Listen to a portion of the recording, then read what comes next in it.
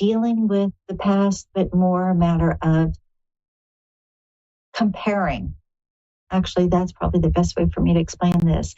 They are not comparing you, but comparing their feelings and not wanting to end up in a similar situation. And yet they know intellectually that's not going to happen with you because you're not that person. Absolutely.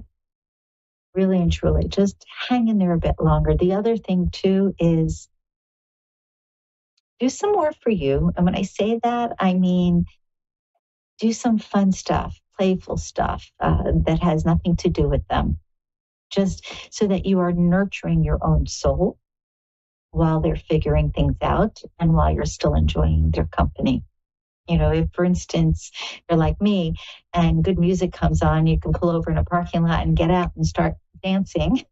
It's in the middle of a parking lot.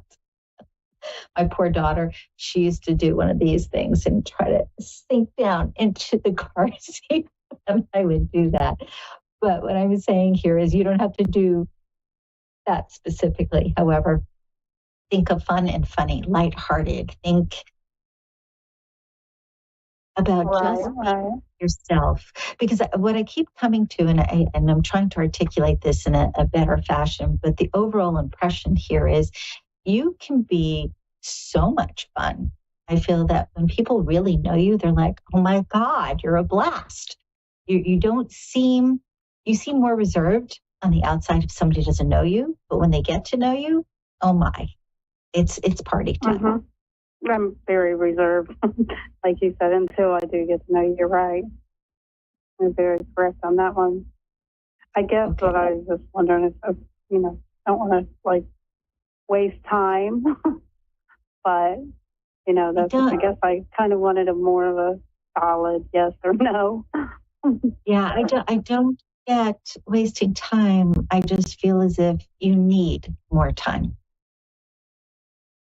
Okay. And in today's world, when you meet somebody that you genuinely like and are enjoying, just my opinion, but I think it's worthwhile giving it a little bit more time for you to enjoy.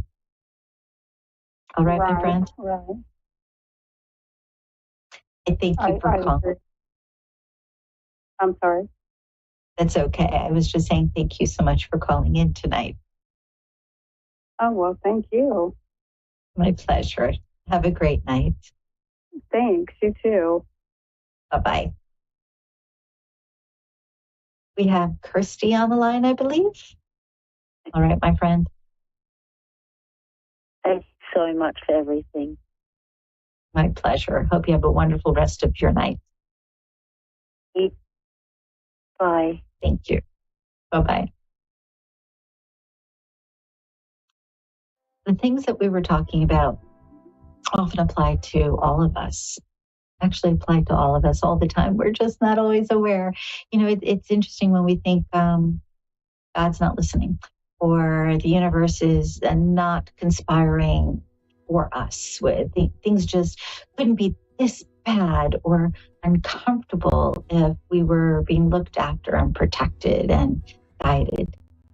However, the truth of the matter is we are a part of the creation in our life. I know you keep hearing me say the word create and creation, but it's true.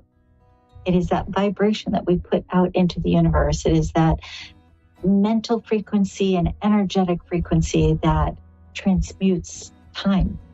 It transmutes space. You have the ability to connect with what you want, though you can't do it if you're in the midst of discomfort. Allow yourself some peace, even if it's for a few moments, and focus on things that make you smile. I'd love to spend some time with you individually. If you're local, feel free to reach out to the office for an appointment or give me a text or a call if you'd like to schedule something on the phone. My number is 561-755-2166. Amazingly accurate, clear answers to any question. You'll love Suzanne Marie readings. Clairvoyant reader and spiritual light transmedium. Tarot is used for spirit confirmation. She's been a spiritual reader for 30 years and would love to be able to bring accurate, clear, visionary readings for those who seek answers. Available online and phone. Call 320-455-2303 or email readingsbysuzanne@gmail.com. Suzanne Marie. Check her event page for specials.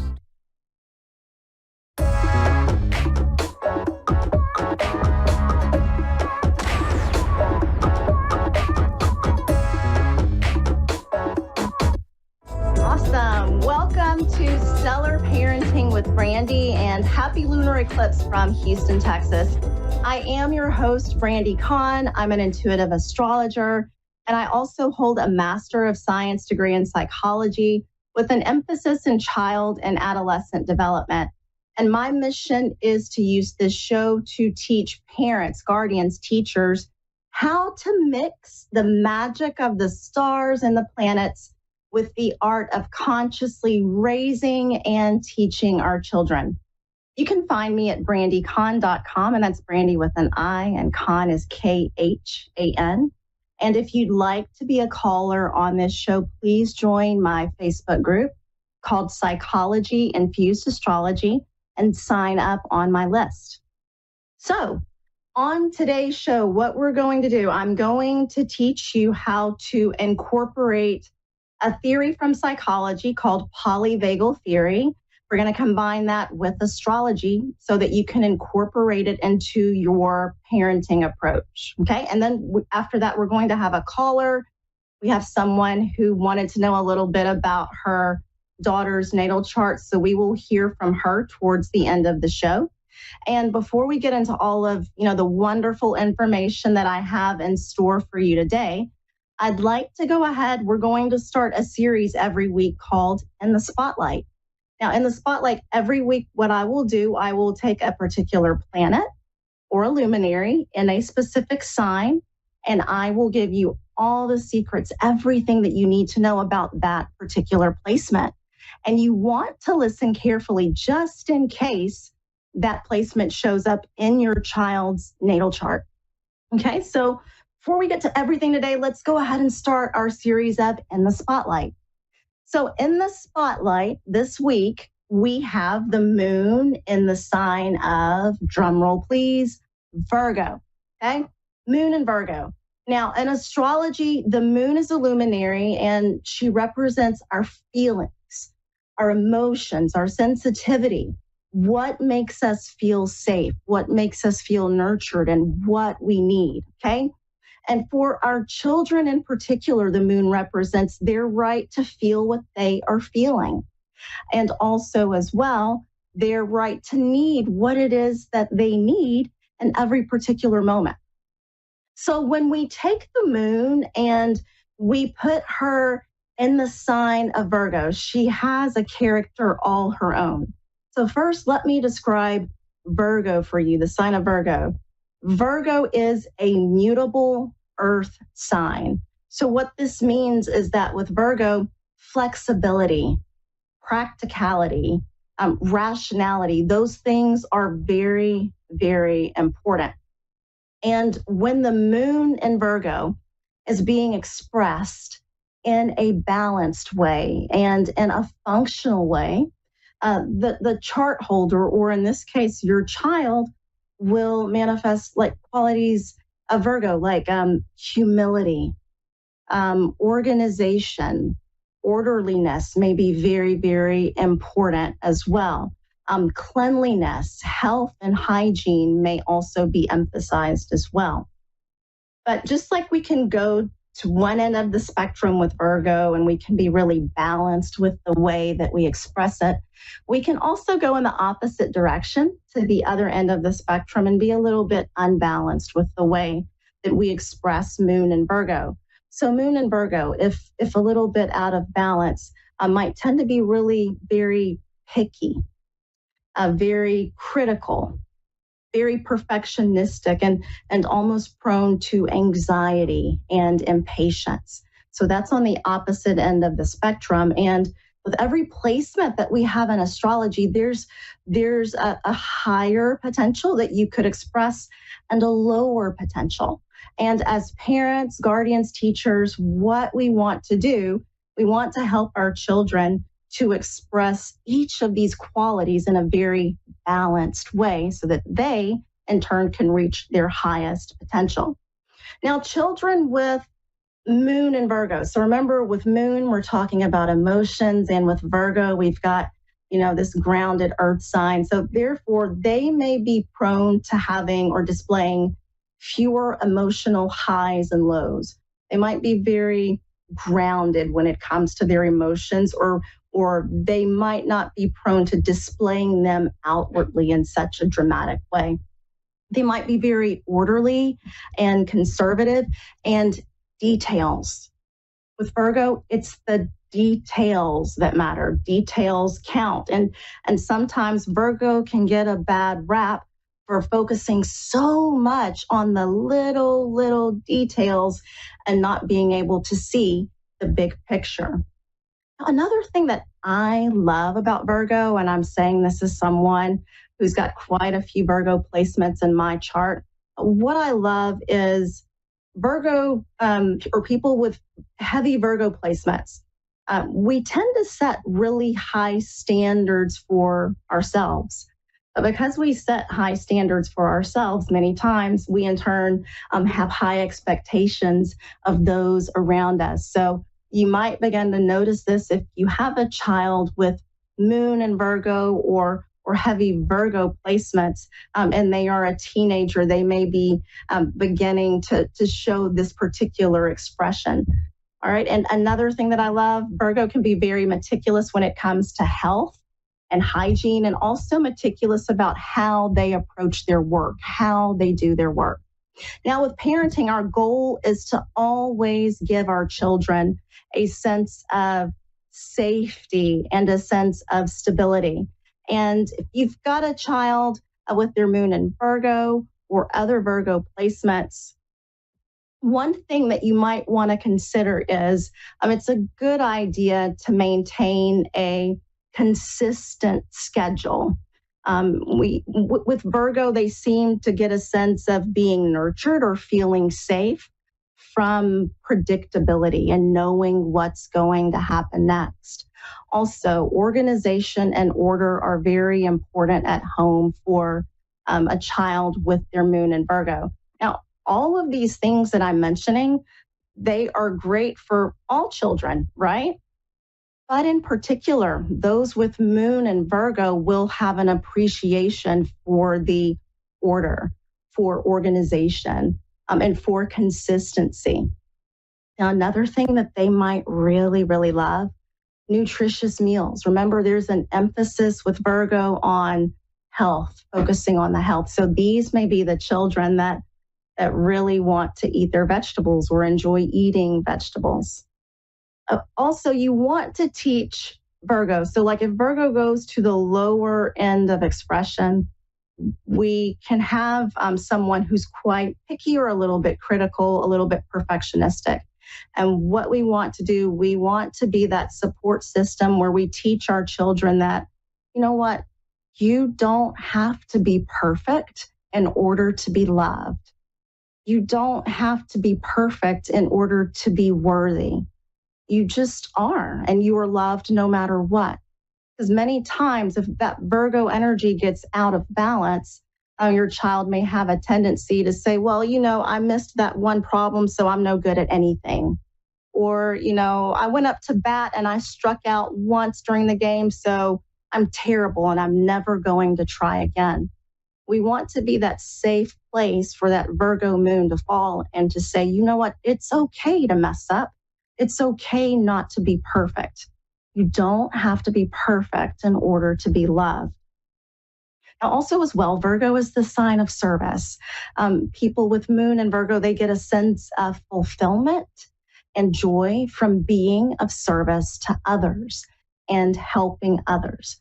So if you've got a child with their Moon in Virgo, give them the opportunity to be of service. So you can take them, to volunteer within your community, or just give them chores and things to do at home or for a neighbor so that they feel like they are making a difference. They feel like they are being of service.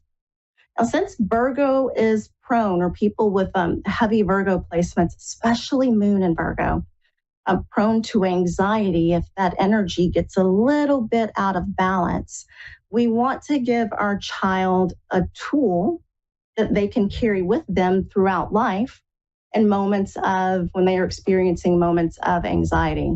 That could be learning about deep breathing. That could be learning about meditation, how to, teaching them how to close your eyes, breathe, and bring your attention back to the present moment.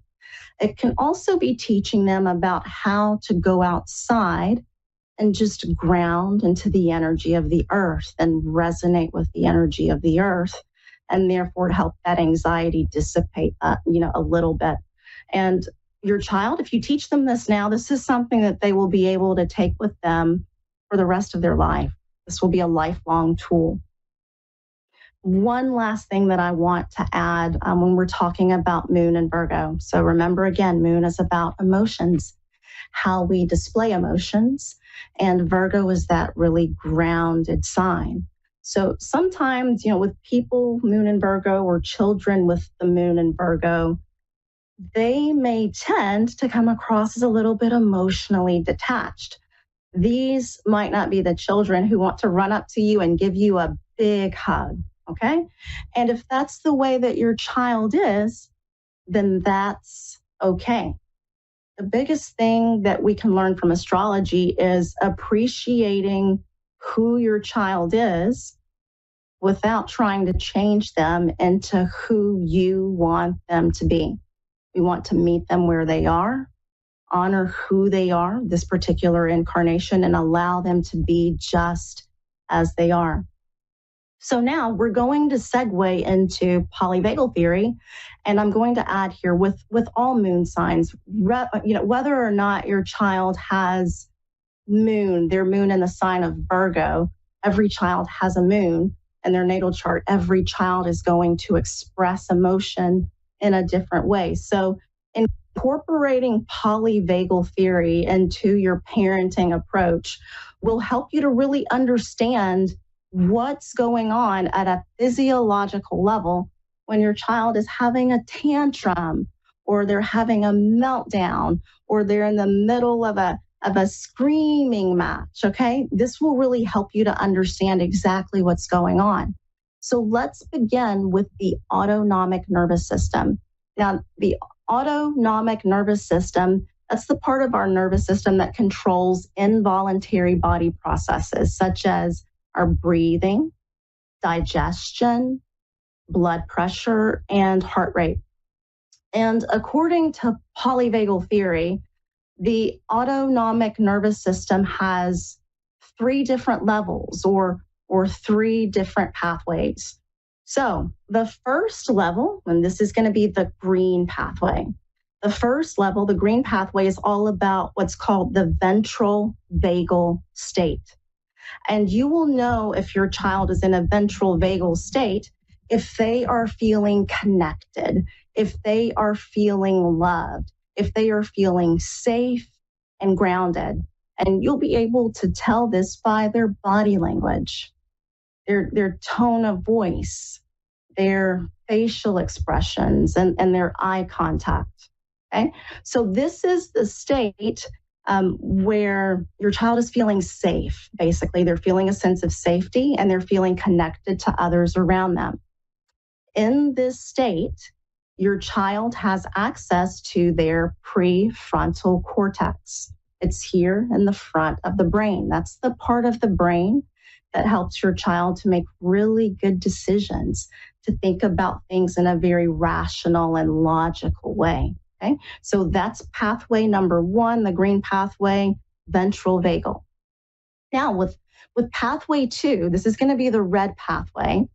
And this is when your child is in a state of sympathetic activation.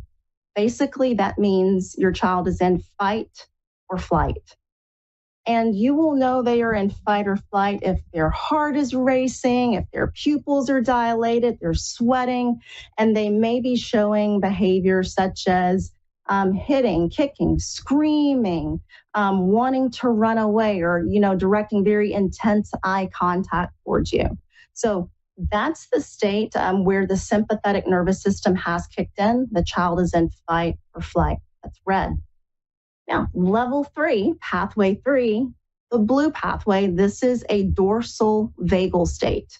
This is when the parasympathetic nervous system has kicked in and your child may seem to be frozen. They may seem as if they have shut down emotionally. They may be avoiding eye contact with you. They may be moving and speaking very slowly or in a very monotone voice. They might just seem frozen, okay? And this is when they are in a state of emotional shutdown. Now, what's important, what I want you to remember is with the red pathway, sympathetic activation, fight or flight, and the blue pathway, dorsal vagal, and where the parasympathetic system has been activated, your child does not have access to their prefrontal cortex. They really don't have the ability to think clearly and make good decisions when they are in those states. Okay? So if your child is in the middle of a tantrum and they're on the red pathway, maybe they're screaming, kicking on the floor, rolling around, or maybe they've shut down emotionally, those are going to be the 2 times when your child's not really going to be able to hear what you're saying. They're not going to be able to understand what you're saying. And they're not even going to be able to think in a rational way about what you're saying. So when your child is in one of those 2 states, what we want to do is help them get back to a sense of safety, back on the green pathway. And once we're back on the green pathway, that's when we can teach our lessons. That's when we can have a deeper conversation. That's when we can try to explain things a little bit more. But if they are in a state of distress in any way whatsoever, emotional distress, they're not going to be able to hear you. So what we're going to do next week, I'm going to tell you exactly how to help your child get from red or blue pathway back onto the green pathway. So stay tuned for that next week. I'll give you a big teaser. It has something to do with helping your child to feel a sense of safety once again, okay?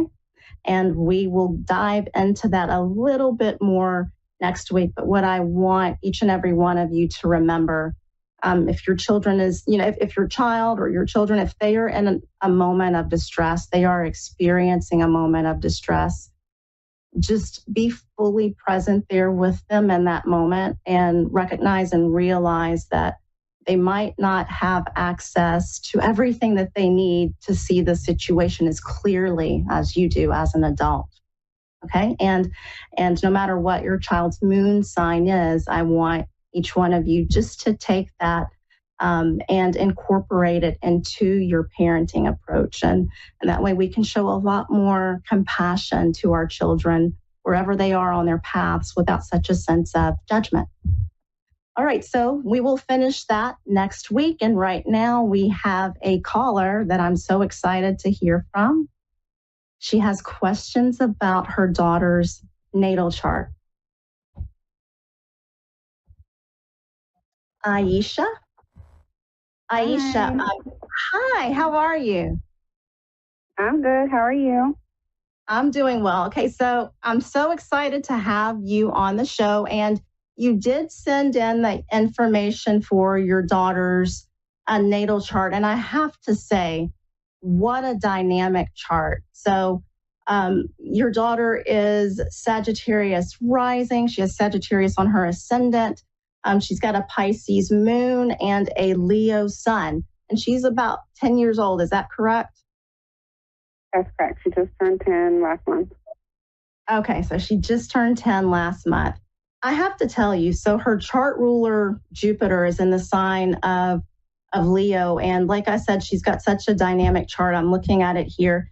I have to tell you, so with her ascendant, with Sagittarius being on the ascendant, and let me back up just a minute and tell you about the ascendant or the rising sign. So many times with children, they are working towards embodying more of their sun sign. Okay, so that's like a lifelong pursuit. And when they're this age, many times they come across more so as their rising sign. So we see more of the rising sign and more of the moon. So with your daughter being Sagittarius rising, I know that she will come across to others because the rising sign is all about how we come across to others, the personality that we are wearing when we are interacting with the world. So she will come across to others in a very open way, very outgoing, and very honest about what she is thinking. Have you noticed this about her? Oh, yeah. She definitely tells you, speaks her mind.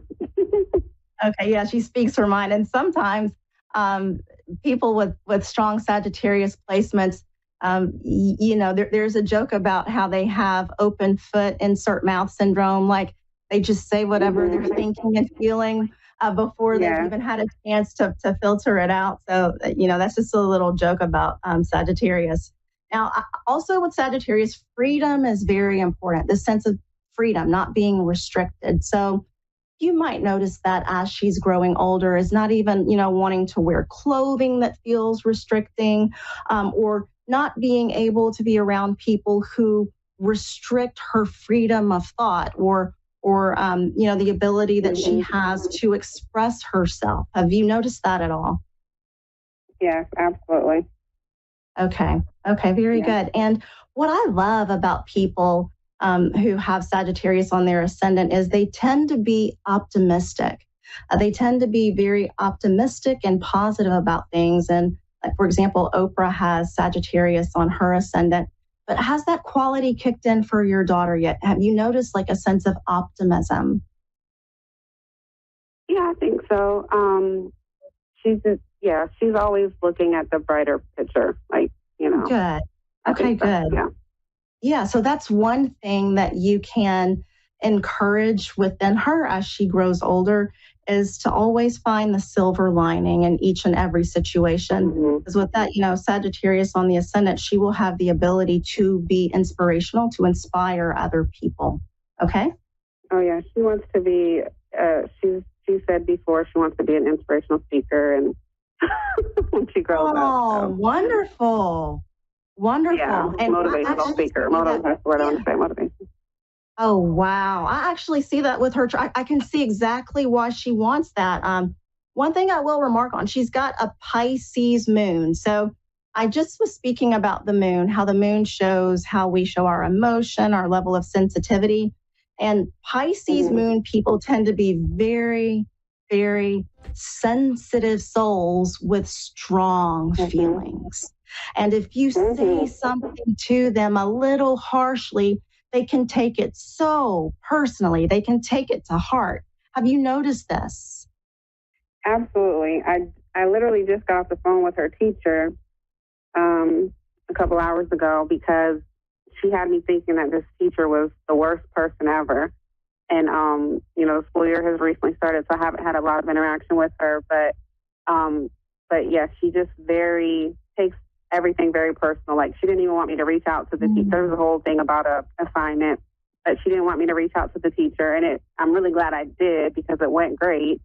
Right. We both got to learn more about each other. But yeah, the teacher just little things that she mentioned about the assignment and, basically just really took it to heart. What the teacher had said to her and had me thinking that this was the worst teacher ever. And she actually was very, very nice and warm when I finally talked to her. But yeah, takes things very, very personally. Right. Yeah. And, with that sensitive Pisces moon, there's also this aspect with that moon, that placement of creative expression. So creativity, expressing whether it's through music or art, dance, photography, that will give her, expressing that way creatively will give her a sense of safety and security, inner safety and security. Is your daughter very creative? Oh yeah, she loves to sing. She loves to dance. She's in dance. She wants to learn piano and guitar. She's into acting. She's in the theater program. About to have a play coming up now. So yeah, that is absolutely her thing. Everywhere we go, she's singing as soon as she wakes up. Yeah. Wonderful. That's absolutely wonderful. And that goes right along with, she has a stellium in Leo. She's got 4 planets in the sign of Leo. Leo is another sign where there's an emphasis on creative expression. But with Leo, it's not only about creating, but it's about being recognized for what we create and getting a sense of validation from the way that we create. So has your daughter ever mentioned to you that she likes the spotlight? She likes when she's center stage. She likes to sing for others. Has she ever said that? Oh, absolutely. Yeah, she loves, and even when she's, she might be timid sometimes when she's around people, like at school. I was telling her teacher today, sometimes at school she doesn't speak up as much, but you would never know when you see her in a play. She likes, she loves to sing and she loves to perform. She loves the recognition of it. Yeah, she definitely enjoys the spotlight. Awesome. And so the thing about it is a lot of times people think with Leo or people with strong Leo placements that, they're just confident. They're confident. They don't need to be validated. But that's the secret of Leo children. They really, really need the validation. I mean, all children do, but especially Leo for how they are creative and creating. Okay, so validation is so important. And I will mention your daughter, she has an 8th house stellium. So 4 of her natal planets are in the 8th house. And I have to tell you, so I know that there is this inner resilience, inner power, inner determination that she has naturally. And so if she can tap into that as she goes through life, she will be absolutely unstoppable in anything that she wants to do. Does that make sense? That makes me feel good. That makes perfect sense. I definitely can see that in her. Yes. And I want to add one thing because we're almost out of time. One of the messages that she will be exposed to as she's growing up is that life is hard. Life is not easy. You have to work hard for everything. And that may be a belief that she adopts at a subconscious level. So one thing that you can do, like as mom and your husband as well, we can help her. We can rewire that belief, teach her that life doesn't have to be hard. Things can come to us easily. We can manifest things easily. The universe is supportive. The universe is abundant, and the universe is always there, giving me exactly what I need. You understand? Yeah, I do. Awesome. Okay. Well, thank you so much, Aisha, for coming on as a caller today. I really appreciate you sharing your daughter with us. In a way. And like I said, she's got such a magnificent chart. So I wish you all the best. Thank you. Thank you so much. Thanks for having me. Yeah, you're welcome. All right. And so we're wrapping up before our show ends. And again, if you need to find me, you can find me at brandycon.com. That's Brandy with an I, and Con is Khan. And I also have a program online on my website, Stellar Parenting Method with Brandy. So check that out as well for those of you who want a little bit more support of how to incorporate the psychology and the astrology and custom design a parenting approach with your own child. So until next week, I hope you have a fabulous week, and thank you so much for joining me.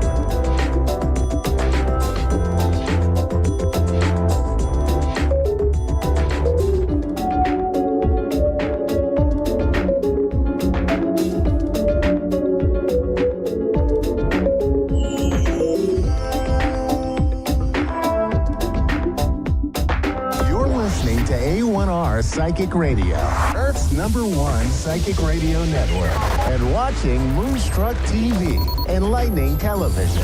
Welcome. Time for the Mini Medium with Stephanie Cowan.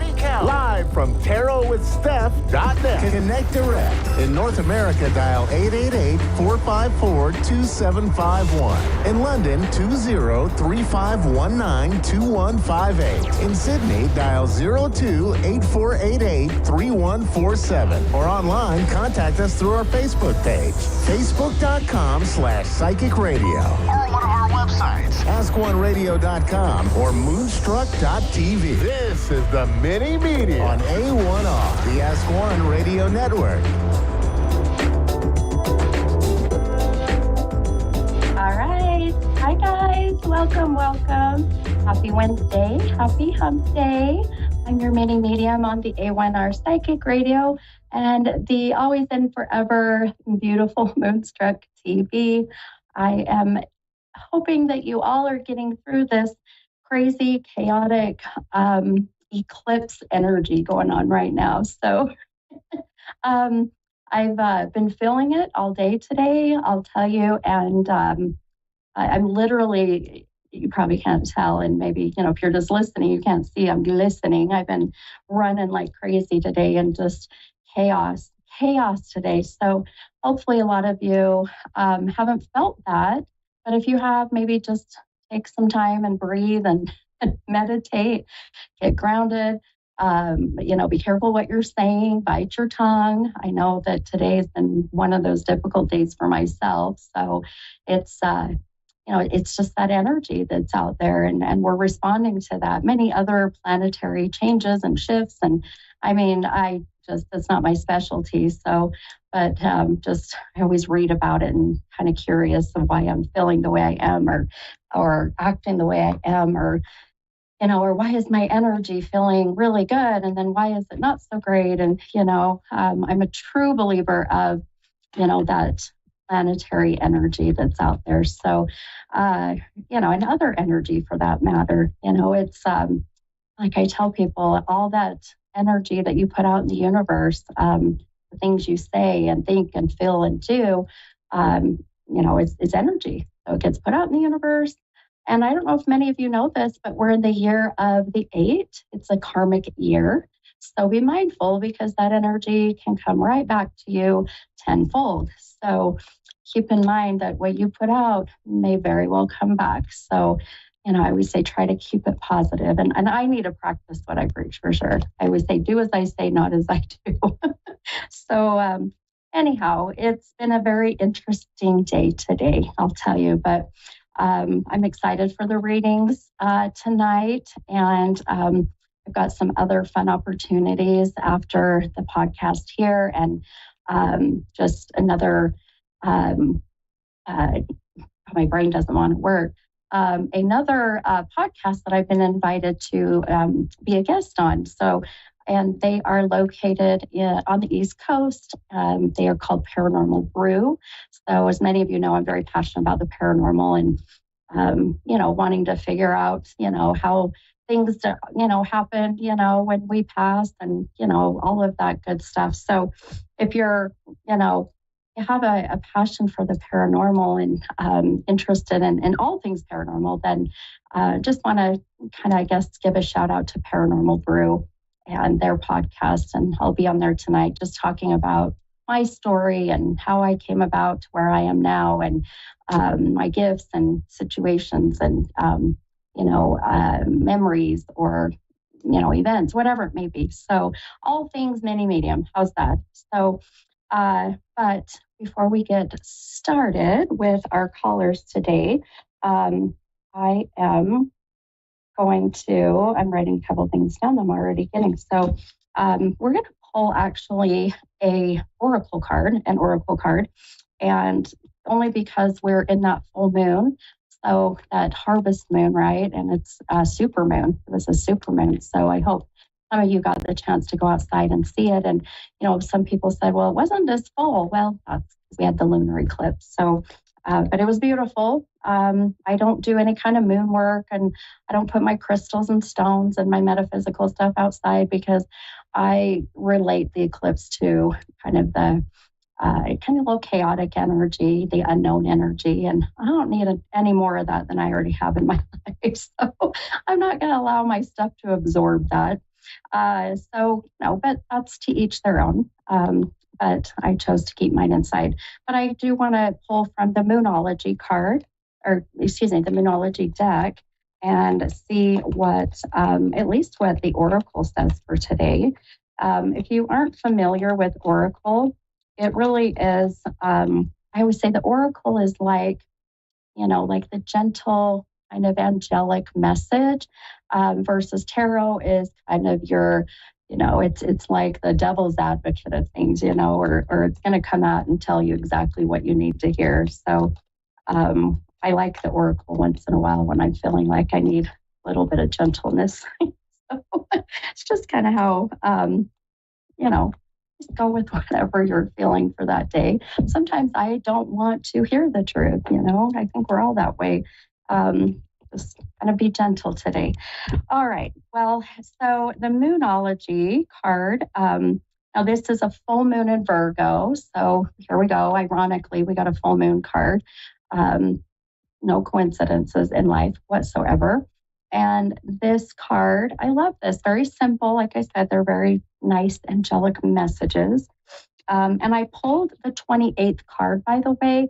So if you, again, if you listen to me and follow me and know that, as I'm going throughout my day and I have spirits come in or just intuition pop up, I'll get numbers. And I mean, majority of the time it's connecting to one of my callers or, my readings later on in the evening. So it's beautiful to see how that it's all kind of, it just aligns. It's incredible. And, I've done this a long time and I still scare myself some days, so, in a good way. But all right. So the Moonology Oracle message for everybody out there says, you are good enough. I love this. Very simple, right? Very Virgo-ish. So full moon in Virgo, you are good enough. Now, full moon work, just so if you guys are wanting to know about doing full moon work, the full moon is the time to really let things go. And really with the eclipse energy we're feeling right now, it's really deep. And it's that deep shadow work. It's the stuff that we've kind of bottled up and, put in a box and duct taped and, and then put a big old lock on it. And, we put it deep down under the stairs and, it's pulling all of that back out and, having these, triggers and these, kind of trauma memories come up. So it can be very, heavy. It can be a lot. However, I welcome you to befriend it. I know that sounds weird, but befriend the shadow work and look at it as a good thing and a good intention to help you to move forward in your life and let go of the past, let go of the things that are not serving you in a positive way, which a lot of that is our past stuff, right? So we just carry a lot of that energy and it's just not healthy and mentally, emotionally, physically. So just a little bit of mini medium energy and suggestion for you guys. So, but I think we're ready. I think I'm ready to take our first caller. I'm super excited to see how this energy affects all our readings and how thin the veil is between us and the spiritual realm. So now I did miss, I think this is a Carol. Carol, I'm sorry. Hi, Wendy. I'm so sorry. Hi, Wendy. This is Mini Medium. How are you? Okay. Okay. I'll take okay, my friend. I'm right there with you. I appreciate your honesty. I can't really explain how I'm feeling, to be honest. Fair enough, my friend. Well, I hope I can help you tonight with some of that. How can I help you? Well, my daughter died in April. Oh no! So I'm that's so sorry. where that's coming from. I don't know if I'm okay or not, but I'm I'm here and I'm pushing through it. So. Well, first off, from one mom to another mom, I have two daughters, and my condolences to you, my friend, and sending much love and light and healing. It's not written in the book to bury a child. It's just not, and so, no, I think that, the losing a child has got to be the hardest thing that any of us can go through. So my thoughts are with you. Prayers are with you for sure. Okay. Thank you. You're welcome, hon. You are welcome. The best that I can do for you, and this is why I do what I do and why I love to share my gifts, is to give you some, hope and healing, whatever it may be, maybe just a little bit of comfort. And so if it's wanting to channel your beautiful daughter, I'm happy to try to do that for you tonight. Is that what you're kind of leaning towards, I guess, or hoping for? Yeah. Okay, perfect. All right. I will, I'm going to get quiet for a minute here. I'm going to try to see if I can focus on the energy here. And I'm going to throw it out there. So for my producer, Dave, I'm going to keep Wendy with me for the night. Wendy, I'm not going to take any other callers. It's just going to be you and I tonight, hon, okay? Oh, thank you. I appreciate that. Of course. You're welcome, hon. Doll, I'm getting choked up. My eyes are leaking. It was, I don't want to say too much. It was a very hard situation to go through. So it wasn't something sudden. It was a situation that lasted for about 9 years. And she suffered really bad. And she was 29, like about a week shy from 30, or maybe over a little week shy from 30. 30. Okay. Interesting. I don't know if you had heard before we got on together that the number 28 has been very strong within my visions today. And I know she was 29, just shy of 30. So there's definitely a connection there, I would think, but do you connect with the 28 in any way? 28. No. No, I'm not sure what I should tell you or what I shouldn't tell you, because they say, well, don't say a lot, I know. I was thinking the medium. She died on April the 16th, and she was going to turn 30 on April the 27th.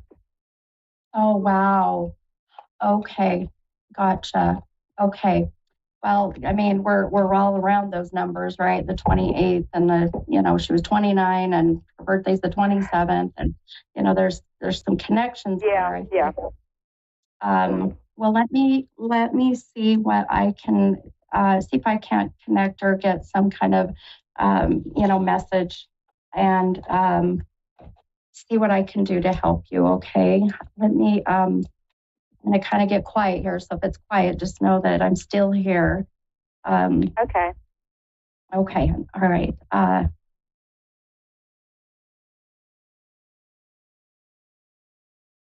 Okay. Ultimately, what I'm doing is doing a little bit of what's called psychography. It's automated writing and a lot of scribbling, really, and doodling, but it's to help get energy out. And the first thing that I'm picking up on, that I'm feeling, and right now it's just kind of an energy. I'm not really getting the soul stepping in, as I call it. So, but there's really such an emphasis on that there was some misdiagnosis, that there was, we thought it was this, but it actually was this. It feels to me that there was more to it than maybe what was known, or does that make sense? Oh, you're dead on the money. Yeah. Mm-hmm. Okay, my friend. Okay. Exactly. Good. Exactly.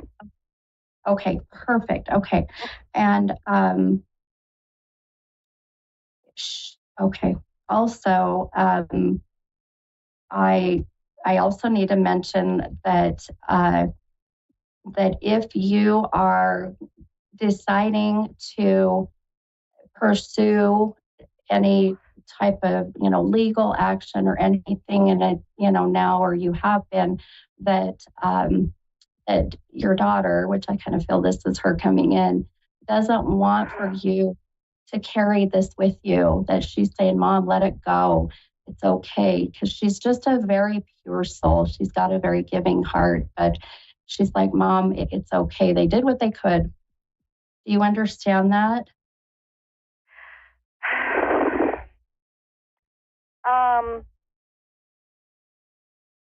They really, I understand what you're saying, but they just kind of just threw her to the side, really, and just didn't really try to figure out what was wrong with her.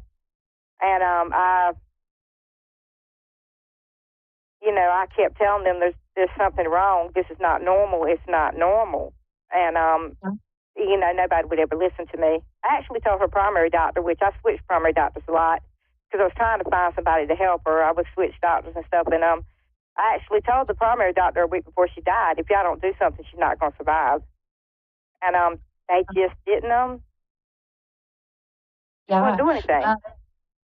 Yeah, and I'll tell you, again, if I was in your shoes, it would be really hard for me to, to not, pursue anything. And, to be honest, I probably would be angry, and I probably would. And I feel like your daughter, the way she's coming in is just, for one, I feel that when we die and our soul crosses over, we leave everything here in the physical body, as far as the pain, the agony, the discomfort, the anger, the jealousy, the animosity, all of the negative emotions and feelings, and whether it's physical, emotional, mental. So now she's this beautiful pure soul, and she's seeing how this has just been weighing on you for the last few months. And now she's like, Mom, it's okay, I'm on the other side, I'm at peace. And she's emphasizing that that there was some hidden symptoms, if you will, or hidden issues within her body that really would have taken time to find. And it's like, she's like, Mom, it was there, but, I didn't have the time, if that makes sense. So she was limited. They had 9 years. And I mean, like, towards the end, right? Yeah. Well, towards the end, her kidneys had, she couldn't hold her bladder, and I actually called the doctor's office and asked them would they give her an MRI or something to check her bladder, her kidneys, and the doctor's office told me that they didn't think it was her kidneys. They thought it was a misfire in her brain. So. That makes sense. I got a lot of different, when I go back and look at her paperwork, because I went and got all her medical records, when I go back and look at her paperwork, there's so many diagnoses on there that me and her didn't even know about. I'm seeing stuff on there that I didn't even know that they diagnosed her with. Yeah. Yes, exactly. That's the feeling she's given me, is like there were so many other things. And when I'm, I'm trying to interpret the best way I can, but when she says they were hidden, that's what it is. They were in the charts that nobody knew about, right? So that's her way of saying they were hidden, Mom, but we didn't know till the end. And, she's got, can I just say, I don't see features very often when I channel, but she has got the most beautiful eyes. And I don't know why this is important that I tell you this, but there's something about her eyes, and she's like, Mom, I can see better. So there's something about her vision. Does that make sense to you? Yes, she couldn't see good. Yeah. Okay. Perfect. Yeah. She's just emphasizing her eyes and how much she feels, she can see. She also, I don't know what this means. And sometimes I don't ever question it. I just tell you, and hopefully you can connect with it. But she said, Mom, it's okay that the necklace broke or the jewelry broke. I don't know what this means, but there was something you had that maybe, or you're getting fixed to wear in memory of her. Does that make sense? Mm, mm, mm. No, I'm not aware of anything breaking. Okay. Was she cremated? Yes, she was. Okay. Did you have her ashes put into a necklace or a piece of jewelry by chance? No. Mm-mm. Okay. Mm-mm. I've just got them in the urn. Okay. I mean, I bought her an urn that, Okay. you know, I got them in there. But I thought about doing that, but I haven't done it. Okay.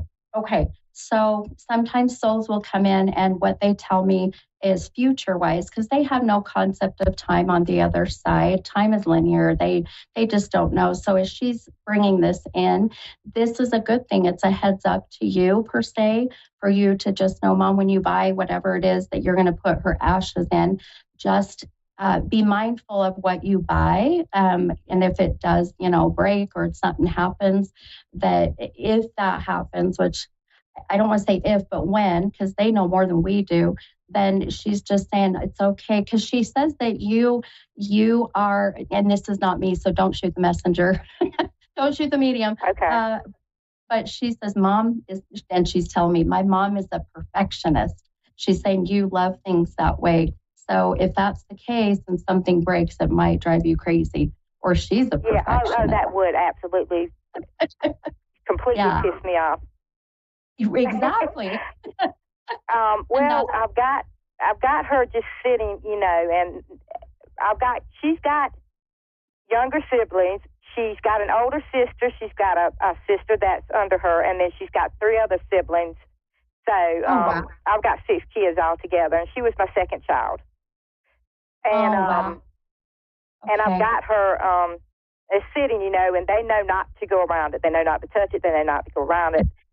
So that makes sense with how she's like, my mom is like very careful with this, and so you put the ashes in something and spend the money and the sentiment of it, and it breaks. She's like, Mom, it's okay, just so just be mindful of that, as future wise. Why is she showing me Belle from the oh, my brain just lost it. The Disney, the beautiful, my gosh, my brain, Beauty and the Beast.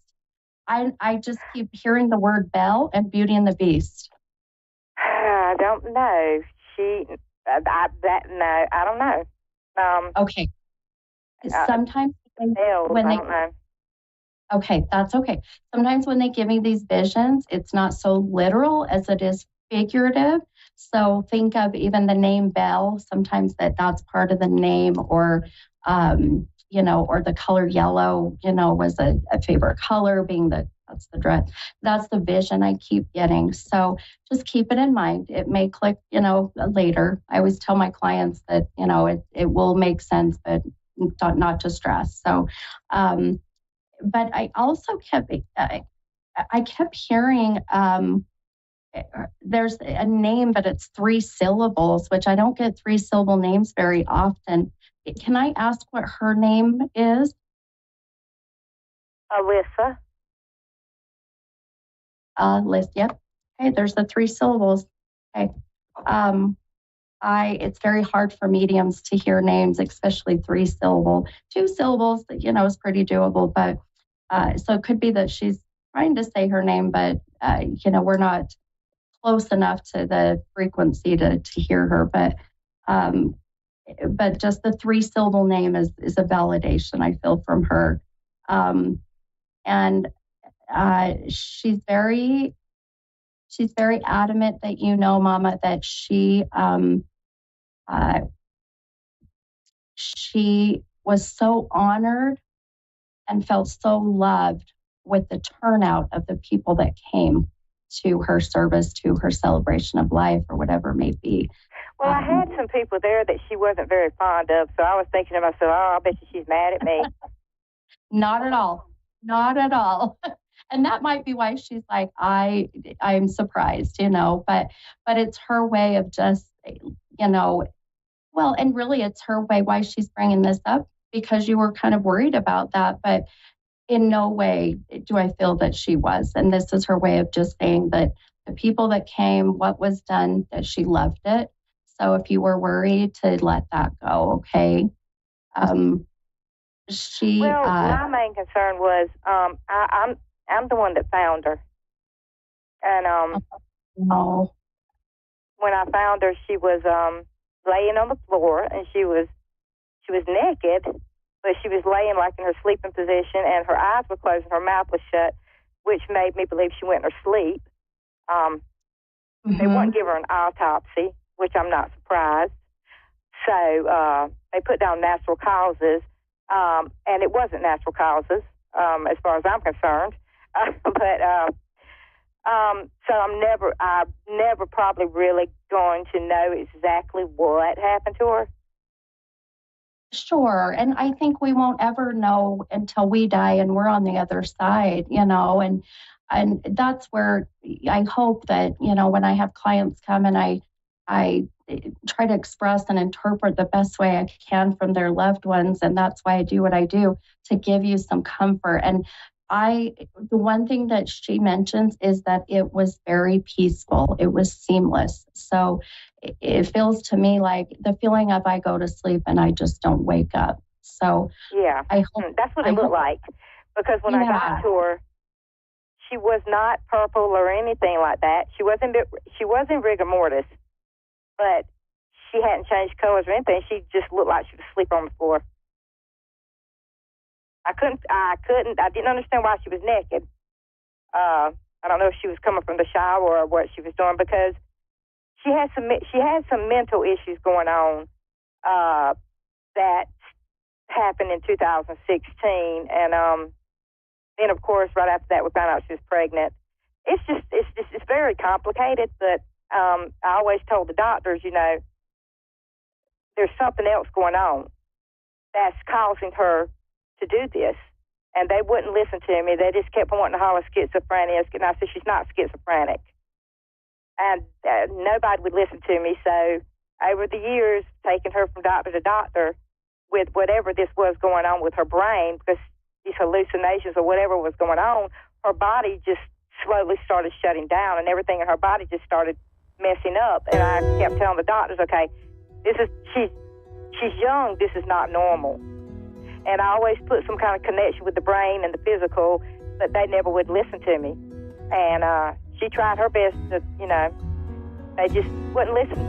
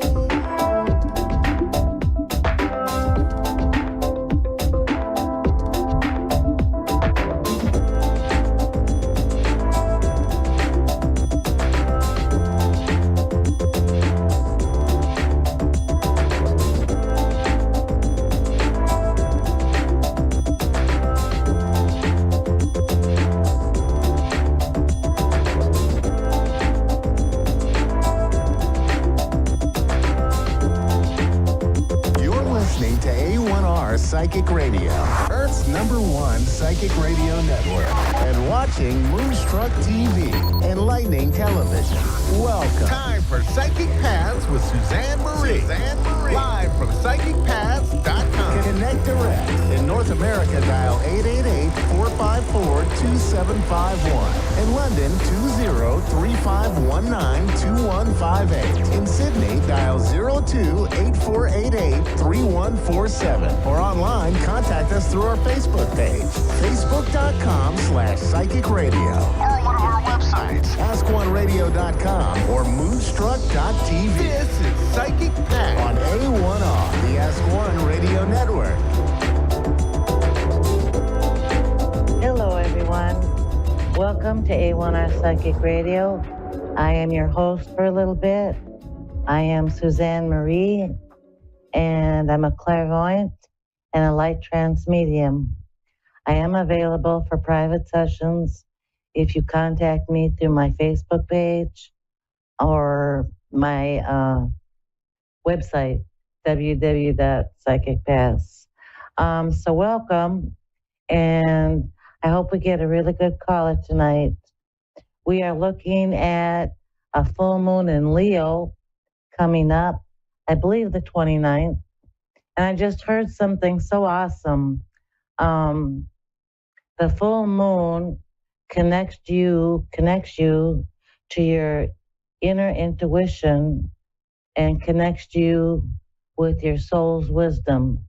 Isn't that wonderful? Just the sound of that. Leo will give you the courage and the energy to succeed in your projects and to focus on what you need to do to benefit you. All of these full moons are to benefit you. They allow us to let go of the things that aren't necessary and not benefiting us in our life. So with that, I'm excited. So and another thing is, let's be kind to one another and let's love one another as best we can. We are all walking each other home. And we have Lisa from Oklahoma. Hello. Well, hello. How are you tonight? I am actually really wonderful tonight. Thank you. Good, good. What can I help with tonight? Well, how about we just go general and let Spirit bring what needs to come? Okay. Hang on and let me see what Spirit shows me.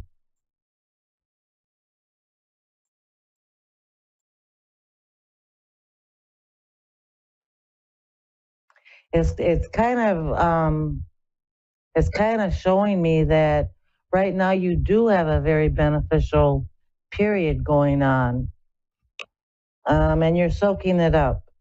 That something has brought peace to you somehow. Also, it does show me that you have a lot of energy going on. I don't know if it's around you or inside of you, but I just feel a lot of energy from you. Let's see.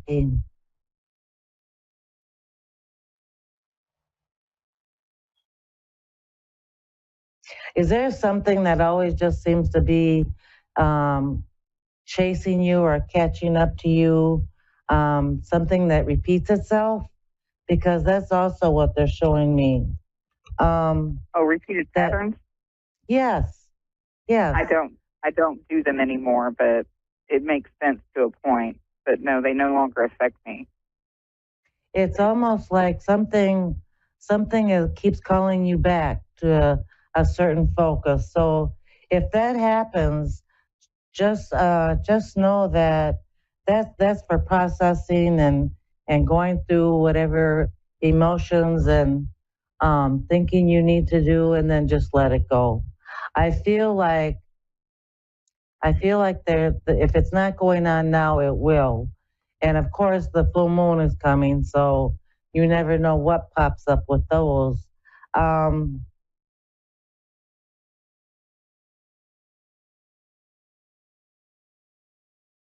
Spirit told me that I just might be mistaken on what I saw. The first thing, I thought it was very peaceful. But are you happen to be having something that just feels burdensome or overwhelming? Because I do still see the. Yeah. I still see it. Since COVID started. Since COVID started, yeah. You could say that it's been a little overwhelming.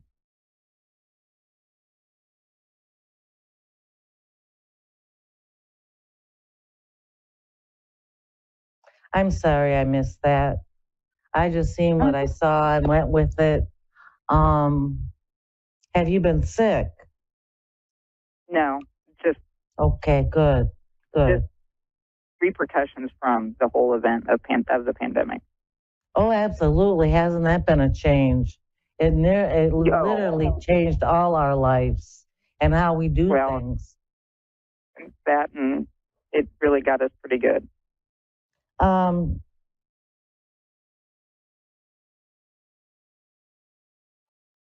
I just feel like you're a very strong lady.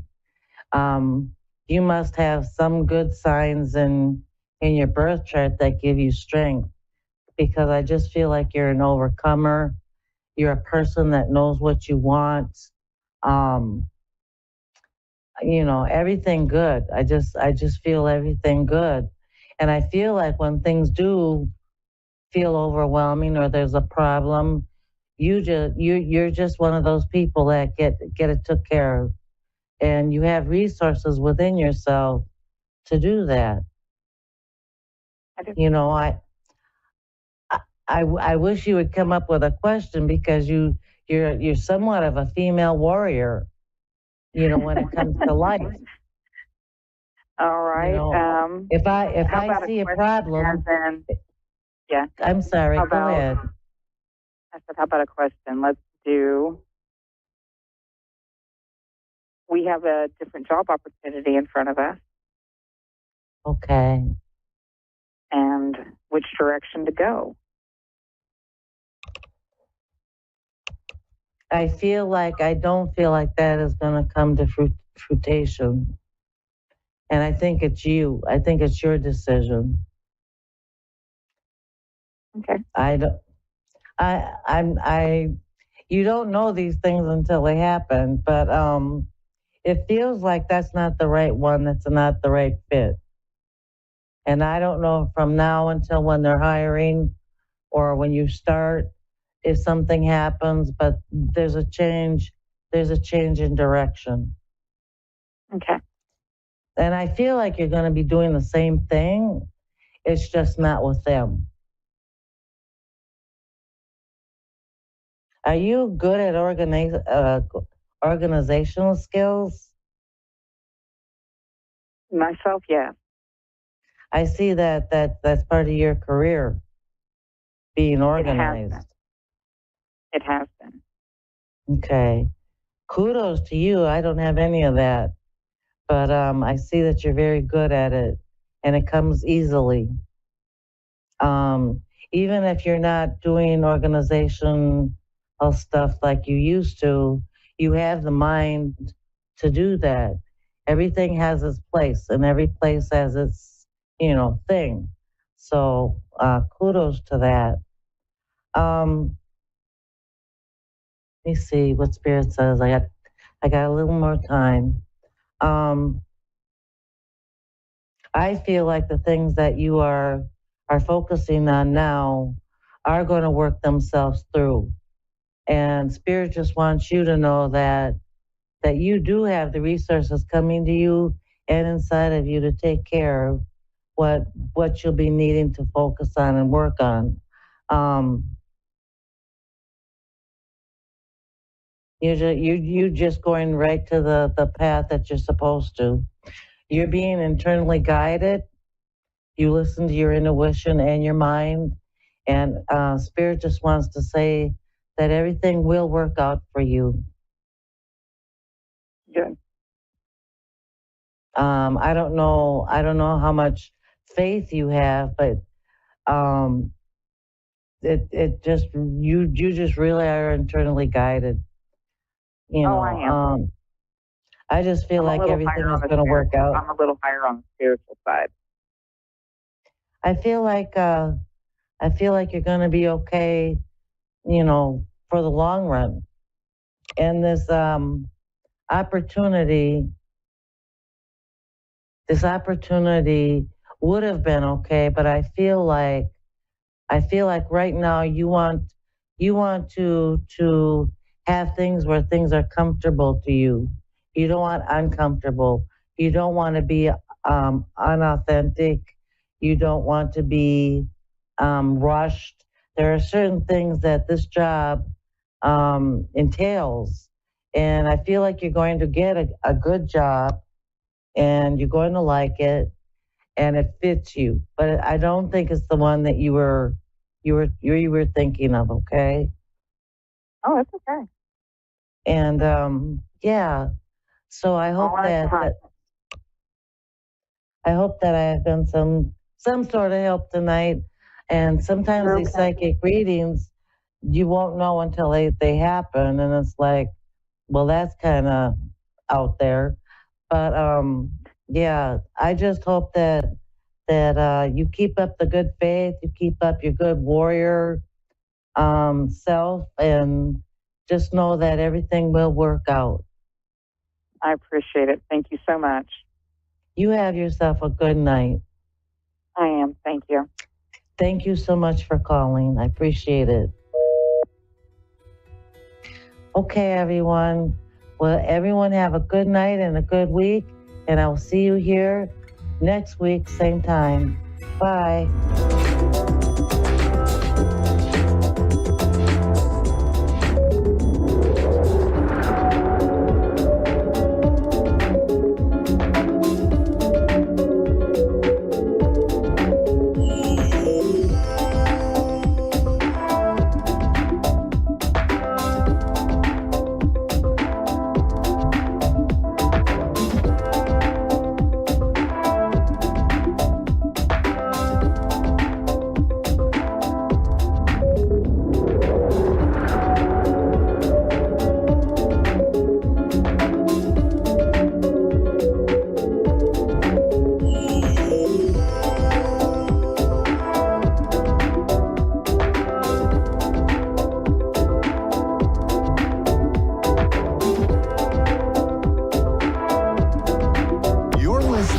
A1R Psychic Radio, Earth's #1 psychic radio network, and watching Moonstruck TV, enlightening television. Welcome. Time for Insights with Solaris with Jennifer.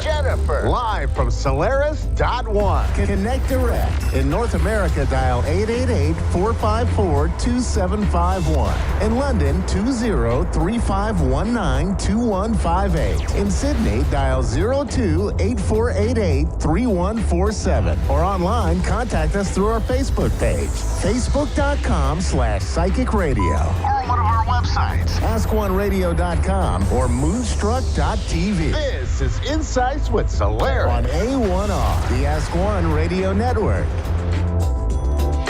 Hello, everyone. Good night and good evening, good morning, wherever and whenever you are watching this. My name is Jennifer, and I am your host with Insights with Solaris, a tarot reader of over 10 years, and I'm certified in over a dozen healing modalities, everything from Reiki Master to sound therapy. So I do a little bit of everything. At the end of the day, I'm simply a channel of spirit, bringing messages and healing for those who find me on this path. And if you joined me before, you know that I always like to open up with a collective reading just for the rest of the week. And these are energies that are surrounding the week just to be aware of, to help you navigate what's going to happen. And those of you who follow the moon cycles, you will know that we just had a super moon in Pisces yesterday. And that has been bringing up a lot of release for everyone. So there's a lot of emotions running around a little bit with everyone. But as we are moving away from the full moon energy, we are coming into a bit more of that affectionate energy. So it's coming out of that less of the frustration, the less of an anxiety, and more affection. but still going inward to reflect on everything that has happened and what you do want the next about year and a half to look to until the next lunar eclipse that comes around within this space. And so for this week, be aware of opportunities for an invitation to a social event for some of you. That could bring you a lot of joy. It won't be for this week. It will be in the future, say like close to end of November to December. But this invitation will bring you a lot of joy. So just keep an eye out, be a little bit more sociable. It does seem like a lot of people in the collective are coming in with a lot of sadness this week. So just allow yourself to take some time for yourself. If you are going through a separation of a relationship or you're walking away from a job or anything like that during this week, it is okay, and it's a perfect time to heal with these full moon energies and allowing that to release. It's a fantastic time to release these old emotions and to step back into your confidence because you are moving forward and you are going to be great. You're going to do great. Just continue to get through this week and release those emotions. And let's see, we are taking a caller and we do have Chrissy. So hello, Chrissy. How are you? I'm okay. How are you? I'm doing good. Have you had a tarot reading before? I don't believe a tarot reading, no. Okay. So have you had an oracle reading, something similar, runes? Anything like that? I don't believe so. Just medium readings. Okay. All right. So how can I help you today? What questions do you have? I'm not even sure. Mostly just regular life stuff. Mm-hmm. Let's see. Yeah, let's see what's coming forward.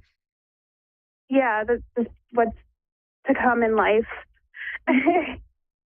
Do you have any type of opportunities that you are currently thinking of?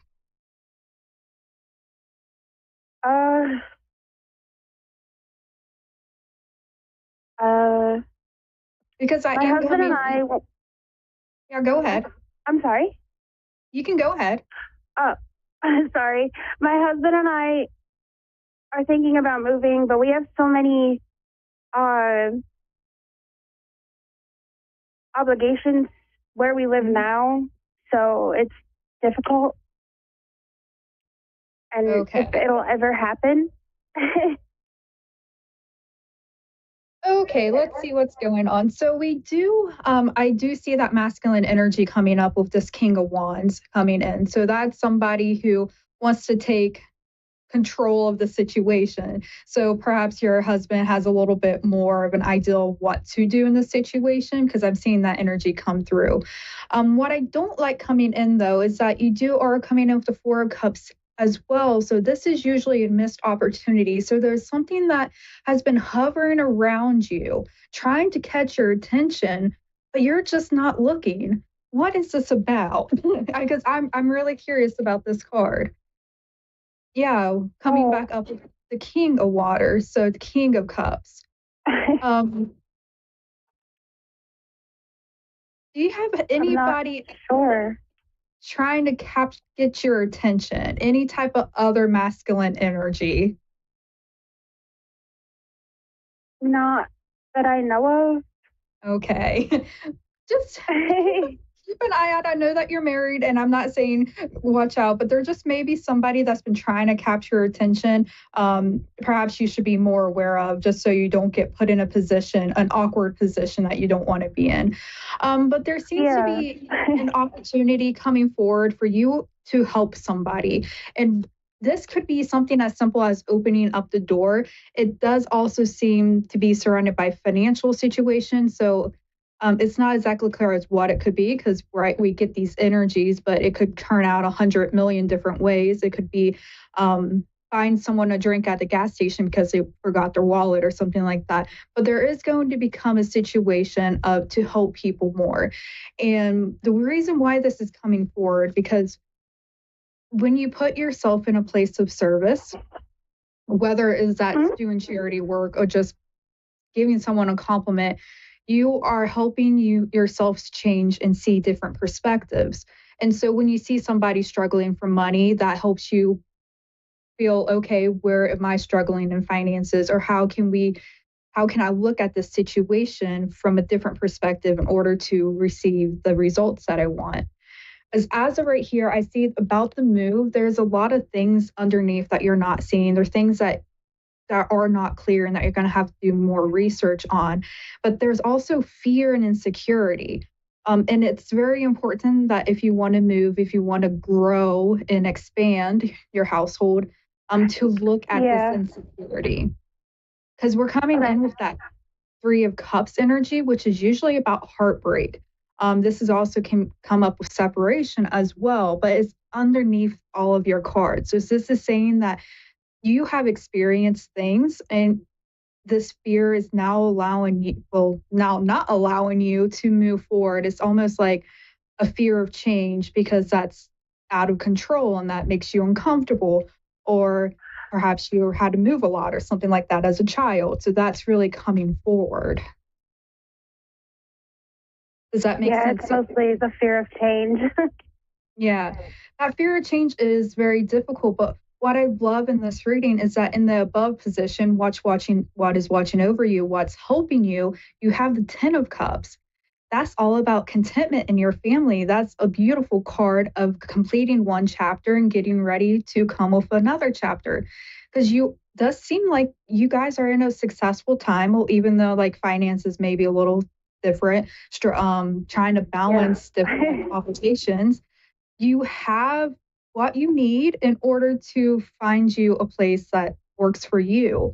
And it does seem like it will be a pretty good investment long term. So in that case, if you buy a house and you decide to sell a few years down the road, you're definitely going to receive more than what you gave. So that's very good to see, especially if you're looking into real estate. Yeah, so I see that fear, but I don't see it in any actual truth. It seems like it's things that you're worried about, but it doesn't feel like it's actually in your truth. It's time for celebration. Okay. But yeah, there's just this heartbreak that's continuing to grow. Is the current location that you're in, have you been there a long time? No, we just actually signed a lease for the second year. We've only been here about a year. About a year. Okay. See, that's but I really did grow up. Oh, sorry.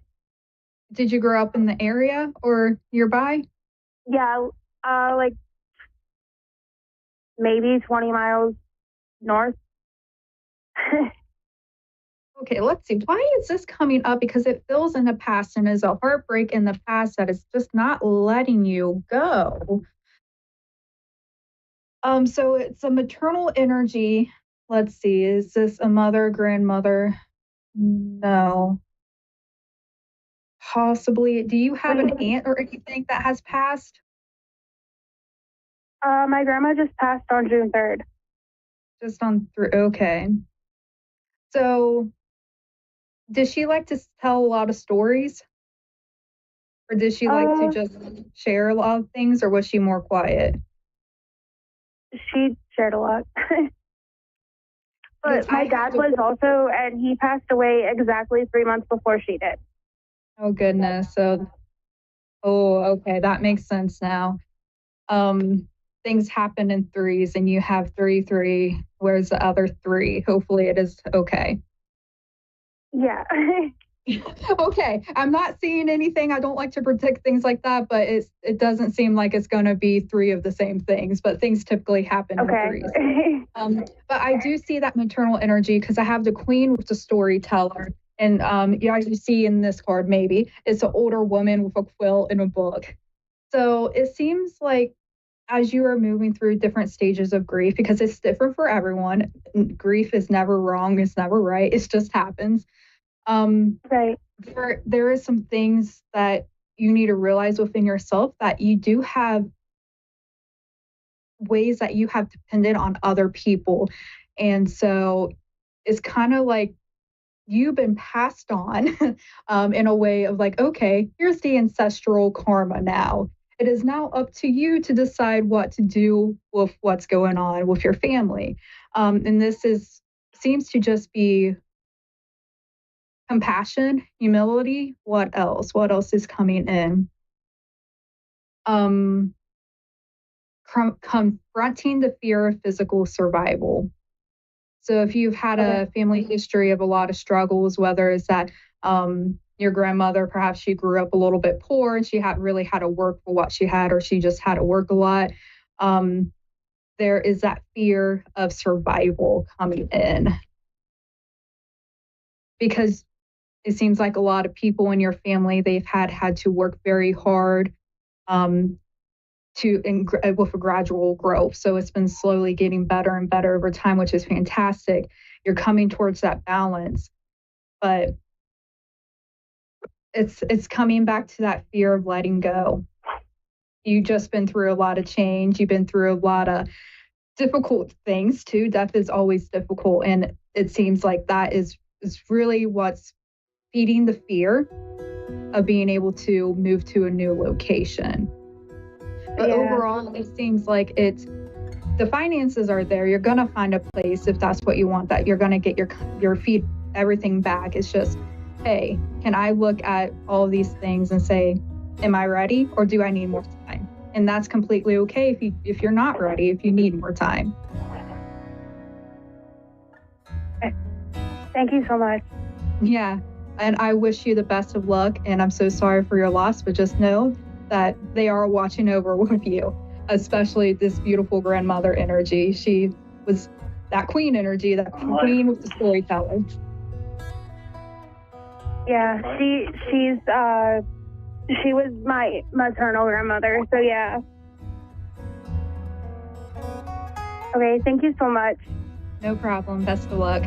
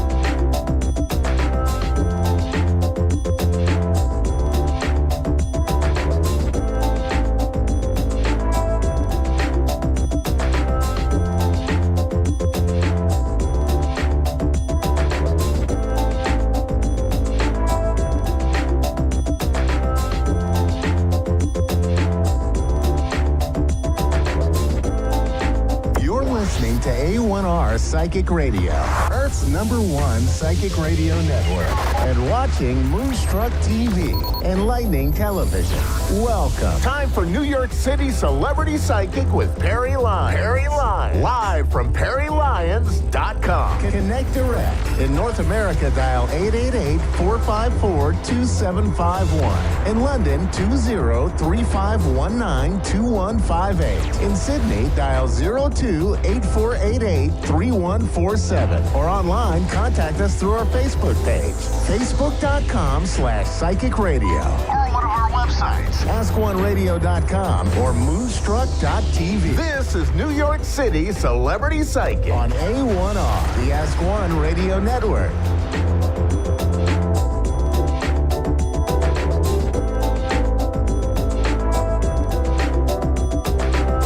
Hello, my cherished ducklings. I'm Perry Lyons. This is Perry Lyons, New York City Celebrity Psychic, and I'm me, and you are you. And I'm very happy you're here. So I just got back from Charlottesville, Virginia, where I did a house party and read for about 6 hours straight. And I did not get out of bed today. Don't tell anybody, but I didn't get out of bed today. And here's why.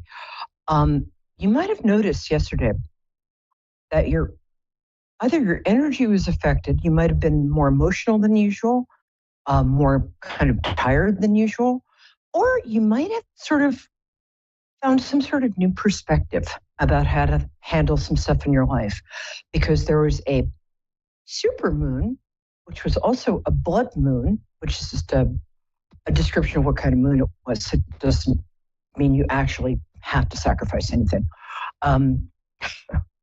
Although you do you. And it was a lunar eclipse. And eclipses are interesting. My friend Elizabeth Grace, who on elizabethgrace.com explains them a lot better than I do.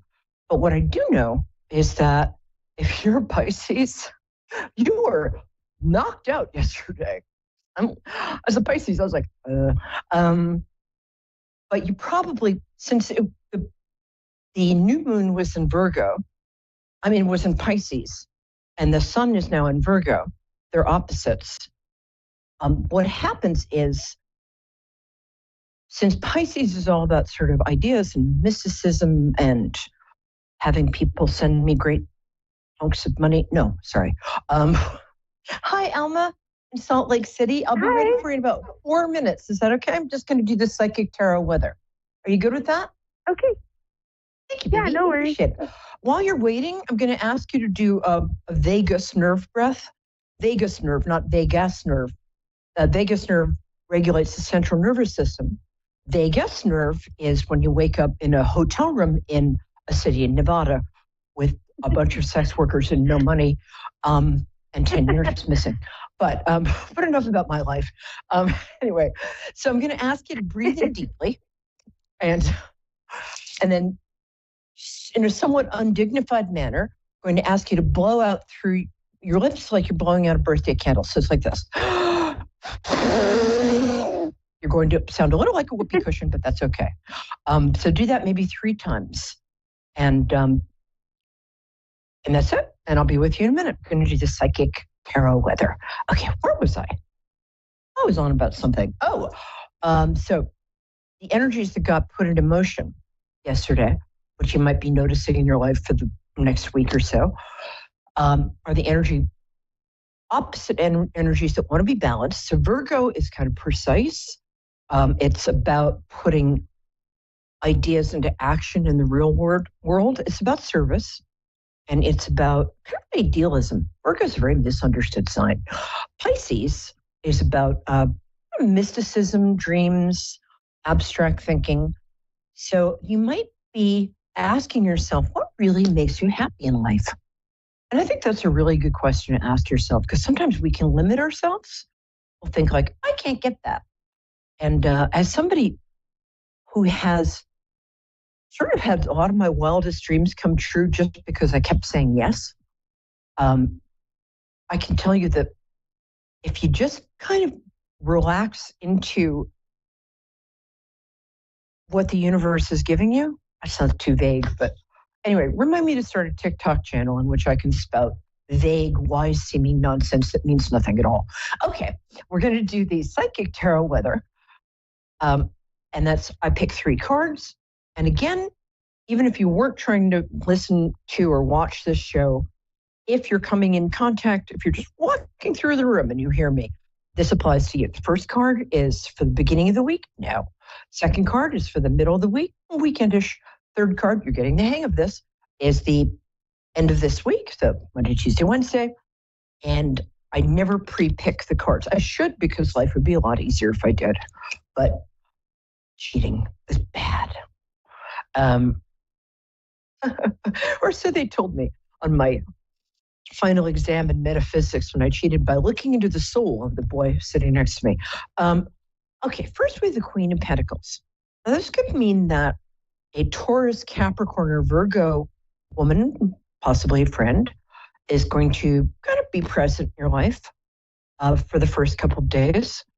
I have a lot of Taurus friends. My friends Katerina and Nancy keep me sane. Although Tauruses do get grumpy when they get hungry. It's kind of funny. Anyway, so that could be that. It could also mean that you're getting kind of your financial or grown-up feet under you. That's right. You have grown-up feet. Now you know. So anyway, woo! If you hear screaming in the background, that's my parakeets upstairs. I don't know why they're screaming. They just do. This is interesting. In my father's culture, my father is Jewish, this card represents a chuppah, which is a, as you can see, kind of, I suddenly can't remember the word, like a thing you get married under. You get married under this thing, which I can't remember the word for. But so when this card shows up, it means that you might be contemplating marriage. Somebody who might be your future marriage partner could be suddenly in your life, or you could be going to a wedding. It's kind of a marriage theme. I don't know, I'm being a little vague today. It must be the eclipse. There you go. Woo! And then this card's a little tough. It presented upside down, so it's not as bad as it would normally be. Upside down in a lot of cards lessens the impact. But as you can see from the way it looks right side up, it kind of sucks. It's 3 swords through a heart, and it means that might be a little romantic disappointment. You might be part of a love triangle, which you want to be careful of. You don't want to wind up in Dateline, although I think Josh Mankiewicz is cute. So if you're contemplating getting more involved with somebody right now, just kind of step back and see if their past behavior indicates that they might break your heart in the future. You'll know one way or another. Since it came up upside down, it's not a terrible heartbreak. It's not like the love of your life. It's like hurling you out into the snow, especially because there is no snow right now, unless you're in Antarctica, in which case, good luck and bring me a polar bear. But it also might mean that you are helping your friend through a breakup. Actually, I think that's kind of what it means. Okay, woo, I love doing that. All right, Lovey, thank you for waiting, Miss Utah. How are you? Are you still there? How are you? Oh, good. Yeah, Happy I am. to hear your voice. So I like to connect people through their birthdays. By the way, next week, I'm getting an actual grown-up, like sort of mic thing. But so let's all enjoy the silliness of this while we have it. When is your birthday, my angel? It is October 15th. That is such a good day. I have so many friends with that day. I love that day. Yay, hooray for Libras. Although, I'll tell you one thing about all the Libra women I've ever met. Don't ask their opinion about something unless you actually want it. You guys are real truth tellers. You're very sweet about it. But, and what year, do you mind me asking what year? Yeah, it's 96. Oh, I've shoes older than you. 1996. Okay. Wow. Are you old enough to call in? Yeah, I guess you're fabulous. I guess you are. And I'm just trying to see, do you know what Chinese year you were born in? I can figure it out, though. Oh my gosh. Want to say rat?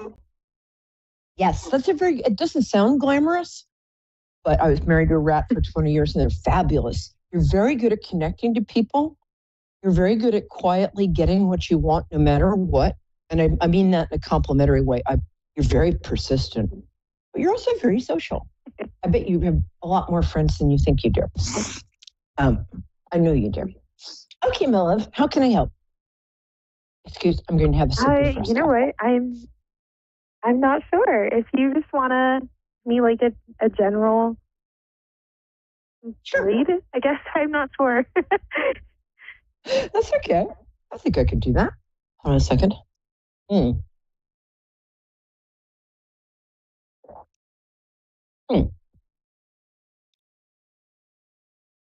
Oh, you're a real people person. A lovely personality. Mm-hmm. I mean, I don't know. Thank you.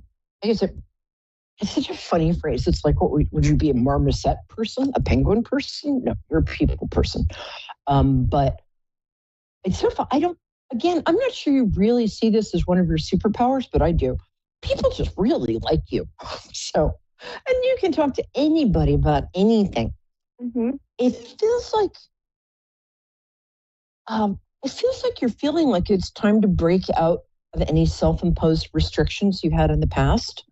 You might be feeling like you want to take some sort of big risk and take yourself seriously. I don't mean like wear horn-rimmed glasses and be pretentious, although there's nothing wrong with horn-rimmed glasses. But I do mean, I think you really want something that's kind of a satisfying challenge in your life.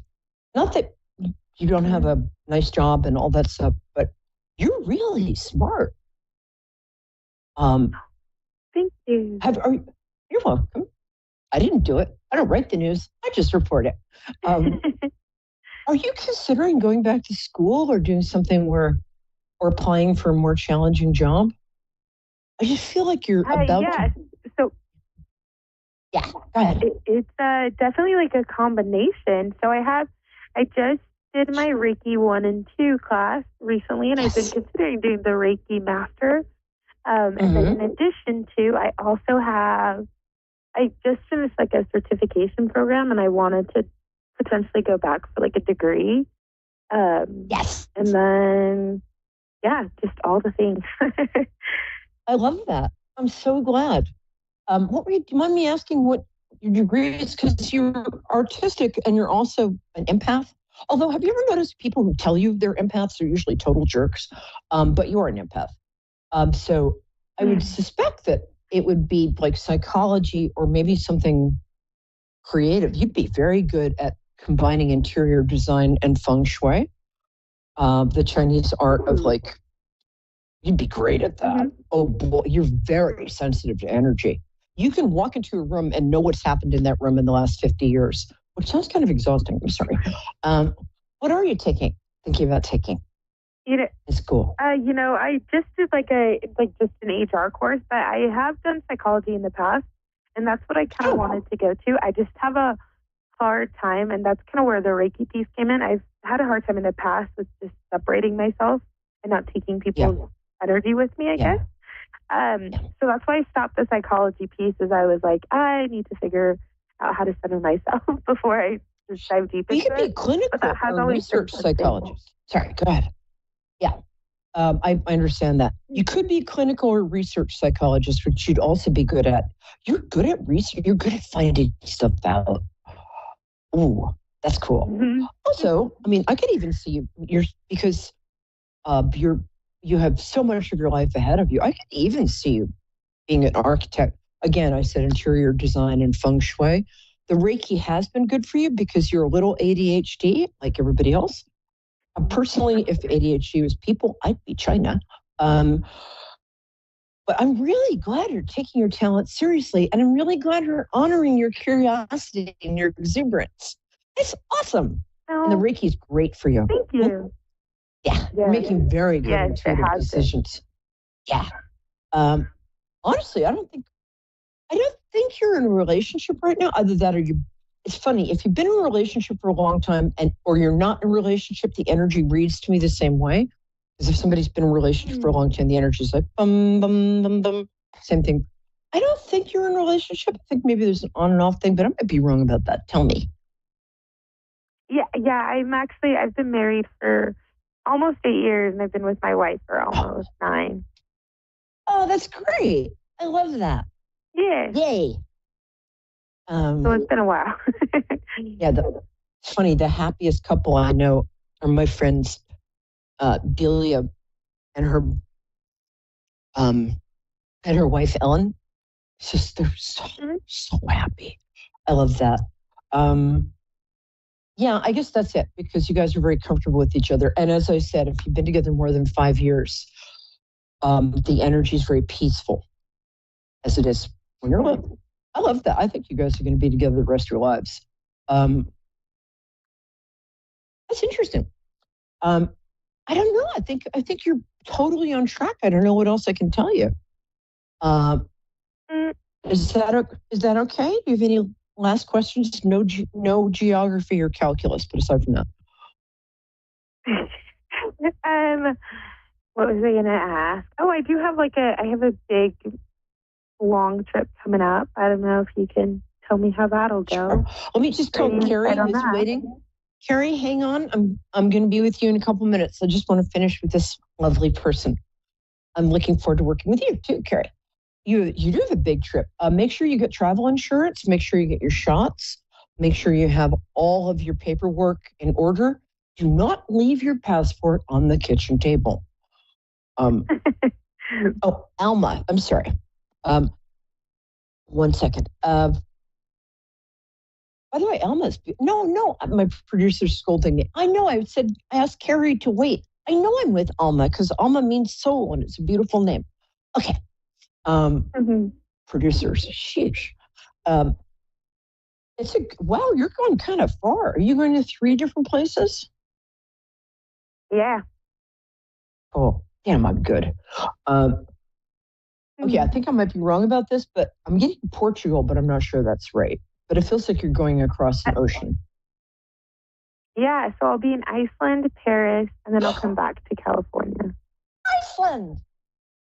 I love Iceland. Wow, see if you can stay overnight. They have ravens, and they're so great. I love Iceland, and everybody there is so good looking. I love Iceland. And Paris, of course, is Paris. Say hi to my sister. She lives right outside Paris. Go visit her. Tell her I sent you. I think you're going to have a great time. You might make a couple of side trips that are going to be important for you. I think you're going to discover new interests and new things you love. I'm so excited for this trip. Let me know how it goes. I'm on Facebook. I'm on Perry, P-E-R-I, like periwinkle, and Lions, like, but with a Y. It's okay. Yeah, how you do? I'm really curious because you've got a really nice time coming up. You just do. I'm so excited for you. And yay. That's exciting. Thank you so much. Oh, my pleasure. What a joy to talk to you. Thank you, love. Let me know how you do. Bye, baby. You too. Take care. Thank you. Hi, Carrie. You and I spell our names the same way, except with you're a K and I'm a P. How are you today? Oh, I'm good. How are you? Good. Oh, you've got a nice speaking voice.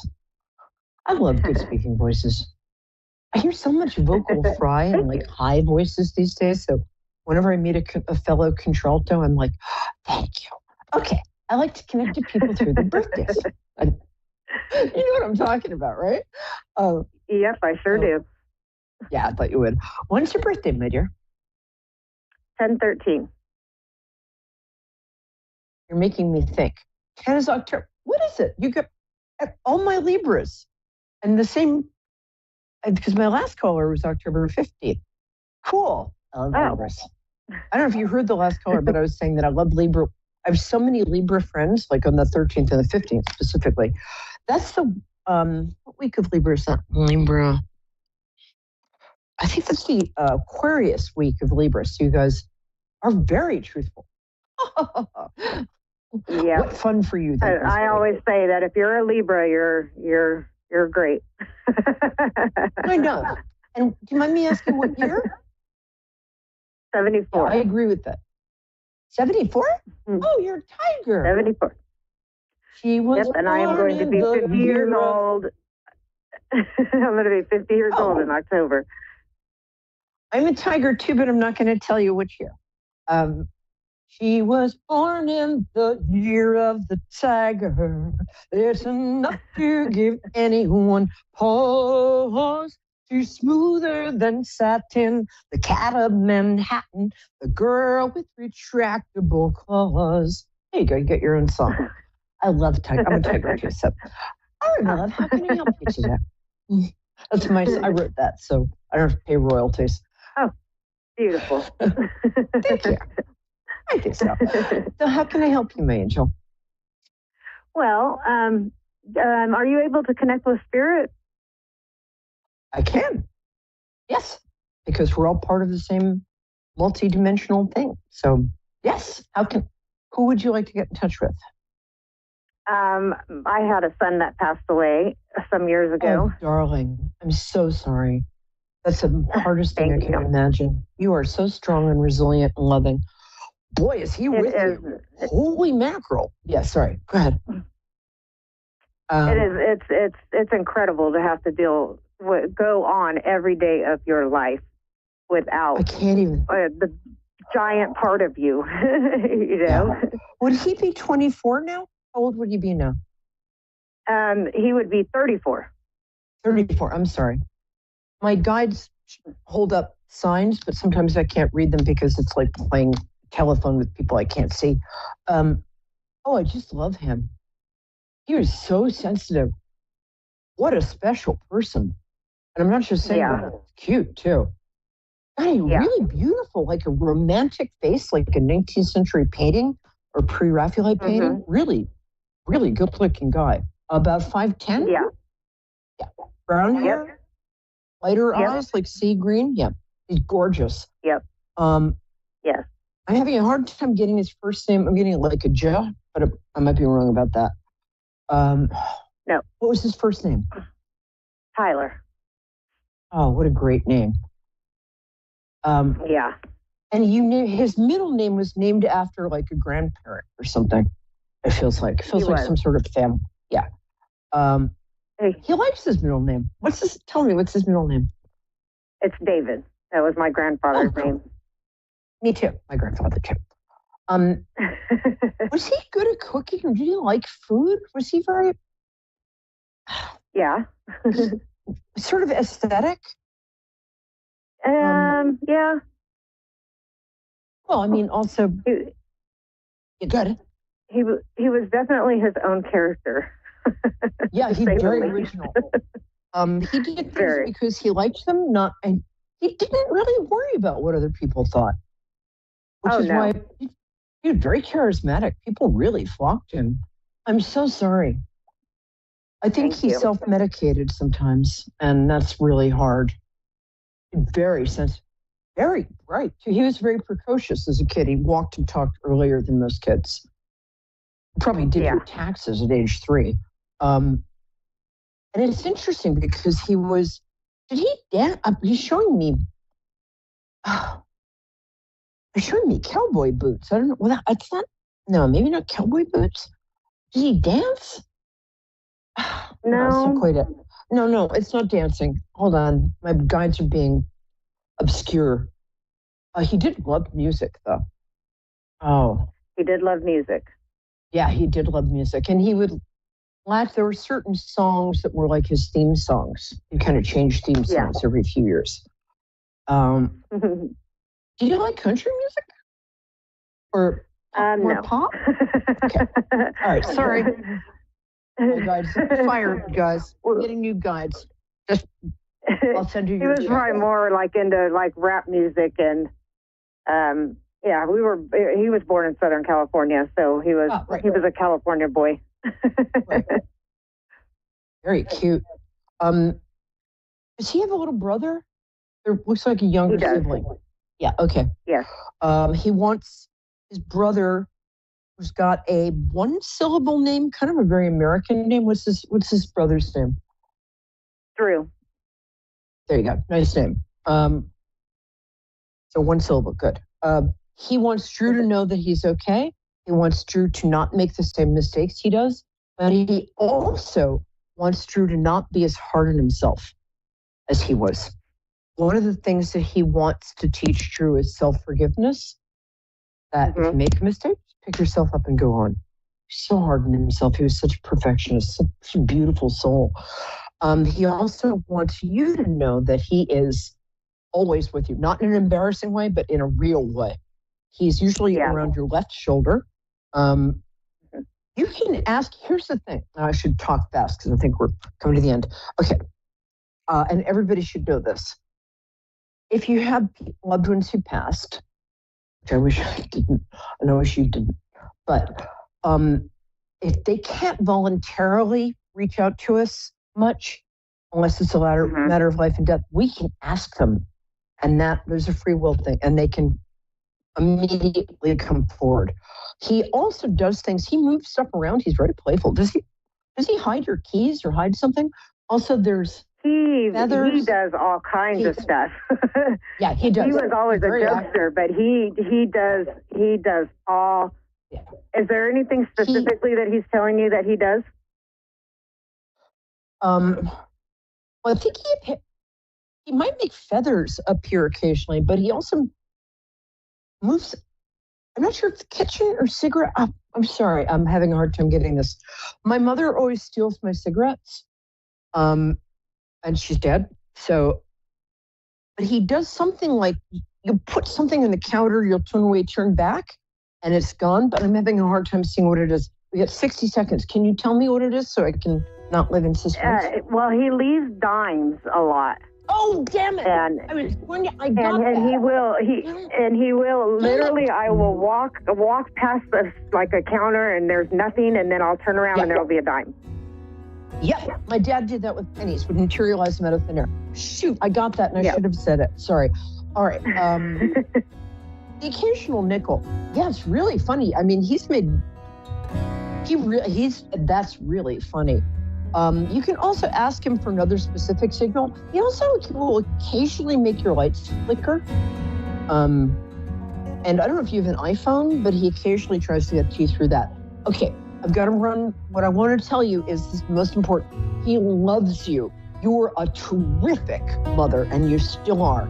And his little brother is going to be fine. He's his guardian angel. And boy, does Tyler love you. He's so...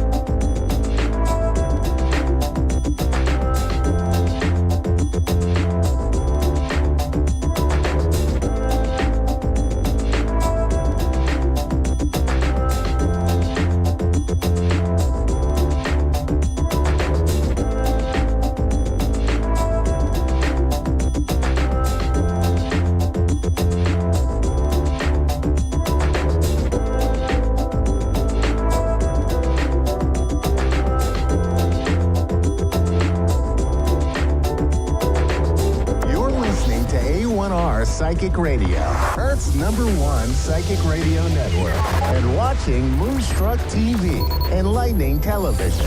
Welcome. Time for Zodiac Zone. 30 minutes of astrological insight with Melissa Markham. Live from mmastrovibes.com. Connect direct. In North America, dial 888-454-2751. In London, 20-3519-2158. In Sydney, dial 02-8488-3147. Or online, contact us through our Facebook page, facebook.com/psychic radio. Or one of our websites, askoneradio.com or moonstruck.tv. This is Zodiac Zone on A1R, the Ask One Radio Network. Hello there. Hi, I'm Melissa Markham, and I'm thrilled thrilled to be on Zodiac Zone. It's your go-to destination for everything astrology. And it happens every Wednesday from 9:30 to 10 o'clock Eastern Time. I am a seasoned vibrational astrologer. My mission is to guide my clients in unraveling the mysteries of their soul purpose, why they're here, what ignites them to their highest vibration, and bottom line, what really brings them true happiness. So let's dive into the format of this show. First, I like to explain the astrological highlights of this week. Then I'll be conducting live readings. And to top it off, the last week of each month, I'll feature a special guest who will enlighten us about their unique modality. I was supposed to have that guest for this week. Unfortunately, they had some issues, some technology issues, so they will actually join me next month. So sit tight, prepare for this enticing journey through the stars. Okay, so let's talk about this full moon in Scorpio. Oh my gosh, has it been making you guys tired? Are you like, what's going on with my life?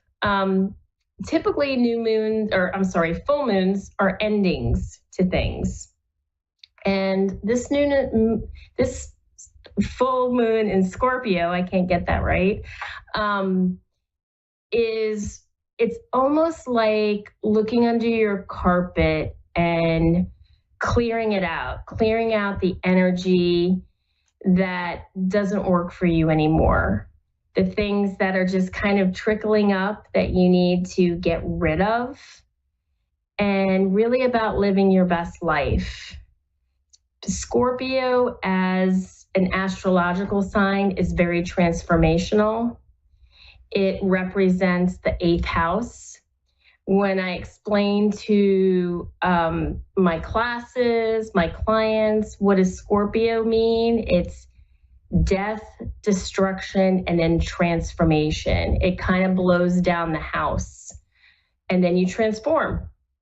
So whatever's been eating you up inside, or you're just kind of like, you know what, I'm not going to think about this. I'm just going to pretend that it's not there. I feel like that this full moon is really kind of blowing that up. So my recommendation is, after this broadcast, of course, is to go out and just release whatever that energy is that you feel that is holding you back from living your best life, understanding your purpose, maybe doing something that you've always wanted to do but feel too afraid to do. Release that, because that is the purpose of this full moon. It actually, we refer to it as the pink moon, because when it ignites in the sky, when it's not so high, it looks like a pinkish color. So this is a time for transformation. I feel like this whole year has been very transformative. Like I said in my previous broadcasts, my previous shows, I am an evolutionary astrologer. So I really look at the lunar nodes, which are elliptical points in the sky. And I get an idea of really what the life purpose is when I start reading my clients, reading their charts. And what's going on this year is Aries Libra. The North Node is in Aries. And what that means is for you to stand in your power, for you to value yourself. It's self versus relationship. And I feel like many of us put relationships first, and we don't really value ourselves. And this is a time that we look at relationships and what's working for us. And it's not just people get all into the fact relationships. It's just they think of just romantic relationships. But it's not only that, it's whatever the closest relationships are in their lives, whether it's their children, whether it's their close friends who are like a soul family to them. And it's very much of an empowering year to stand up and to set the boundaries and to look at things that are not working for you and to make significant changes. And the people that are going to feel it the most and have Aries, Libra in their chart. If you have a sun in Aries, if you have an Aries moon, if you have an Aries ascendant, the same with Libra. You're feeling this energy. And oh my gosh, if you have the North Node or South Node in either Aries, Libra, it's very transformative. So I keep talking about this because I think it's such an important topic in the astrological world. And like I said last week, Chiron is in Aries. So it's really bringing up those wounds with self, with how we look at ourselves, what we value in ourselves. And the way that I look at astrology is it's like a tool. It's not, I did a talk today for about 25 women in Jacksonville, Florida. And the one thing that I said to all of them is, it's really about, I'm just confirming what you already know about yourself. I'm not an oracle. I'm not a person that sees the future. I just read a beautiful language. And I tell my students that if you put the hard work and dedication into astrology, that you can have the beautiful experiences that I've had where I've watched people grow and I've seen them year to year make significant changes in their lives. So that's the way that I look at it. I always say to my clients, like I said, I'm just confirming what you already know about yourself, because we all have this inner psyche of our soul, and our soul knows what's best for us. The problem is that we've been conditioned to think that we're so small, that we need all these things to make us happy, and that we have no control over who we are or what we're trying to accomplish in this lifetime. And that's completely false. You're manifesting all of this. And astrology is just that blueprint that helps keep you on the path that you've chosen in this lifetime and in all the lifetimes. So just wanted to kind of make that, make a statement about that. Do have some really good news for you. Tomorrow officially is the end of Mercury retrograde. It goes direct tomorrow. There is about a 2-week shadow period. So, but the nice thing is you're not gonna have all these headaches with technology or feel like your communication is getting mixed up. Maybe if you've been traveling, your travel plans aren't gonna get delayed. Although I think a lot of things post-COVID it makes traveling not that much fun as far as the plane ride. Of course, when you get to your destination, that's a whole different story. But so I feel like we're at this precipice where things are happening for us right now. So but just wanted to kind of talk about some of the astrological things that are going on, and what some of the ways you can combat this, because the way that I feel is that it's always about flowing with the energy. and again, using astrology as a tool, not using it as the end all, oh my gosh, this is what's going to happen to me. And, panicking, looking at it as, hey, this is what I have to go through to get to where I need to get to. That's the way that I pretty much approach life. So, yeah, I just wanted to kind of make a point of that. But anyway, some other things that I feel that are coming up too, we're going to have a new moon next month, May 6th. It's going to be a new moon in Taurus. New moons in Taurus are new opportunities.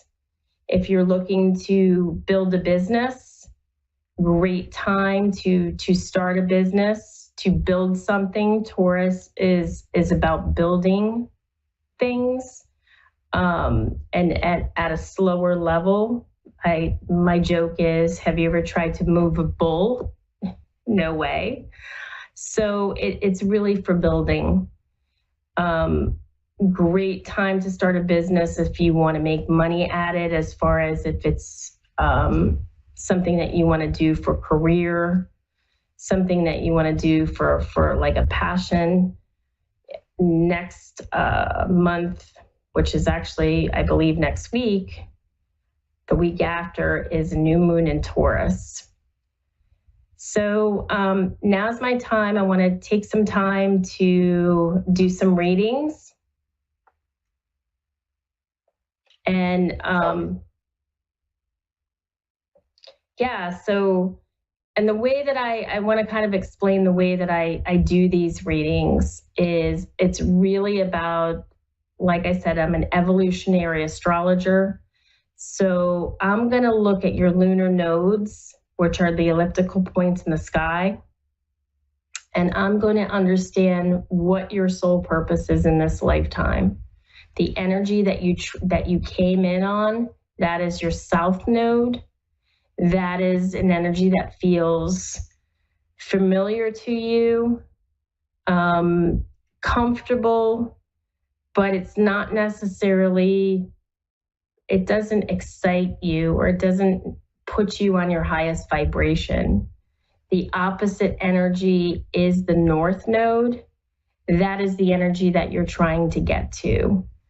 So when I look at people's charts, I look at their node placements, and then I look at Chiron, Chiron being the wounded healer. There's a whole story about Chiron in Greek mythology. And he was half man, half horse. He was considered a centaur, and he was immortal. So what happened was he had to consistently live in his wounds. And it wasn't until he was released from these wounds that he fully understood the meaning of life. So I feel like all of us subconsciously live in our wounds, because we don't even know that they're happening to us. We just know that, we have some incidents that we feel uncomfortable. For example, Chiron in Gemini could be a person has trouble speaking up. Chiron in Capricorn, a person could have a fear of success, because, back to Gemini, Gemini represents communication. So when Chiron is there, they have a wound in that. Capricorn represents career and reputation. When Chiron is there, they have a wound in that. They're afraid of that. So that's pretty much how I do my readings. I also, so we have our first person is Kelly from Cape Coral. Hi, Kelly. How are you?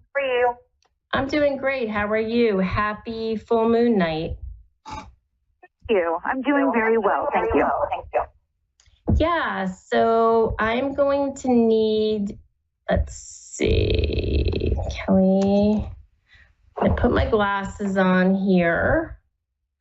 Okay. What is, hang on 2 seconds.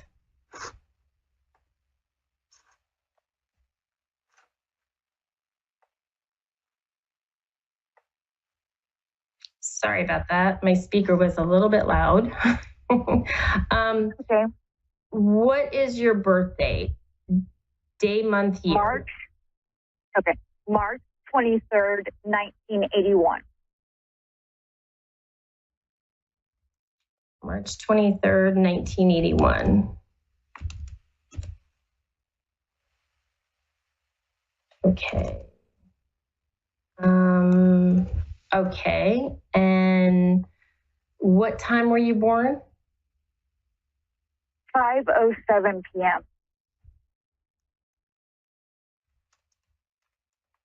Okay. And what is the city and state you were born? Tulsa, Oklahoma. Tulsa. Okay. Alrighty. March 23rd, 1981, 5:07 p.m., Tulsa, Oklahoma, correct? Yes. Okay. Okay. It's interesting. When I look at your nodes, which I said are the elliptical points in the sky, I'm saying this out loud to you, so if you want to further investigate this, you can. Your south node is in Aquarius in the 5th house of Leo, and your north node is in Leo in the 11th house of Aquarius. So there's definite, I feel like that, first of all, I want to say with a south node in Aquarius, you're in your head a lot. You know, you're a very logical person. You're sometimes overly sensitive because it's in the 5th house of Leo.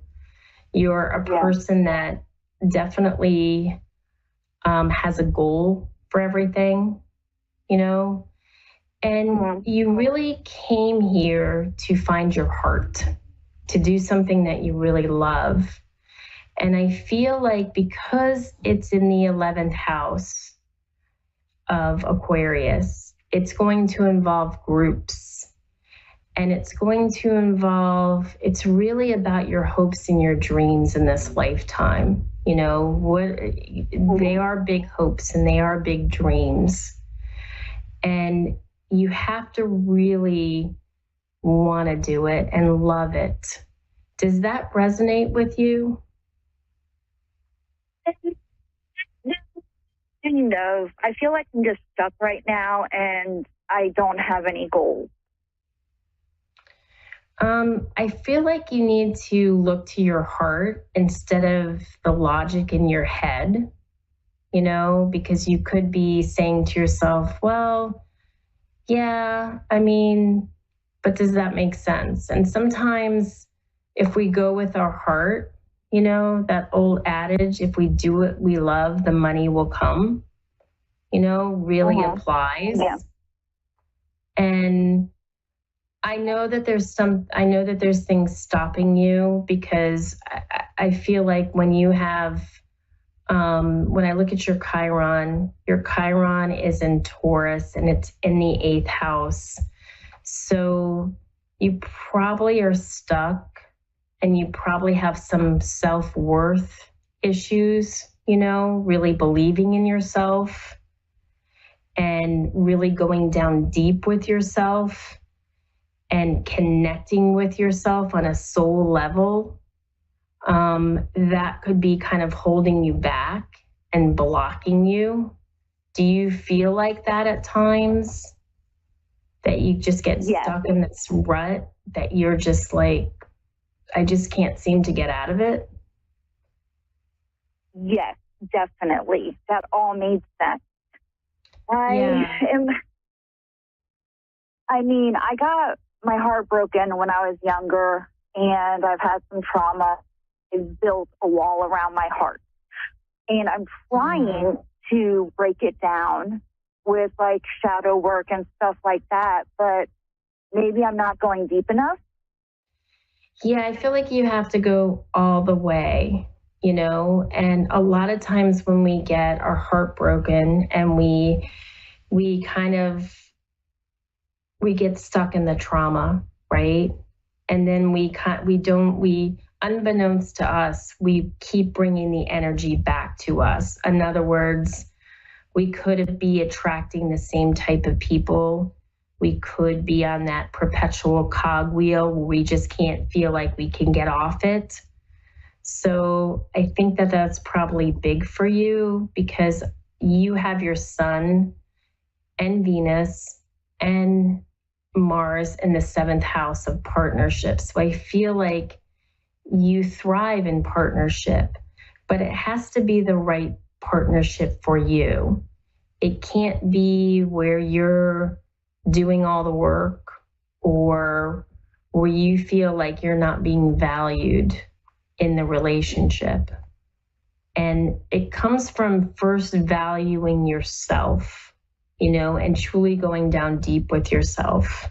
I would say too, it's spending a lot of a good alone time with yourself and learning how to make yourself happy and fulfilled with not even having a partner. Does that make sense? Yes, definitely. I haven't been in a relationship in a long time, but when I was attracting the same guys. Yeah. And I think that that's very normal because I think that we, like I said, we get into that perpetual pattern and we feel like that we can't get out of it. I think too, like I'm gonna take a little time to do a little bit of fuller reading on you tonight. Couple things I see in your chart too. You have Pluto in the 2nd house in Libra. I'm gonna say that you put value on stuff that means something to you.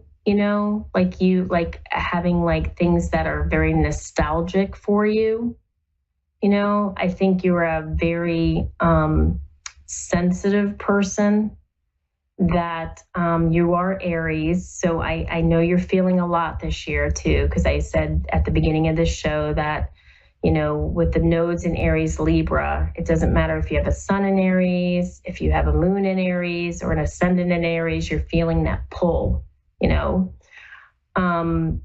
but you have this very sensitive, compassionate side to you because your moon sign is in Scorpio. Big thing for you is I call Scorpios the elephants of the zodiac. They never forget anything. So I think for you, a lot of things you have to release in this Scorpio, this full moon in Scorpio. I think it's going to be very transformational, for you to release a lot of those wounds, those down deep wounds that you think you released, but you maybe haven't released, I feel like you're very kind with your words. Your Mercury's in Pisces, that you're a healer, and you would be good in something like that because you have Mercury in the 6th house of health and healing. Also, 6th house represents job. So I don't know. I think that if you it's always about, our lives are like a puzzle, right? It's just about us putting the pieces together. So that's what I would recommend for you, and a very high level overview of what I see in your chart. It's imperative that you really go in with your heart, organize it around a group dynamic that can help you. I would definitely, because your ascendant is in Virgo, it's about making a plan for whatever you do, and I mean, you are a very positive person. You have Jupiter in the first house. So, and I feel like you grew up an adult, you have Saturn there. So it was like you went from kind of womb to adulthood very quick. And, do something joyful, things that raise your vibration, even if it's buying a little gift for yourself or pampering yourself or doing something fun. It's time for you to get out there and start living. If all this makes sense to you, that's what I see very high level. Yes, it does. Thank you so much. I'm going to a retreat this weekend, and I feel like I'm going to release some stuff. Yep, and I think that'll be perfect for you. And thank you so much. And you have a great evening. Thank you. You too.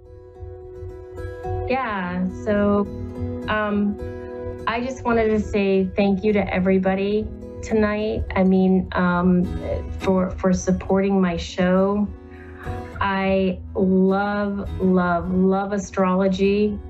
I love to look at it as a way of life, a way that we can use this blueprint to enhance our lives. We have many chances when we look at the chart.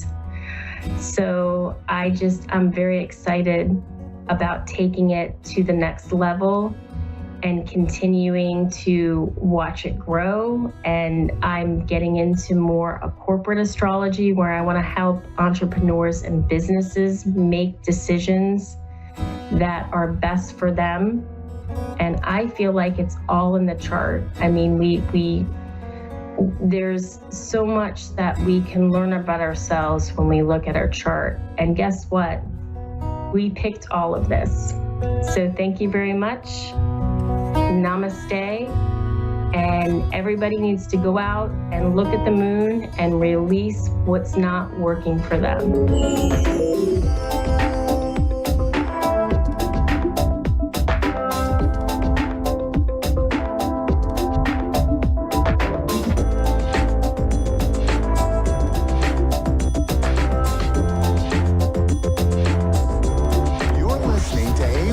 Psychic Radio, Earth's #1 psychic radio network, and watching Moonstruck TV and Lightning Television. Welcome. Time for Amanda Hall Psychic with Amanda Hall. Live from AmandaHallPsychic.com.au. Connect direct. In North America, dial 888-454-2751. In London, 20-3519-2158. In Sydney, dial 02-8488-3147. Or online, contact us through our Facebook page, facebook.com/Psychic Radio. Or one of our websites, askoneradio.com or moonstruck.tv. This is Amanda Hall Psych on A1R, the Ask One Radio Network.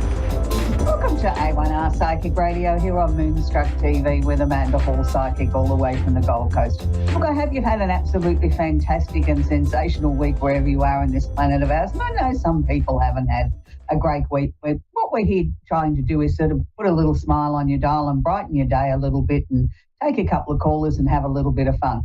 So this week, the Simply Tarot card of the week is one of my favourites, and I think it's everybody's favourite when we certainly talk about the Six of Pentacles and we talk about a raise in money or salary. I don't know too many people that don't like a little bit of extra money in the coffers. So this card sort of speaks for itself. It's sort of, yes, you've got somebody there doling out the gold coins as if to say, here's your raise, here's your money, here's your salary, here's what you deserve. So, you know, for those people that might be finding it a little bit tough at the moment, struggling financially, just know that there is sort of change in the air. There mightn't be necessarily any extra money in your pay packet this week, but you might find a way of stretching it a little bit more or getting something on a special price and getting a bargain price, which saves you money, which enables you then to sort of put that money to better use or somewhere else and sort of make things a little bit easier. I know a lot of people are struggling around the world at the moment with the cost of living. It's not just a a local issue. It's a worldwide, global issue that a lot of people are struggling, and hopefully we're going to get a little bit of relief soon. So this is a really positive card. It's something that when I see this come out in a reading, I always think, oh, good, we can exhale now. There's a little bit of relief on the way. It doesn't mean we're going to have mega bucks, but it just means there's a little bit of relief on the way. And that's always a nice thing. So we're going to move to the astrology section of the show now, and I get lots of inbox messages after the show and people saying how that they really look forward to it. And a lot of times people say to me, I go back and I listen to it a couple of times because each time I watch you and I listen to you, I get a little bit more out of it. What I endeavour to do is not sit down and break down the 12 signs. I want to give you a snapshot of how the planets are sitting just prior to the show. So it's right up to the minute. It's sort of showing you what we can expect in the next week. I'll describe the signs that it's going to affect. And, sometimes I say it's only a particular group of signs. Other times I'll say it'll incorporate the whole 12. So just listen out very carefully. So at the moment, the sun's still in Virgo, so happy birthday to all the Virgonians in the world, and they're lovely people. The world couldn't function without Virgos, keeping us in line, bringing out new fitness ideas, keeping us eating healthily and things like that. But I think the first thing that one of the first things I learned in astrology was nitpicky Virgo, and that stuck with me for a long time. And every time after that I met a Virgo, I think, oh, you're too picky. I don't know whether I want to be friends with you. But it's not that they're picky. It just means that they're very pedantic. They like to understand the facts, the figures, the information that's there, and they'll sit there and they'll analyse it and they'll think about it. And then they'll come back with their answer out of it or their determination out of it. And some people see that as being a bit picky. No, they're just being very thorough. So if you want to really sort of understand a contract or make sure something's right, give it to a Virgo to read is my suggested course of action. So happy birthday to all the Virgos. We also have the planet of communication. Mercury is sitting in Virgo at the moment, all by his big self, not holding hands with anybody. So it's a time for all the 12 signs. If you are signing contracts, you are looking at things, or you need to do some negotiation, or you need to have that special conversation with your loved one or your boss or the next door neighbour or whatever, make sure you have all your facts straight. Make sure that everything is as very clear and concise as it can possibly be. But more importantly, make sure that the facts are straight. So that then if you've got to become a little bit more forceful, and I don't mean with your fists, I mean with your words, or you've got to get your message across in a clearer, more concise way, then you've got all the details there to be able to sort of present what you're presenting to that other person in a way that they can understand it, absorb it, and then hopefully you can find a resolution or a solution or get the answer that you were hoping for. So we also have Mars, the planet of action. Now, Mars is the planet that makes us all get out of bed every morning, gives us that drive, that determination, and sometimes we just want to roll over and throw the alarm clock out the window. I know I have those days, like everybody does. But Mars is actually sitting in Cancer at the moment, so it's going to be affecting the water signs the most, which is Cancer, Scorpio, and Pisces, followed by the opposite sign of Cancer, which is Capricorn. It will wash over the remaining 8 signs, but won't be quite as intense or quite as powerful. So it will affect the whole 12 signs, but if you're not in those 4 that I mentioned, it's just going to be a sort of a gentle wash over the top of you. So Mars is asking us to sort of dig deep. Mars is asking us to go into our intuition, into our inner self, and sort of try and find solutions or answers there. He's asking us to sort of be firm, but at the same time be gentle and mothering and nurturing in our approach. Now, it doesn't mean by being nurturing that we're being necessarily soft. It means we can have a gentle approach, but at the same time, we can have some power behind it. We can have some determination. We can have, no, this is not acceptable. This is the only way I'll look at the situation or how we can best resolve it. But you do it in a gentle, non-threatening sort of way. And that way, I think you'll get more help. You'll get more answers. You'll get more people to participate in the project at hand than if you come in like a bull in the china shop, like Mars tends to do a lot of the time, and start being dictatorial and dictate to everyone. You'll get nowhere. Where if you try that softer approach, that gently does it approach, I think you'll achieve more. Now we have Jupiter, the planet of expansion, opportunity and luck. And this is one of those planets that everybody wants in their sign for the moment, because they feel then, this is when I'm really going to sort of hit the big time, or I'm going to win the lottery, or something amazing is going to happen to me. Yes, all of those things are possible when Jupiter's there, but Jupiter also expands waistlines. So we need to be a little bit careful of that too. So when Jupiter's sitting in your sign, not only does he bring good fortune and opportunities to you, he can also bring an expanding waistline because you tend to overindulge or overcompensate for things, or say to yourself, well, it doesn't matter if I have a third slice of chocolate cake, really don't need it, but I just fancy it. Instead of just stopping at one or half a slice, you keep going. So just be aware of that when Jupiter's sitting in your sign. Jupiter's actually in Gemini this week.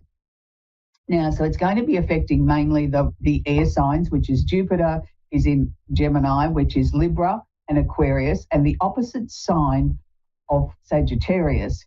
So all these particular signs have opportunities for wonderful new things to be crossing their path, or things to be starting to be built up behind the scenes that will create new opportunities, or create the world is sort of looking at them and asking them to sort of shine a little bit more.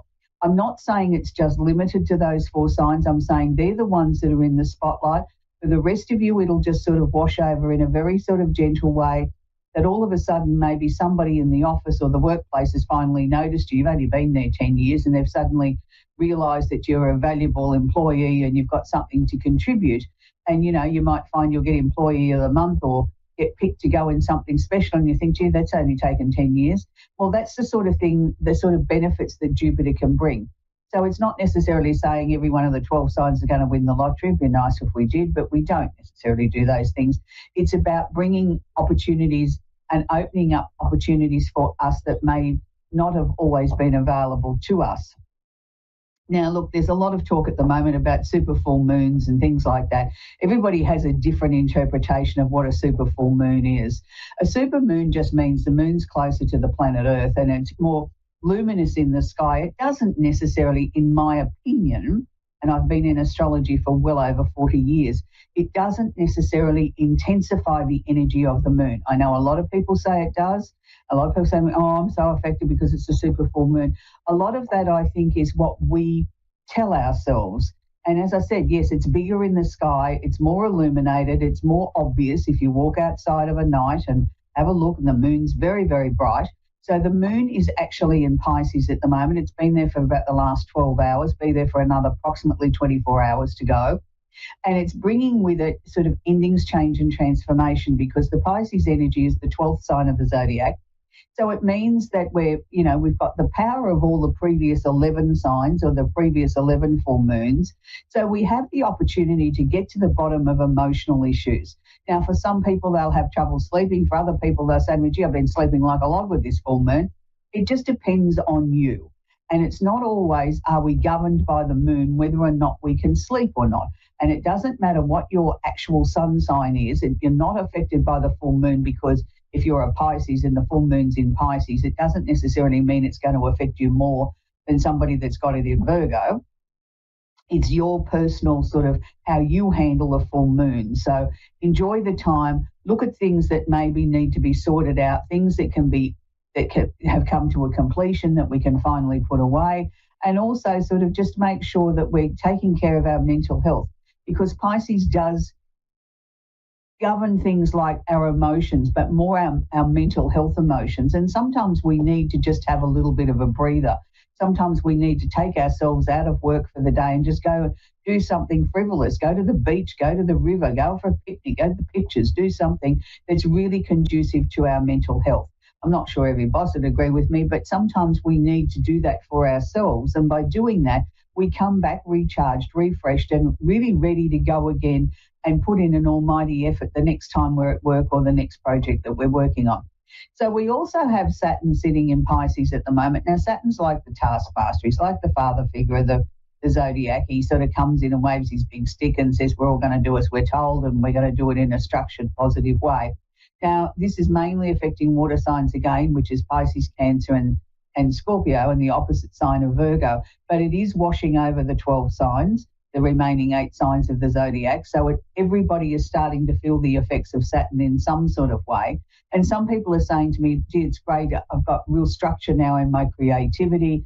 I really can be structured at work, that, I find it easy to sort of switch my mind on to sort of, get into tasks that maybe I've been putting off doing before. So this is where, Saturn here can be very, very helpful. He also sort of can bring sort of, more order to our lives. And for a lot of Pisceans, they've been through a lot in this last couple of years where they've had to restructure their lives in ways that they never thought, whether it's been family, work, or retirement, or just starting out in your career, whatever the case may be, they've all had something that they've really had to work towards. And particularly Pisces, it's been not necessarily the easiest thing because the Pisces don't necessarily want to take responsibility for things. They like to sort of be in a creative energy most of the time and sort of like to want to like everybody. And for some Pisceans, it's been a real wake-up call that not everybody can be trusted, not everybody's a nice person, that you have to judge people for who they are and what they bring to the table or how they treat you. So it's been a little bit of a wake-up call, but in a positive sort of way because it's been a very structured wake-up call. And it's given them an edge now that I don't think I've ever seen before with Pisces, where not necessarily am I saying they've grown up, but what I'm saying is they're starting to look at things still in a creative slant, but with a lot of structure, and that's a good thing. Now, Pluto slipped back into Capricorn. Now, look, we talked about for many, many years on this show, Pluto and Capricorn and how it affects everybody. Now, Pluto and Capricorn has slipped back into Capricorn now until November the 19th this year. Now, this is a really big deal because Pluto will not be back here again in our lifetime. He won't be back for over 200 years. So we need to be very aware of this last push of Pluto to try and sort things out. Now, it's in Capricorn, so it's going to affect the earth signs, which is Capricorn, Virgo, and Taurus, and the opposite sign of Cancer, but it does wash over the whole 12 signs. And it washes over the 12 signs not so much in necessarily a personal sort of way, but in a more global sort of way when we talk about things like big business, governments, the potential of war, when we talk about elections, when we talk about anything of an official level. Now, I know in the US you're into sort of, the season of elections over there and lots of campaigns and lots of things going on and things like that. And lots of, people are sort of trying to share messages with you, whether it's in a local rally, a local newspaper, media, or through social media. And there's just so much, it's so full on that sometimes you just want to flick that switch and say, please all go away. I need just some breathing space. I know here in Australia, we're starting to gear up for elections here too. We've got a local one coming up. Oh, well, when I say local, our state election coming up next month. And then we'll be heading into a federal one here, which is our big one here next year. So, there's lots of elections going on around the world. And this is the time where you've got to try and sift through the garbage. What is the trash? What is the garbage that they're talking about, that they're spewing out of their mouths? Take a chill pill and sort of try and look at it from a very practical sort of logical way, because a lot of what's going on at the moment is a lot of things where people are just desperate. And I'm talking about particularly in political arenas. They're desperate. They're peddling the same old wares. They've packaged it or put a shiny new cover on it, but still the basic message underneath is the same old trash that they've been peddling for years. They haven't actually learnt anything. So you have to be very careful that you make sure that you carefully look at who you might be going to vote for. Here in Australia, it's compulsory. We don't get a choice. You have to vote. So we have to sort of, pay some sort of attention to things. I know in other regions of the world, it's not necessarily compulsory, but if you are inclined to vote, make sure that you take away from looking at the shiny facade. Look at the actual nuts and bolts behind it, and this will help you make informed choices, because Pluto's role here is to completely transform or try and make things better. And it's trying to make things better for this one last bout in the way that of political areas around the world and anything to do with governments or things that govern things. It's trying to have one almighty push between now and November 19 to try and straighten things up so that it can leave things in a better place than where he found them. So I can't emphasize how important this is, that, no matter how Pluto affects you, make sure that you dot all your I's and cross all your T's. It's very, very important. Now, we also need to sort of talk about very quickly about Chiron in Aries. Now, Chiron is the planet that's the wounded healer. Now, Chiron comes into everybody's chart. It's sort of one of those things that some astrologers work with and some don't. I personally like Chiron because to me it sort of tells me in a person's personal natal chart where they need to do their most healing. Now, at the moment, Aries people are really under the spotlight with Chiron. They've really got to dig deep into their souls and ask themselves, what is it that Chiron's asking them to heal? Now, sometimes it's an emotional level, sometimes it's a superficial level, sometimes it's your past, sometimes it's connected with relatives, sometimes it's coming to peace or come to terms with that, you know, you need to make a major change in your life, maybe move back to where you were born or where you grew up, and there's sort of a lot of healing to go on there.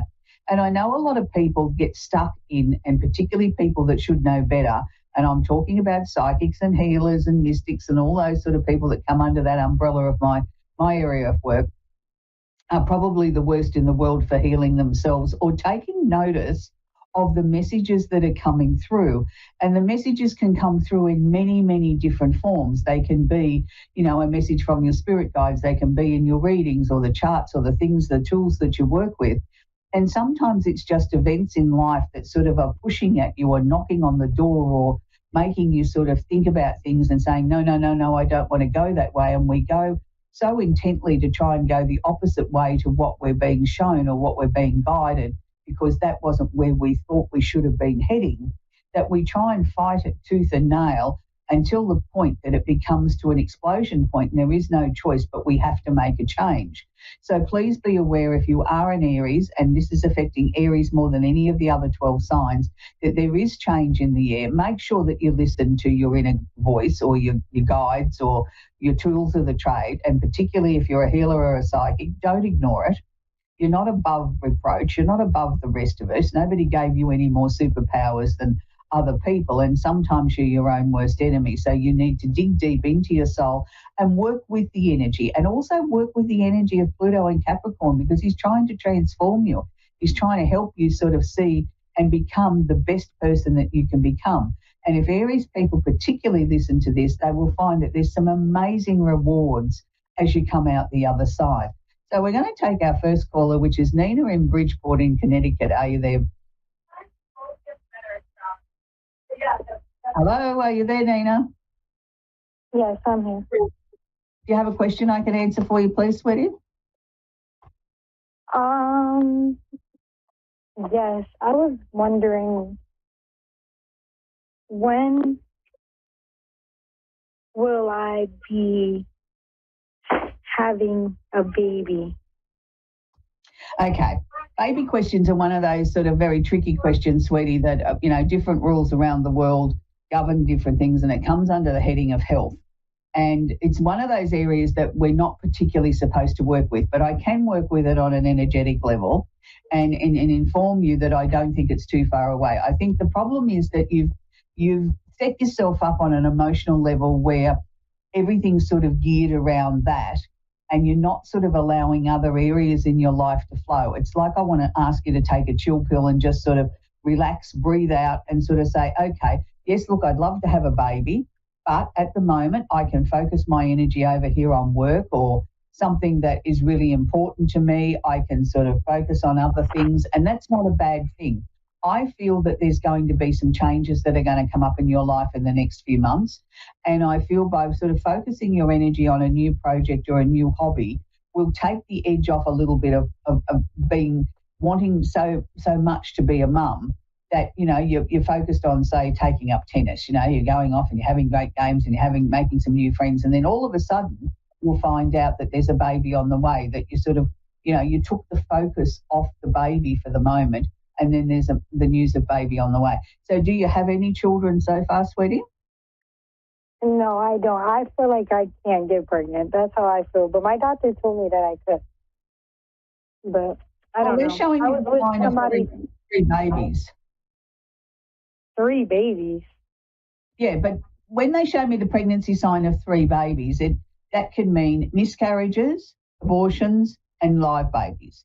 So if you've already I never had I never had a miscarriage, and I never got an abortion. And I am a twin, but my twin passed away. Yeah, no. What happened in your life with your twin and your twin passing away doesn't show on my monitor, if you want to call it that, in my head, of the potential. So they're showing me potential of 3 babies. It doesn't necessarily mean you have to have 3 babies, but there's potential there of 3 babies. So, the fact that you don't feel that you can have children, they're not showing me that on a soul level. They're showing me potentially 3 babies. Yeah, and then my love life isn't really going too good. I was with my boyfriend for almost a year and a half, and it was really domestic. And now I have my guard up. So it's like, as of right now, I'm in like my alone era, which I'm just, working on what I have to do for myself. Yeah, and that's good, by working on what you have to do for yourself. If you're meant to have a baby, then a baby will come. But, just because there's potentially 3 babies doesn't mean you've got to give birth to 3 babies. I'm just saying that's what your soul is sharing with me. That was what was projected as the potential of what you could do. Whether you choose to have 3 babies or not is entirely up to you. Some people say to me, I don't want children, and that's fine. That's your choice. Anyway, Nina, that's where we're going to leave you. We're going to talk with Sue now in Long Island in New York. Are you there, Sue? Yeah, I'm here. You have a question for me, please, Sue? Yeah, I wanted to see if you can do like a general reading, kind of about the same thing about pregnancy. If you see me getting pregnant.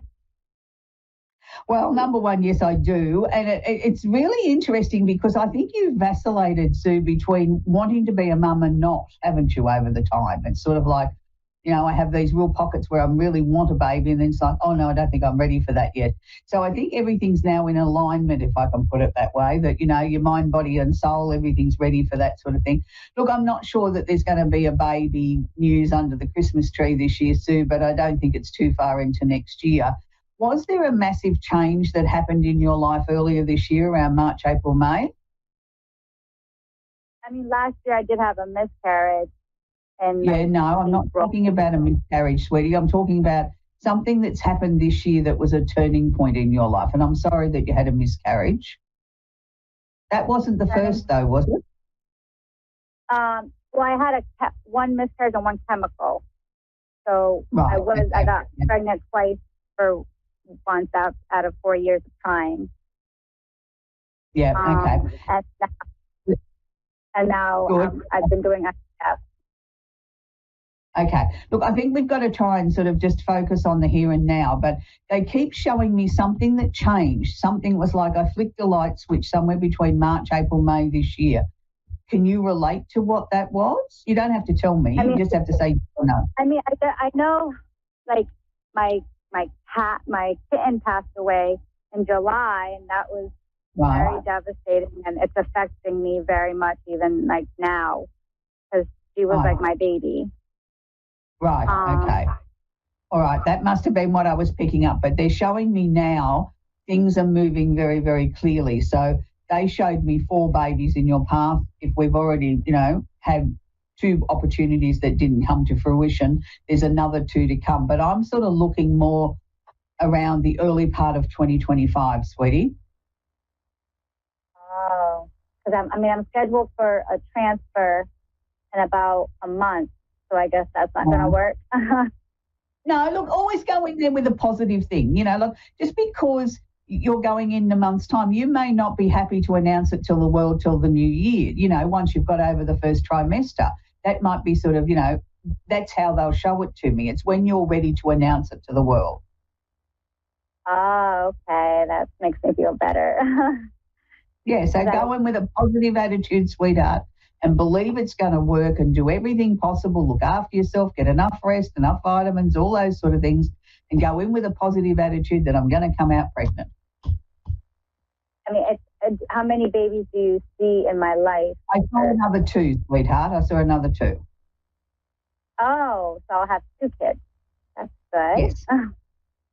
Oh, that's good news. Thank you. So, but it will happen. Like, you definitely see yes, it will happen. And I think we're announcing the news early in 2025. So that's what I mean. If you're going in for a procedure next month, that'll give you plenty of time to make sure everything's, where it should be, and be excited and enjoy the time with your husband, and then announce it to the world that we're going to be parents. Anyway, Sue, that's where we've got to leave you, sweetie. We've come to the end of the show. It's always difficult for people when they're trying to sort of start a family and things aren't going well, and you see other people that sort of, only just think about it and then there's a baby on the way. And it can be very emotional. It can be very difficult for people to understand the disappointment and, the changes that it brings about in your life with this constant disappointment and sort of feeling like a failure. No one's ever a failure just because they can't reproduce. I know that these ladies, whatever's meant to be will be. The universe has a plan. Anyway, this week I want to leave you with a very, very old song, but it's a beautiful song, and it's a song that sort of, every time I hear it, I just sort of stop and I think, what a beautiful singer that Lou Rawls is, and he sang some beautiful love songs. And this week I want to leave you with one of my favourites, and it's called Lady Love. And I think everybody in the world deserves to be treated the way Lou sings this song about his lady love. So until next week, have a great week. See you then. Bye now.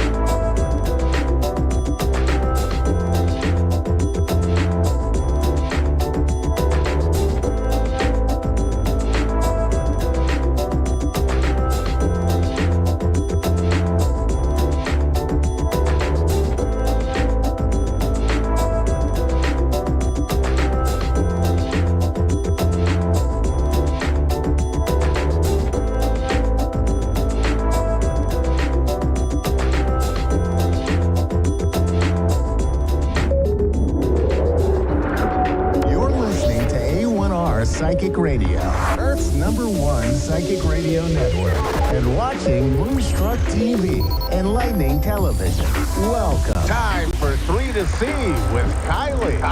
Live from X3to CX.com. Connect direct. In North America, dial 888-454-2751. In London, 20-3519-2158. In Sydney, dial 02-8488-3147. Or online, contact us through our Facebook page, facebook.com/psychic radio. Or one of our websites, askoneradio.com or moonstruck.tv. This is 3 to C on A1R, the Ask One Radio Network.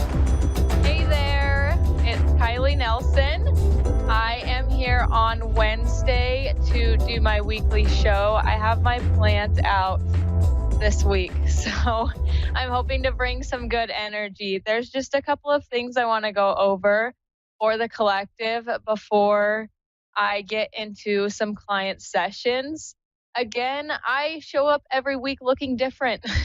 This is because I encourage my collective to be different, to look different, to act different, and to not feel shame in who you are, not feel guilt in who you are. I literally dress like it's 40 degrees in the middle of summer because that's what makes me comfortable. I wear whatever I want. I express myself however I want. And I think everyone should do that.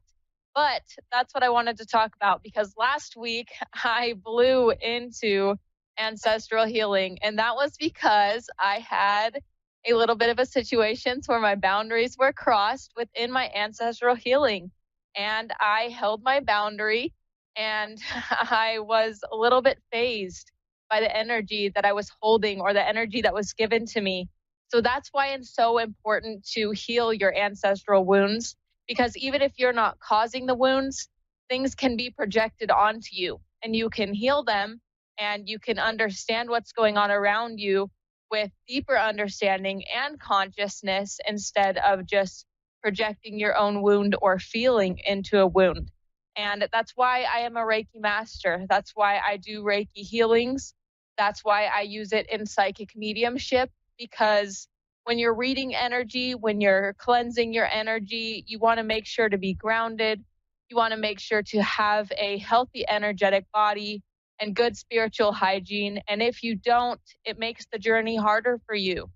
It makes the experience that you're going through something that may not be as magical as you want it to. There are situations around you that are very important to learn and understand from. And if you don't have your wounds cleared, if you don't have energy sitting with you that's positive to bring positive energy for future, you're sitting in the past. You're sitting in the past with the wounds. And whether this is ancestral trauma that you're working through within past generations of your family, or even within generations that are currently here with you, ancestral wounds are something that is very deep to work on.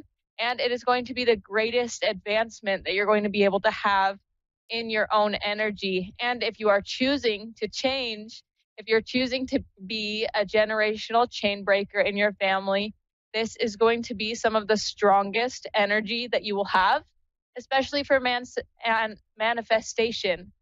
As that came out a little bit wrong, ancestral magic is one of the strongest, or if not the most strongest form of magic, or the strongest form of magic, the most particular, the most roundabout way to generalize the energy of everything from your past and control it for the future. And that's what makes it part of the strongest energy that you can use in a magical way. And this is why my life has been so magical. This is why things align for me. This is why I am healing so many energies around me and have worked through so much, is because I'm not only healing my ancestral wounds, but I'm using ancestral magic in manifestation, in learning, and teaching, in everything that I do, especially with healing others and healing my family and raising my family. So just understanding that if you feel like you have an ancestral wound, if you feel like you have any blockages on your chakra body, seek a Reiki healing, or even try to do Reiki on your own, because you can do Reiki on yourself, especially if you have the Reiki 1 attunement. That's what it's for. So do Reiki on yourself and make sure to ground yourself, and just make sure to heal your wounds. And if you're interested in finding out about any wounds on your chakra body, I am a Reiki master and I do sessions online, and you can find the information below. But I'm going to go ahead and take my first call this evening, and I believe I have Amanda here on the line. Yes, hello. Hi, how are you? I'm good. How are you? I'm really good. Are you looking for a general reading this evening, or are you wanting to ask a specific question? A general reading, please. Okay. So within your aura, I am looking at your aura and your chakra body, and I do see that you have a partnership. Is this someone that you have a strong partnership with? I see a long history. So this may be a masculine that you have a long partnership with. Is this correct? Yes. Okay. So I'm seeing that you are spending time with them in front of the TV. This is something that you are doing together, and I see that you're sharing energy. So are you familiar with the thoughts that are coming up in your mind while you're watching TV that have nothing to do with the TV show? Yes. So that is going to be time where you're basically in meditation. This is going to be time that you are going to have particular thoughts about either things in the future or things that you need to understand. And the few things that you've been brushing off about your husband, the connections that you've been making, I apologize. I do hear husband. So if you don't have a husband, I apologize, but that is what I'm hearing. So your masculine husband energy is connected with you, and you are actually reading his energy, or you are feeding off of his energy because you are connected and grounded with each other at that point. So make sure to stay attentive to the thoughts that you are having and take action from them instead of pushing them away. Okay.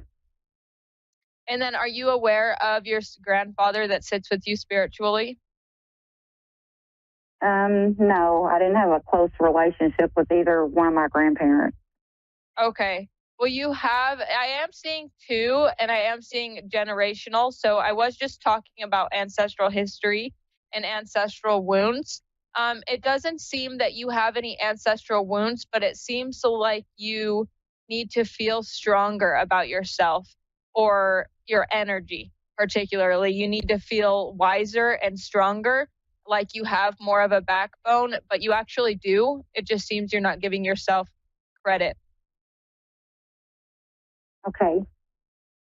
For the difficult situations that you have been going through, I am hearing something with a son. If you have a child. Yes. Okay. The situation that you're going through with your son, or that your son is going through and you're helping them cope with, this is something that you need to understand. You are having a backbone, and it's for a reason. You are looking at all sides, but not particularly for a reason, just because you are, and you still need to sit in the energy of where you are standing and make sure that you know that you have a backbone and you have the right to feel that way. Okay. Okay. Do you have any other questions? Relationship wise, what do you see as far as like the future? So I see a lot of bonding together, and I see you holding hands, maybe possibly sitting on a love seat together, but not next to each other. You're separate. So there's a couch spot in between you two.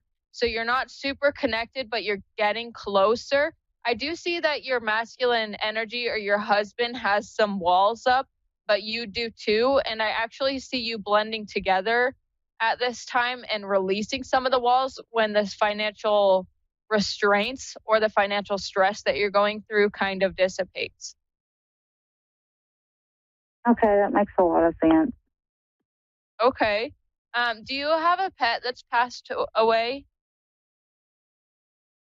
No, I'm not really big on pets. Okay. I do see a small dog in your energy.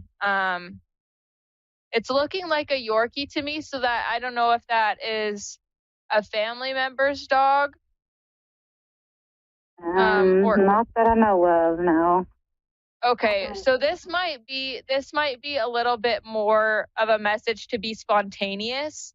This is something that kind of, if you think about those animals, they're very free, they're loud, and they're fun. Everybody loves them, but they're loud for only particular reasons. So I think this is kind of a message from your spirit team showing you to be more free within your relationship with your partner, and kind of express things where you are doubting yourself and holding yourself back when you want to express them. So to kind of speak when you feel that you need to speak, and it's okay to put communication out there, and that it makes you more lovable. It makes you more, be able to be appreciated because you're expressing things like emotion. Yes, yes. Okay. Okay, well, I could take one more question from you if you would like, or I can pull something from around you. I just want to make sure you have all your questions answered. Yeah, if you could just pull something, that'd be awesome. Thank you. Okay. Within your root chakra, I do see flowers. I'm seeing you ground yourself, and this may be with you gardening physically.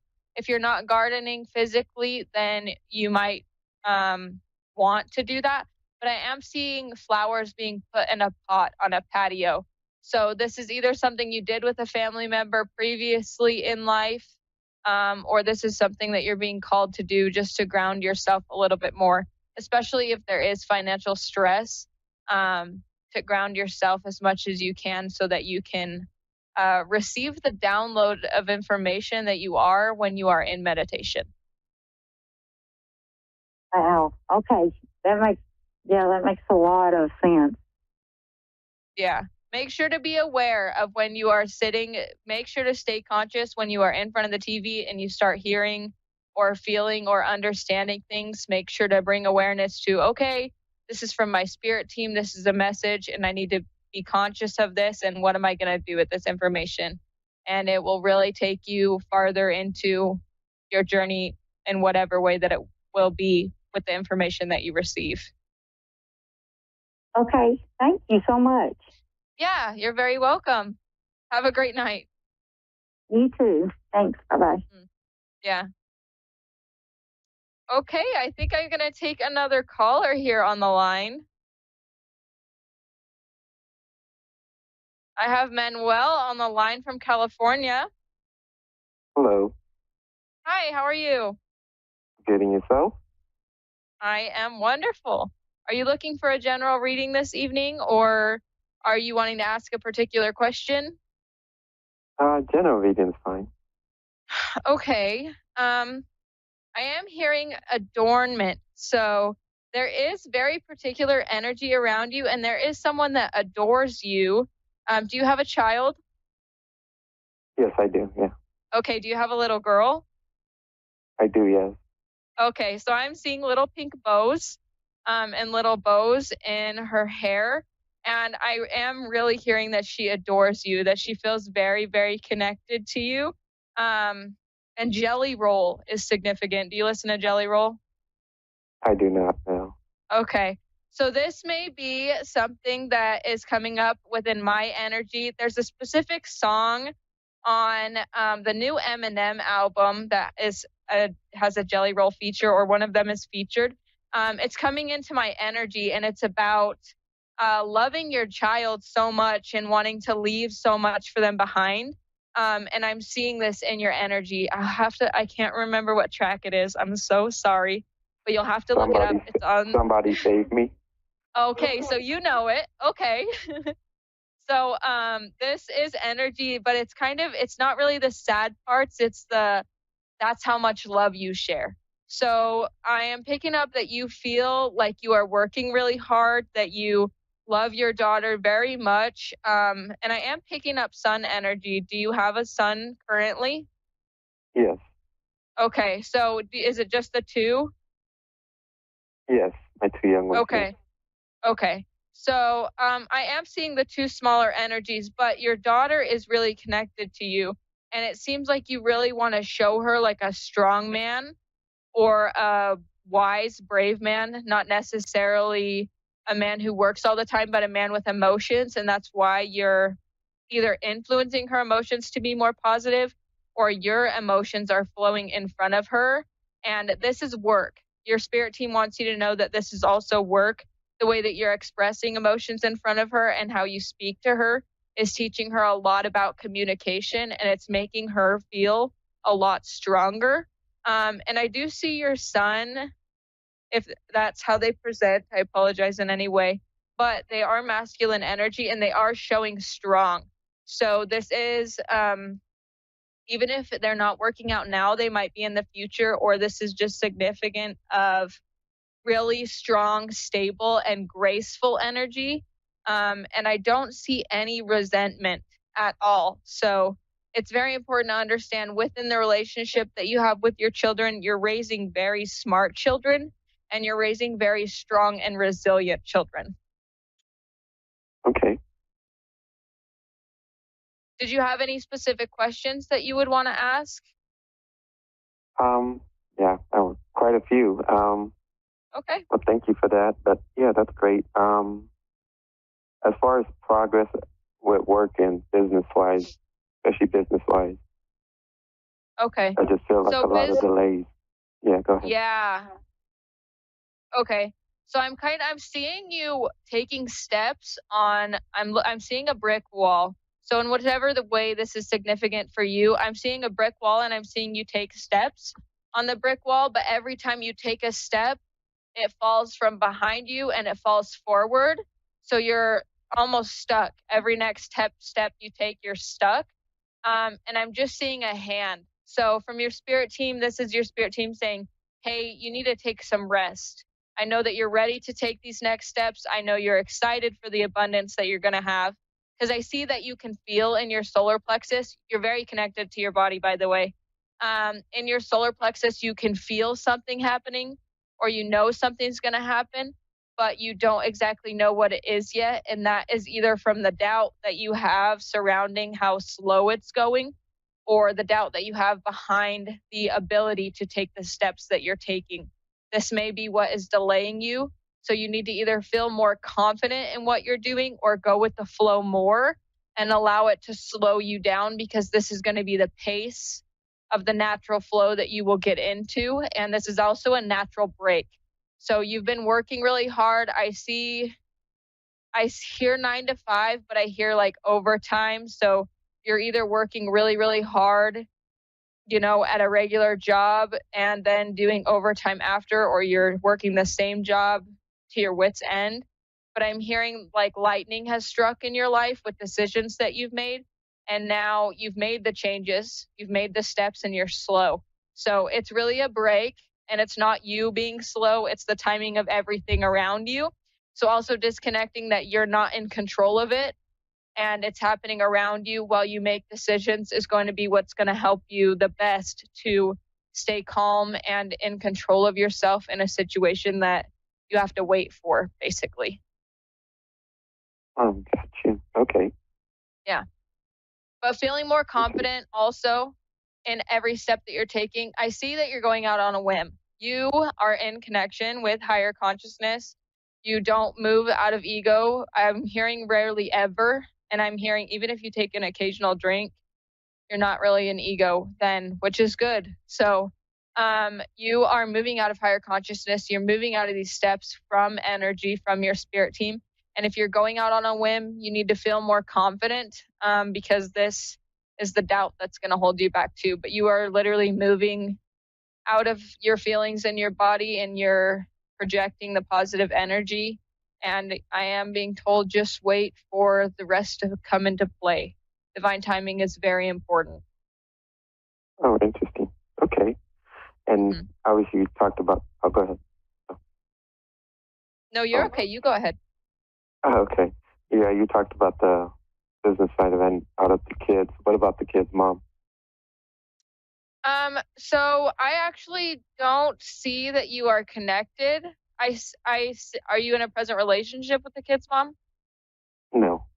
Okay, so that makes more sense. I didn't want to hurt your feelings if you were in a relationship, but I see that you both have energy ties moving from your sacral chakra centers and also your heart chakra centers, which means you're tied in the heart to her. But I don't see it's connecting. I see that you almost have a break in the tie in energy that you have, and this is because of lack of structure.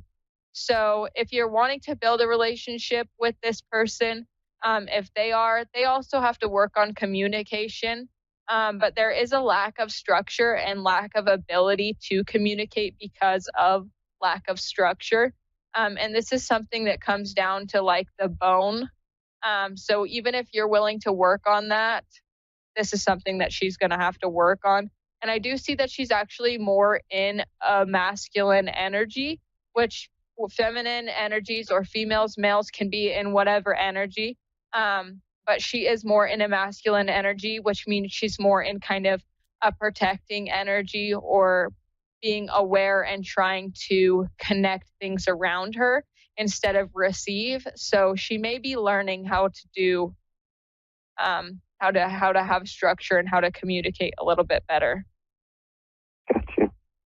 Yeah, I do see though, she does have a throat chakra blockage.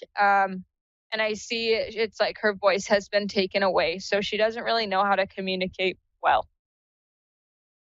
Gotcha. Understood. Yeah. Yeah. Okay. Interesting. Awesome. Yeah, I mean, I think that all makes sense. Okay. I do have a few minutes. I can either take another caller on the line or I can answer some more questions for you, whatever you need, buddy. Okay, so the business side. Well, you were talking about my daughter. I know she has I think a couple of health things I'm a little concerned about when she was born. So that is kind of a little bit concerning for me. I'm not sure. I feel it's going to be something down the line she'll have to take care of. I don't know how you feel about that. I can look into it. I don't normally like to do medical, anything medical, but I am a Reiki healer. So I'm not ever giving medical advice. I'm not prescribing anything. I'm only reading the energy that I see on the body. But does she have a problem with her lungs?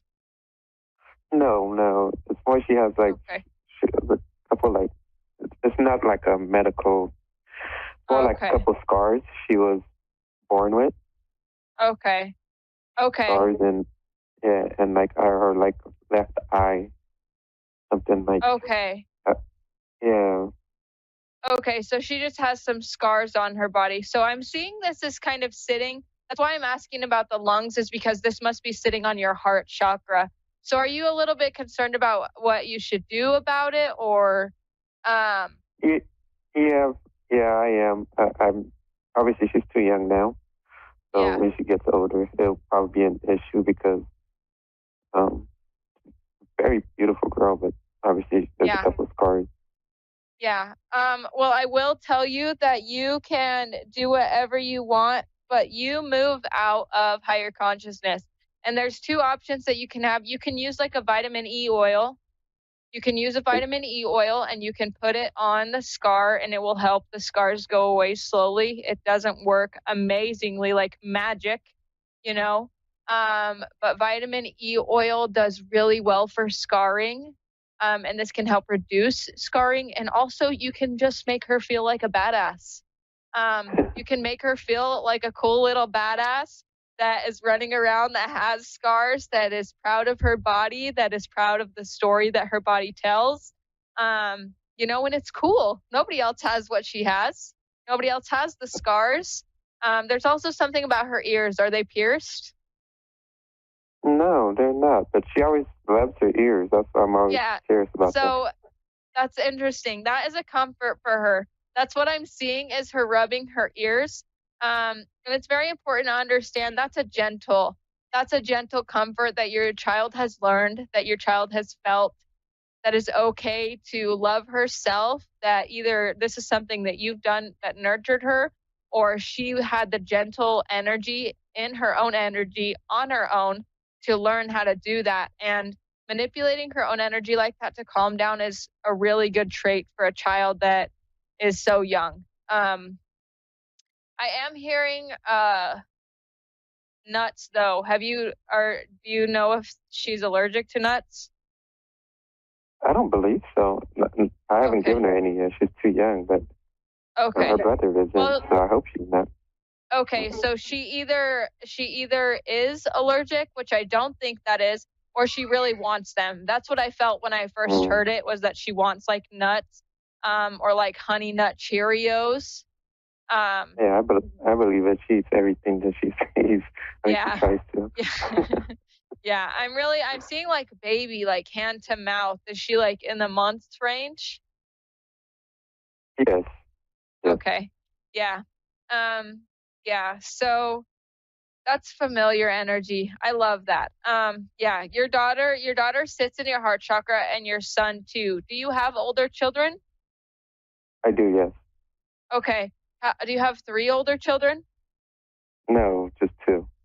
Just 2? Okay, so Yeah. you have it must be your mother. I'm actually seeing if your mother's not present here with you, I'm seeing that your mother's connected with you in your heart chakra, and then I'm seeing 2 older children. Is it another boy and a girl? No, 2 boys. And yeah. Okay, so one of them's okay. Yeah. One of your my boys mom's always around. sits. Okay. One of your Go ahead, boys sits in a little bit of a masculine energy. Is this because they're artistic or have a feminine No. energy? Okay. They aren't One- artistic at all? No, not at all. Okay. Yeah, my oldest is feminine, yeah. Okay. Well, there might be a little bit of an artistic trait to get into with that feminine energy. If your oldest is a little bit more feminine, there may be art to express through that energy. But yeah, I'm seeing your mother and your 2 oldest, and then so your 2 youngest too. So you got 5 connections in your heart chakra. Also, a small animal may be something that is suggested to you. But it may be something that will be in a cage, just not to overwhelm you, or even a fish. Okay. Yeah, just for old. I'm hearing old time's sake, so that might be a family member connecting with you, trying to give you a little bit of something here to say, hey, you can do this thing for yourself and your kids, and it would be something for them to look at and take care of, even if it's just in a cage. It's something for them to engage with a little bit, you know. Got you. Understood. Yeah. Okay, and as far as this last question, the business side, is there one I should particularly be focusing on? Is there one issue? Business. Is there something I should particularly focus on? I am hearing marketing. So if there's a specific change in your marketing, you should set that up for yourself. And if you don't know what that is, definitely go into meditation about that. Sit in your time in your space in the shower, or when you're taking a walk or driving the car, and do your best to connect with consciousness and ask. But just remember that you are connected within consciousness, so you can receive that energy as long as you trust yourself. So good. Yeah. Okay. Well, thank you so much for calling in. Okay, I look forward to talking to you soon.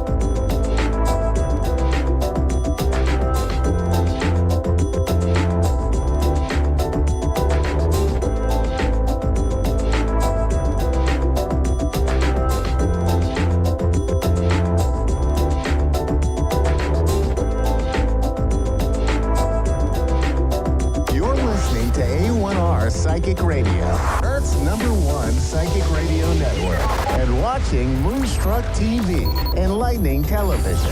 Welcome. And now, Reverend Elliot's Magical Window with Reverend Elliot. Live from magic-works.com. Connect direct. In North America, dial 888-454-2751. In London, 20-3519-2158. In Sydney, dial 02-8488-3147. Or online, contact us through our Facebook page, facebook.com/psychic radio. Or one of our websites, askoneradio.com or moonstruck.tv. This is Reverend Elliot's Magical Window on A1R, the Ask One Radio Network.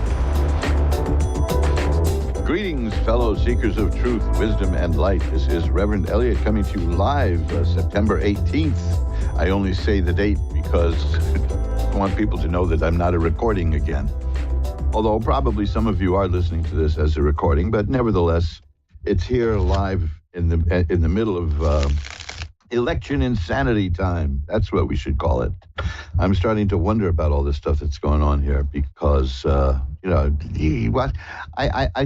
look at the news and I'm thinking, wait a minute, it's parody, right? It can't be real.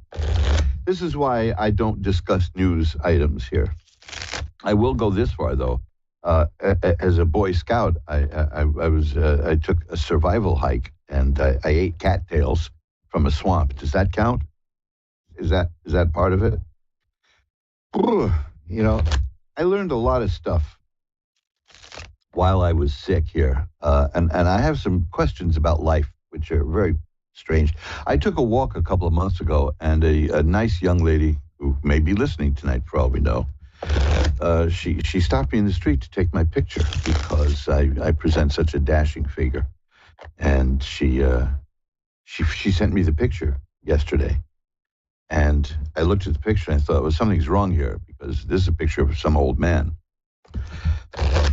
Yeah, you being sick will do that to you, But I've had time to ponder the important questions in life, things that are more important than politics. Like, for instance, why is it that when I was 4 years old, I was able to load a Pez dispenser in one shot?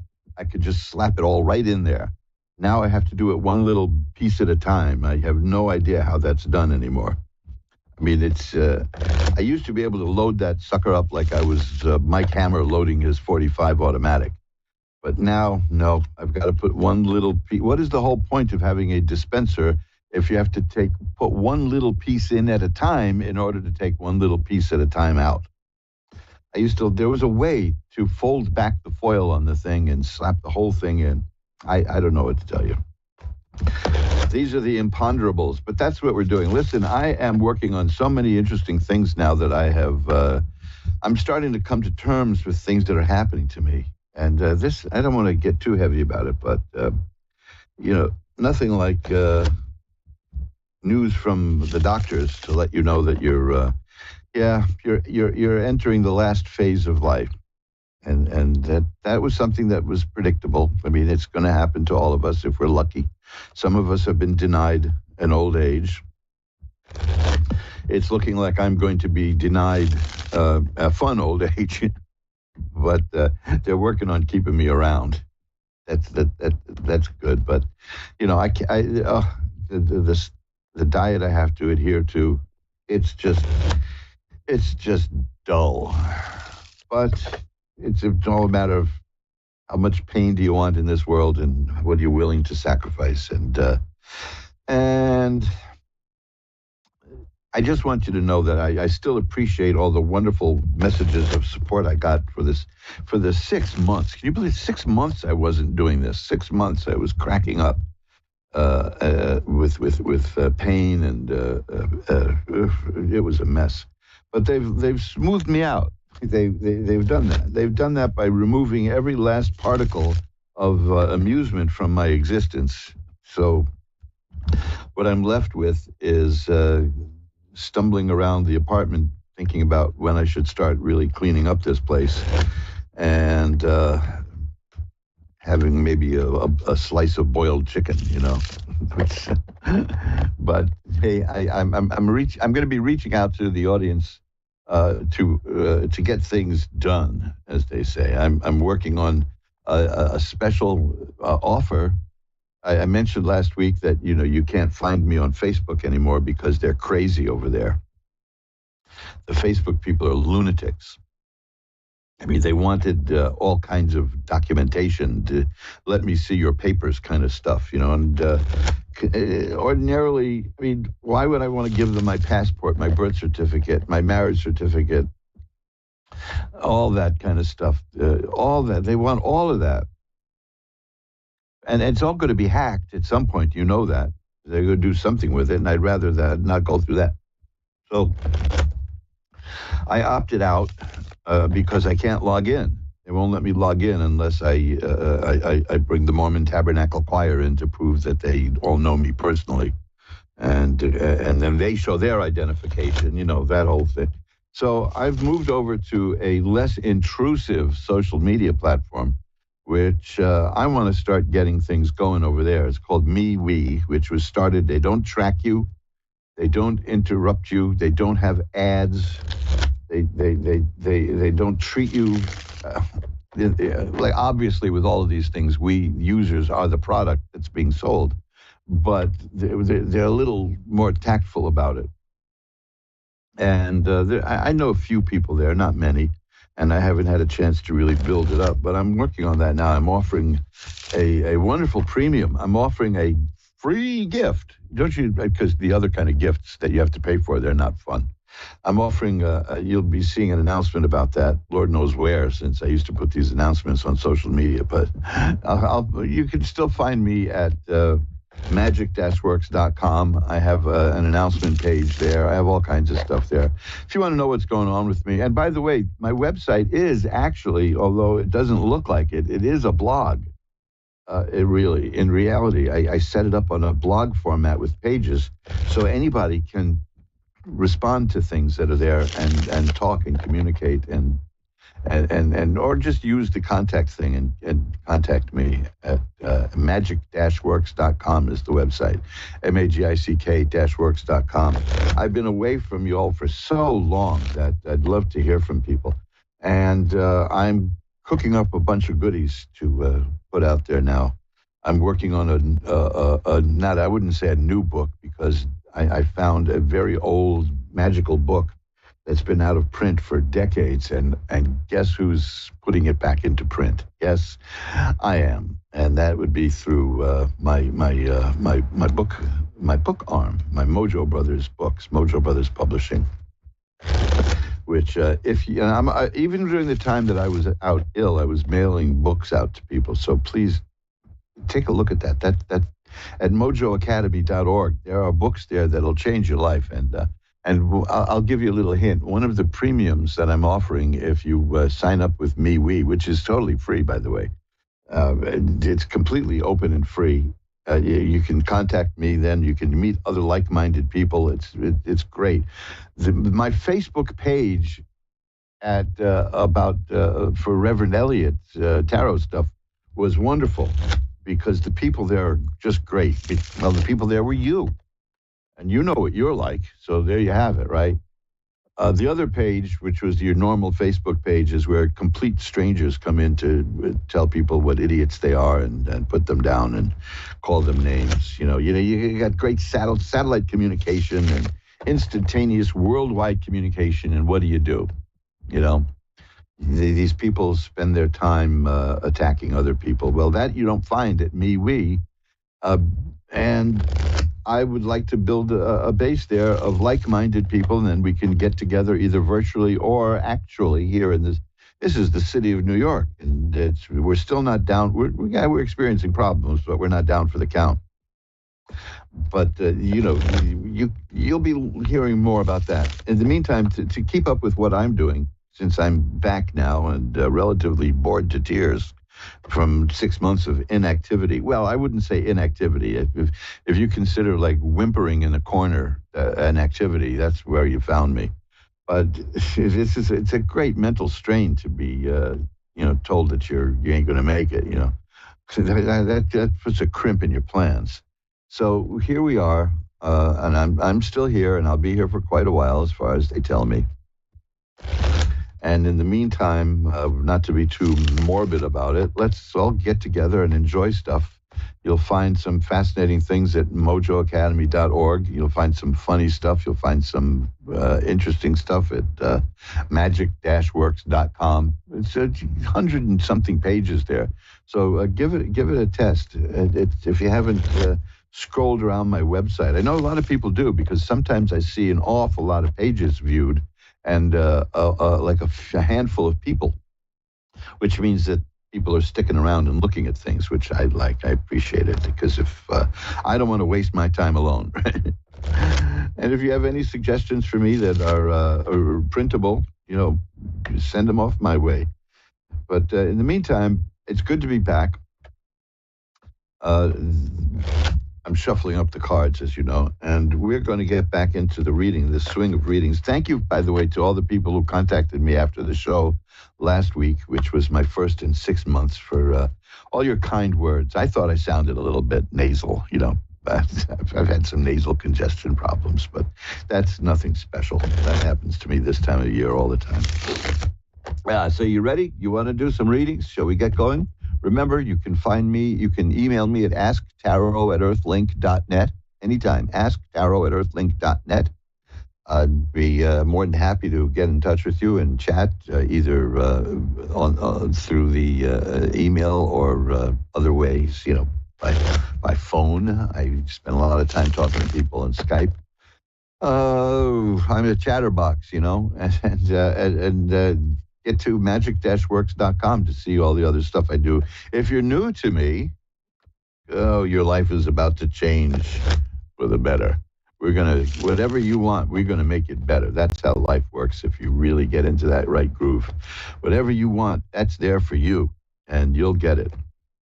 So we'll talk more about things like that in the future. Let's get right to the cards now. I'm going to ring the bell 3 times to declare sacred space.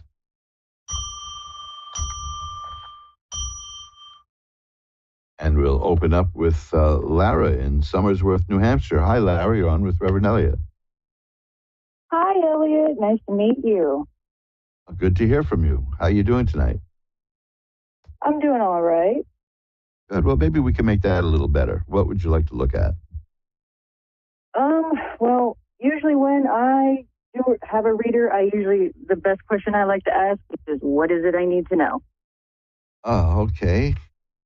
It's funny because I couldn't stop laughing one time. I was on a bus here in New York, going downtown on Fifth Avenue, the famous Fifth Avenue number 5 bus, and a very genteel, quite elderly woman got on the bus and said to the driver, "Do you stop at 34th Street?" And he said, "Yes, ma'am, I do."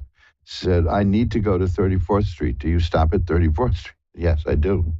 Okay, and then she started to walk back after paying the fare and said, "Now you be sure to tell me when to get off." And I just started laughing because I've seen fights that start that way. Don't you tell me where to get off. Who are you? But she meant it literally, and it just struck me as funny. So let's see what the cards show that you could use. How's that? Oh, sounds good.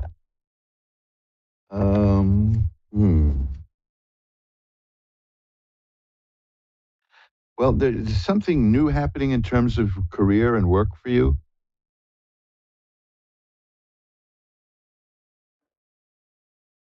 You there? Yes, I'm here. Oh, hi. Yeah. I've got a card here that indicates something new coming up in the realm of career and work. Is there anything new that you're working on? I am currently unemployed and looking for new work. Okay, so that's a good sign, because that means that there will be new work coming. It's the Knight of Rods.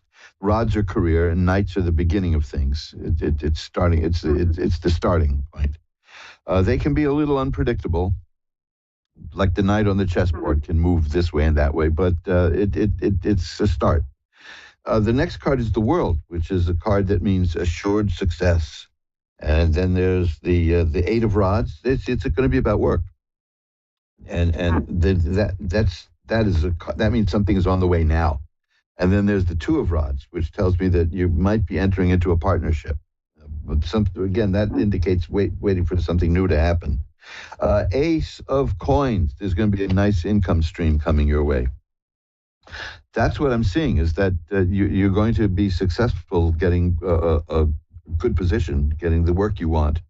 Very successful. Good. And it's happening. It's the Eight of Rods says it's in the way. It's in the works. It's on the way now. Yeah, that's like, possibly tomorrow. Yeah, why not, right? Let's see. Could I get clarification on the type of job? This is interesting because the first card I have is the Magician, which shows me that it'll involve a lot of spiritual work and creativity. That you can draw down spiritual power. You do spiritual work, correct? I am interested in doing intuitive work. There is actually a spiritual mentor of mine who is starting a business program, and I'm hesitant to start because money, Yeah. Oddly enough, I was going to ask you if there is a mentor of some sort in there, because I have the Hierophant here, which is a card of, it can be a card of religious authority, but it's an established priest, so to speak. You're going to be, you'll have guidance, but you have a lot of strength and power of your own. There's a 10 of rods is here. It's interesting again is the rods, because again, this is all you're getting all these things about work and career. 10 of rods is just a warning not to take on too much. Mm-hmm. You're going to approach this very enthusiastically, and you're going to dive into this, and what you're getting, what's coming your way, you're going to really enjoy. It's going to be life-changing, I might add, because I've got the Death card here, and I've got the 6 of rods, which is triumphant. And see how many rod cards you're getting? The cards really like you. They're responding to you. And the 10 of rods is saying, just be sure you don't bite off too much right away, but you'll be able to handle it, I think. The Death card that's, of course, as you know, being involved in this, it doesn't mean you're going to die. The Death card means that there's a beginning of a new phase in your life. And it's going to be very successful, according to this. I like this reading. This is pretty good. Anything else you want to see?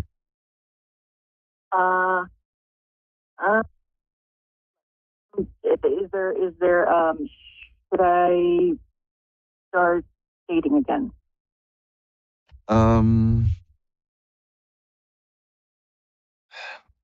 What I have here right now, yes and no. Let's put it that way. That's good. I'll tell you why I say that. The Ace of Cups came up, and that is the aces are beginnings, and the cups are about romance and the affairs of the heart. The 9 of Coins is here, and that shows me that you're a person who's also very secure by yourself. You're not desperate, shall we say? You know what I mean? That you're at peace with yourself. And those are very attractive people, so that gets there. But I do see that the 8 of Cups is here also. See, you asked me about one thing. You asked me about work, and I get all these cards with rods. You asked me about dating, and I get these cup cards, which is telling you these cards really work for you. This is telling me that something is coming your way. The 8 of Cups is about a person who gets from here to there, who's leaving something that isn't really working out and going to something better in terms of life. So whatever the affairs of the heart are that you've been involved in, you're going to be taking an upgrade soon. You're going to be taking a step up, is how I see it. And it's looking very good. It's very positive. You have so many positive cards here. It's unbelievable. You really is the most positive card in the deck I got now. The Sun, health, healing, growth, happiness. Yeah, you're entering into a relationship soon that is going to be really good for you. Okay, keep an eye out for it. Okay. Thanks for calling. You with me there? Okay, Lara, I'm a little rusty, folks, Karen in La Puente, California is next. Hi, Karen, you're on with Reverend Elliott. Hi. Hi, Karen. How are you tonight? I'm all right. And yourself? I'm doing well. I'm getting better. I mean, I missed 6 months of shows here with a minor illness. but it was. Oh shoot. But I'm being pieced together and repaired, and looking forward to it. Thanks. How are you doing now? I'm all right. What would you like to look at? Are you a medium or just like? Well, I'm not necessarily, but I can ask the cards. I never did that before I started doing shows here, and it turns out to work. So, if you want to ask me to contact somebody, I can give it a shot. And there are cards that I would look for, like the Death card or the High Priestess card, the Judgment card, to let me know that I'm on the right track. So, do you want to give it a shot? Okay. Actually, let's go with a psychic reading. Okay. Sorry. That was easy. Okay. What would you like to know? I guess which direction do I go? Or I feel so lost right now. Oh yeah, I do, and I'm telling you, I had this card earlier, the 10 of Rods. You're feeling overburdened by things in life, by any chance? Yeah. Okay. The Lover's card is here. That's an interesting card. It doesn't necessarily indicate romance like they show in the movies. It means that you're facing a choice in life. You're at a crossroads, and there's decisions you have to make. So, you feeling that sense coming up that you have to make some important decisions? Okay, so this is not my favorite kind of reading because I'm telling you back what you know, but we'll get to the other parts. The 3 of Coins is here. Now, are you looking for any work? So I'm unemployed at the moment. Yeah. You're unemployed? Yes. Okay, because this indicates a job. This indicates a temporary job, essentially. That you might be offered something that's temporary, and the point behind this one is that you'll succeed. You'll complete the task. You'll do very well at it, and that will lead to other things. That's why I asked about that. In fact, that's followed by the Tower, which is the Tower struck by lightning, which says that there may be a sudden, unexpected upheaval in your life by something shaking things up and changing them. I'm not seeing anything negative in that. That's followed by the Page of Cups, which is about the appearance of happiness and romance and things working out well emotionally. So if you're having I'll say emotional blockages in life, I think that's going to come apart. I think that you're headed for a very good emotional experience. Okay. And the Justice card is here. That's usually an indication that you were not treated very well by somebody, and it's going to be resolved. Is that the case? Yeah. Okay. Well, the cards are pretty straightforward. It's showing me that you're going to deal with that. Here's the Judgment card, one of the cards that indicates a rebirth in a sense. That the Tower struck by lightning, the Page of Cups, the Judgment card, the Justice card, they tell me that things are going to start moving in a much more positive direction in your life than they have been now. So don't let it get you really down in that sense, because that's the Lover's card. That's the choice that you between this path and that. But you're on the path to the good stuff. That's what the cards are showing me. If the card showed me that if the card showed me that you were on the path to bad stuff, I wouldn't let you off the phone until we had a good conclusion here. Until we realized what was going on, and then if the show got boring for people, I would just continue with you off the air because it's not fair to say, "Hey, look at that, your life's falling apart." Next caller, please. But you're just the opposite. Now the thing is, even though things are going to get much, much better for you, that's still upheaval. And like psychologists have found, for instance, that the psychological stress that's caused by marriage is the same as divorce. It's the same level. Okay. So it's not a matter of the value judgment of the change. It's a matter of change and can be very hard to accept. I mean, I've been dealing with that personally. So maybe it's a message to me here. But what I'm seeing is that good things are coming your way. I see that it's coming fast. I see the temperance card is here.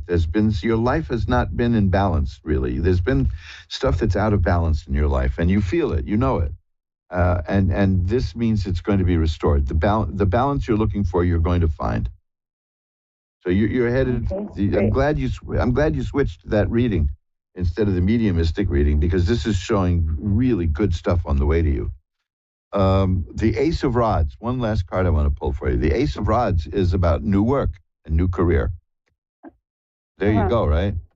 So hang in there, because you're about to enter a really, really, really good time. I understand from these cards right now that the Eight of Swords is here, that you're feeling restricted and tied up, and you're not feeling really free, but you're going to. You definitely, here's the Wheel of Fortune. It means your luck is going to turn. It's going to turn for the better. And there's the Nine of Rods. You're prepared for this. You can handle what's coming, and it'll be good. And you're aching for it in a sense. So I envy you a good time. The good time is coming. What you've been wanting is on the way. And here's the Ace of Cups again, just to reinforce that, followed by the Four of Rods, which is a happy home. So you see, there's good stuff. You're right at the precipice of good stuff. And for some of us, that's hard to believe. You know that. You know, but you'll see it. I'm going to pull one more card, just to be sure here of what we're doing. Yeah, there's the King of Coins. That you're going to do very well financially. You're going to be able to manage money and do well with the money that you get in this new work. Okay?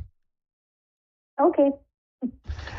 I'm going to light a candle to send more positive energy your way, because this is a dynamite reading, and any more energy you can get will help. How's that? Okay, great. Bye-bye now. And you're listening to Reverend Elliot's Magical Window here on the Ask One Radio Network, where we get together a couple of times a year. The rest of the time, I'm canned like spam, right?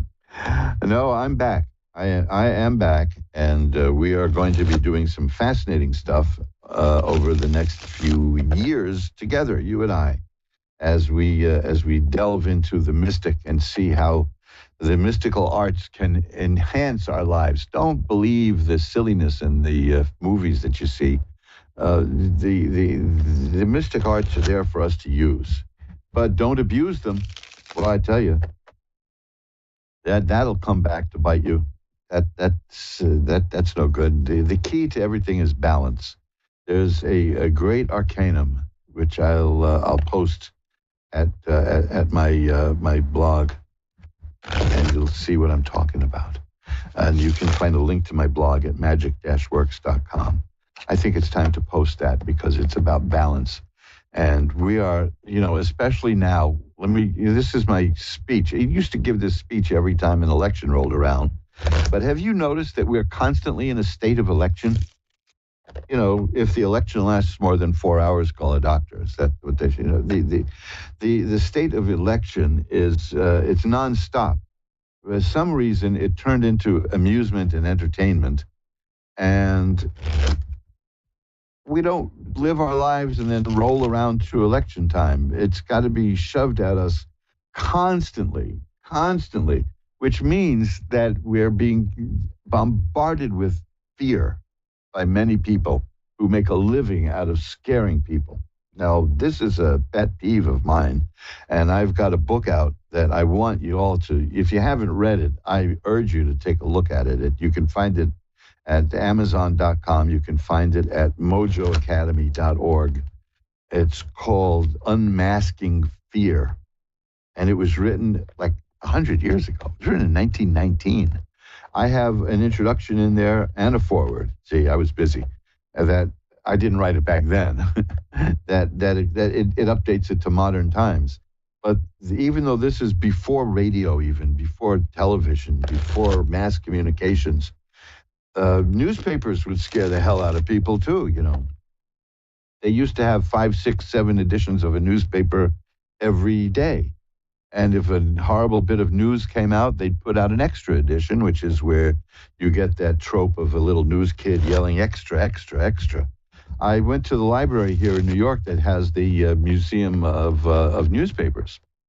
And I saw one edition of the Daily News here, the New York Daily News from the 20s. There were like 7 different editions culminating with an extra because Rudolph Valentino died. You know, that was the way news was. But it's about fear. It's about scaring you. There's an awful lot of people who are in a state of I mean, look at these people running around with guns thinking they're going to change history. This is the result of a bombardment of people working on scaring us. This guy is going to end the world. This guy is going to end democracy. This guy is going to make you pay through the nose with more tax. You know, it just goes on and on and on. And this is not a partisan thing.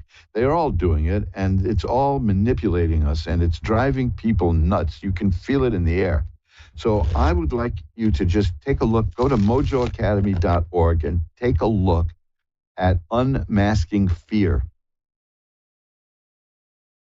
That is a book that it's quite inexpensive, and it can change your life, because a lot of people don't know one of the secrets is people never change.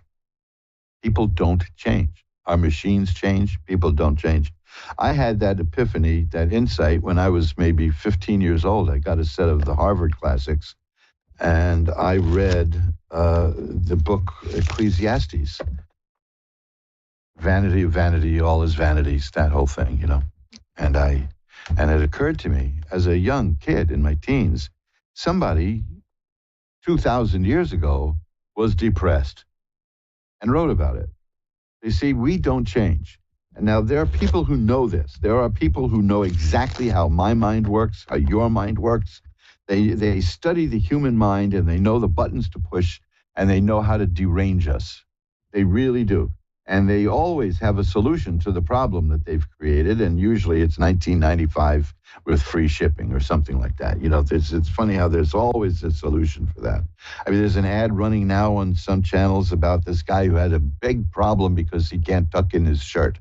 He studied years to try to design a shirt that looks good when it isn't tucked in. Now, you know, this is a guy looking for problems. Just tuck your damn shirt in, right? What difference does it make? In any event, this is the thing. Don't let them crack you up now. Now, we're all vulnerable to this because we have in our homes mass media devices that are used by professionals to scare us. That's all they are there for, is to scare us into buying things. Now, I'm hoping that you can buy this book, Unmasking Fear, not out of fear, but as a way of abandoning fear. Fear is good. This is, again, balance is good. Fear is okay. Fear in itself is the feeling that tells you something's wrong. You ignore fear at your own peril. You know, you walk down that alley and you feel a little fear, you're alert.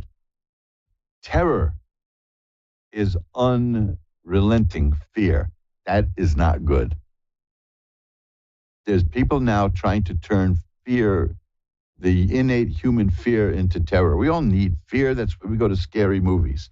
We all need to have a release from fear, which is why we go on 90-degree roller coasters. You know, what do you do when you scare somebody? What happens? You get a movie theater full of people scared to pieces, and when the scary scene is over, everyone laughs.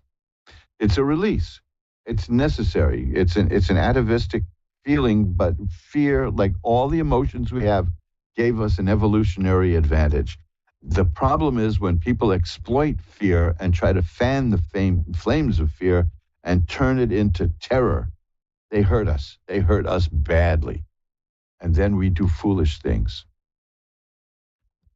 So I'm urging you, just check out the book, Unmasking Fear. Only a couple of you buy it, and then maybe share it with a friend. You know, let's face it. I mean, I'm not like a gigantic publishing company. I'm not a conglomerate getting rich off this. I only publish books because I think they're good, and there's a value to them. And the one I come back to the most, even it's not even my favorite book, which that would be the one on shaving. That's my favorite. How to use a straight razor without killing yourself. That's my favorite. Is Unmasking Fear. and I'll carry that with me forever. Unmasking Fear by Lloyd Kenyon Jones. Look for the Mojo Academy version because that's got the forwards by me. And they go a long way to explaining what's going on in that book. So please keep that in mind. I thought about it all the time that I was away because I felt helpless. I saw the fear mounting in society. And there's nothing I could speak to anybody about, but, I'm back now and I'm speaking. Janine in Houston is next. Oh, Jenny. I got to get rid of these store-bought glasses, right? Jenny, how are you? Good. How are you? I'm doing well. What can I look at for you tonight? Whatever comes up to you. Okay. Let's see. What have I got here? Well, the Ace of Cups is here. That's good. That shows me that you're a person, a King of Cups. You see something? What is going with these? My eyesight is going. That's one thing. The King of Cups is here. That's better than the Ace of Cups. The Knight of Cups is here. That's pretty good. Those two cards tell me that you're concerned about. Is there something emotionally that's on your mind? Yes, sir. Okay. Is it a romance? More like family health. Okay. Yeah, that's an emotional thing. I also see are there some legal issues around this? Yes, sir. Okay, yeah, I can see that too. I'm seeing legal and conflict and the things of that nature. But I'm looking at your card. So the first thing I want you to know is your cards are. The situation is a hard one. Your cards are good. Your cards are reassuring. The King of Cups, the King of Coins. The Fool card is here. Now, that's an important card. The Fool card, that would be you in this case, because that doesn't mean you're a fool. That card means the beloved of God, in the Gypsy Romany scheme of things. If there were any negative cards here about you, this would erase that. That's a very positive card. This shows me that you have spiritual protection. And I think you're going to need it, and I'll tell you why.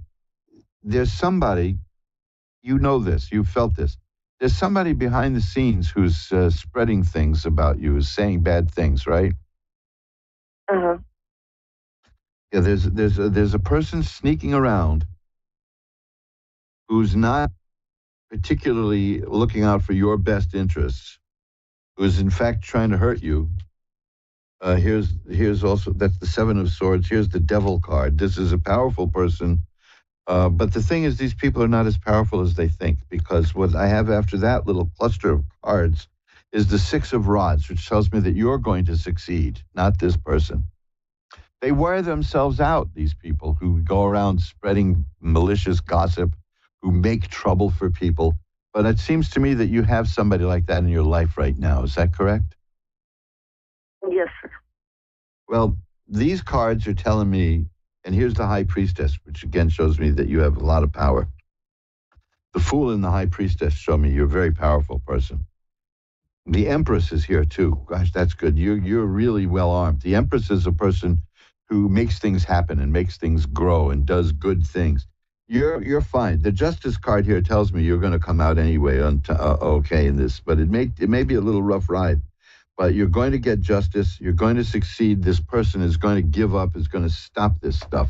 This is craziness. We've all had somebody in our life at some point. If you haven't, you're lucky, and I envy you. But Jenny, you're facing rough times now, but you're going to succeed. That's the message I have for you in these cards. Okay, you have divine protection. Yes, sir. Okay, keep that in mind. And I'm going to light a candle, send white energy from a white candle your way. How's that? Awesome. Thank you so much. My pleasure. And I will do what I can to send. Look, if this gets to be a problem, you send me an email at asktarot@earthlink.net, and I can send you some stuff you can do, magically speaking, like from the Book of Psalms. I can send you a couple of things you can do to clear the air. How's that? If it gets to be really bad. Keep me in mind, and there's no charge for that, by the way. I'm not whipping up sales here. Okay, just remind me that we spoke, that I got your name wrong, and then to make up for that, I'm going to show you a few tricks you can do to protect yourself. But you have an awful lot of spiritual protection around you now, as it is. Thanks for so calling. much. My pleasure. Have a Bye good now. And boy, we're rounding the corner to the last roundup. Well, I don't like the sound of that. Anybody who's been in and out of hospitals, no. We're headed to the end of the show here. Look at that. I wish I could do this 3-4 times a week. Patty in Banning, California is next. Hi, Patty. You're on with Reverend Elliott. Hi. Hi. How are you tonight? I'm doing good, thank you. How are you? I'm doing great, fortunately. What can I look at for you? I'm on a council, and we're trying to move forward. I'm on a native council, and we're trying to get federal recognition. And I wanted to see what you saw for that, and when you see it happening. You're trying to get the federal government to do something? Yeah. Okay. You got strength. I've come up against the New York City government, which is just about as labyrinthine, but it's doable. You know, you can win. You can get what you want. Let's see what we have here. And okay, this is good. This is, boy, you're going to need this card. The Chariot is here. The Chariot is a person who's controlling something. You've got, like, the person in the Chariot has a white horse and a black horse, and one is pulling this way and one is pulling that way, and the driver is trying to keep them in one direction. So that's your job here. You're trying to keep this thing moving the way you want it to go. The Hierophant is here. That's a higher authority. So obviously you're going to be appealing to a higher authority for this. The Lovers is here. That's a card of a choice. So you have to decide which way to do this. You see, but the more important than that is the Chariot and the Lovers are about duality. With the Chariot, you have the black horse and the white horse. With the Lovers, you have the sacred and the profane. According to this, the Three of Cups is here. According to this, you're going to succeed. It's just a simplistic reading at this point, but the Three of Cups means the completion of a matter. In plenty, usually working through people you know. So that's very good. Now, the Queen of Rods here, that is a woman who can handle the work. You know, the rods are work, and that you can do it. It's followed by the Ace of Rods, which means this could lead to a full-time thing for you. You know, when you get what you want, you may end up being in charge of it. Okay. You know, yeah, is that you see that down the road too, don't you? Yes. Yeah, and the Ten of Cups is here. Now, I can give you from our experience here. My wife was very, very politically active. I mean, like, you know, the mayor, all kinds of people would come to her here in New York. We pulled back from that after 20 odd years. But I can tell you one thing: she, being a woman and being outspoken, she had a reputation for being uncontrollable and a loose cannon, which of course is ridiculous because, you know, they wanted her to get permission from them to do what she was going to do, and she just told them where to get off, so to speak. Which brings us back to the story I told in the beginning. Don't you tell me where to get off. But you're going to face that. You know, you're going to face that, and you're up to it. I already do. Yeah, you know what to do about that. You know, my wife, there were people I saw her would give her a very nice, well-reasoned diatribe for backing off, and she would look at them and say, "Let me tell you this," and then she'd use two words that I don't want to use on the radio here, and they would be horrified. And we're talking about like a 5'2", 95-pound person who threw that at them, and they were mortified. You know, shows used to make Mayor Giuliani laugh. because they knew that if she wanted something, they'd better listen. But it can be done, That's so. And I'm getting a time frame.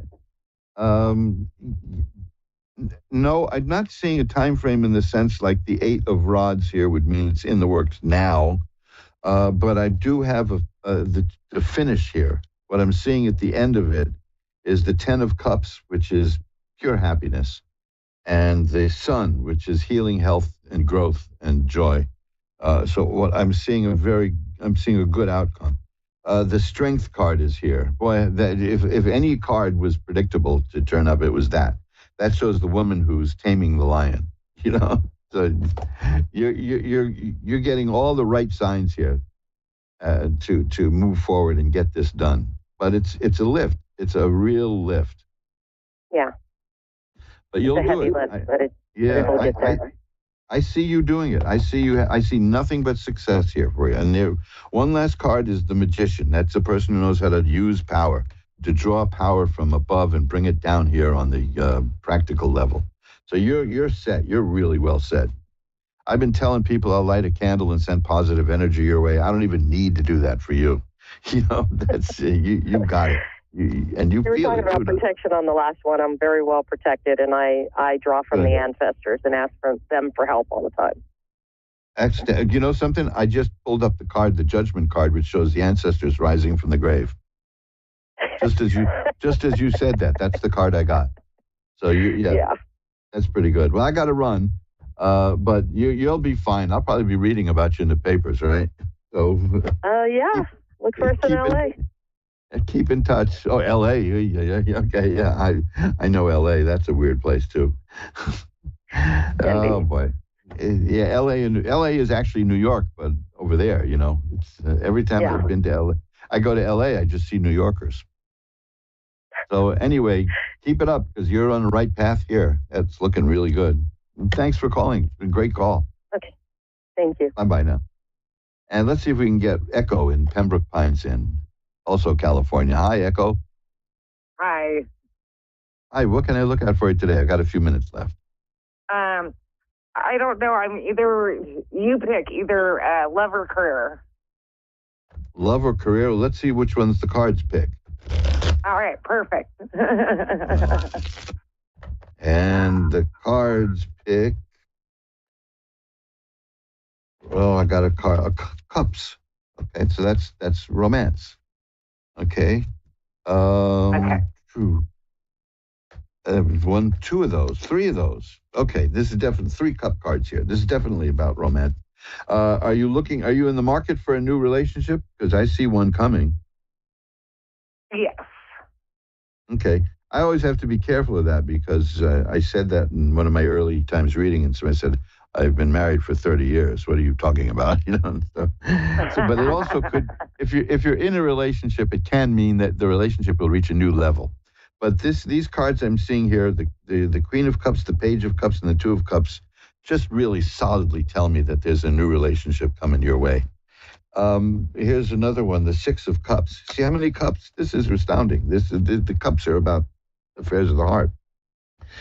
The Six of Cups is about memories of somebody you knew long ago. So it could be somebody you were once involved with coming back into your life. I know for me that would be a warning. But and here's another, the Ace of Cups. Yeah, there's going to be a new relationship. It's going to be with somebody you knew long ago or someone who reminds you of somebody you were very close to long ago. Okay. But it's going to be very good. That's indicated by the Ace of Cups, and of course the cards are really positive here for you. They're quite good. Yeah, I'm seeing nothing but happiness, and you're working at it. That's the thing. I've got here the Six of Swords, which is about going from rough waters to calm waters, that you've been trying for this. You've been working at this, and you've been propelling yourself to get from where you are to where you want to be, and you're going to succeed. How's that? That's awesome. That is awesome. Glad to tell you that. I've got to run. I've only got a couple of minutes left. Okay. Thank you. Thank you so much. I'm glad I could get you in. I love ending on a positive note. Bye-bye. Yeah, no, thank you. Thank you. Bye. And hey, that's it. We've come to the end of another edition of Reverend Elliot Skirts the Grave. One more. No, that's not the name of the show. That's not the name of the show. The show is Reverend Elliot's Magical Window. That's right, Reverend Elliot's Magical Window. And we're here every Wednesday at 11 Eastern, 10 Central, 9 Mountain, and 8 Pacific. We're no longer, thanks to the good graces of the bureaucrats at Zuckerberg land, we're no longer getting together at Facebook, but you'll be able to find me at MeWe. I'm going to have an announcement about a special gift for people who join me there. How's that? I'm bribing you. As if my presence isn't enough, right? There will be a very special gift. I'm working on packaging that right now. As soon as we get off the air, I'm going to continue that. I'm going to make the announcement soon enough. Remember, you can contact me off the air anytime. AskTarot@earthlink.net. That's the email, asktarot, ASKTAROT @earthlink.net. You can also find more about what I do at magic-works.com, MAGIC-works.com, magic-works.com. Also, check out, like I said before, Mojo Brothers books. I hope I didn't get too over the top about that book, Unmasking Fear, but golly, that is probably the most important book. I would put that to be one of the most important books of the last 100 years. And it is definitely going to change you because you'll see how people have historically used fear to control human beings. And we're in the middle of that right now. That's all it is. They call it a political campaign. Yeah, good. Go through the whole show and end up with the hiccups, right? That's nice. But you know what I'm talking about. Fear is not good when we're subjected to it continuously. So that's my contribution to the book Unmasking Fear has been to add a foreword and a prologue, and a partridge in a pear tree, I might add. So until we get together again, remember, contact me off the air anytime, asktarot@earthlink.net. Check me out at magic-works.com, which also has a contact link.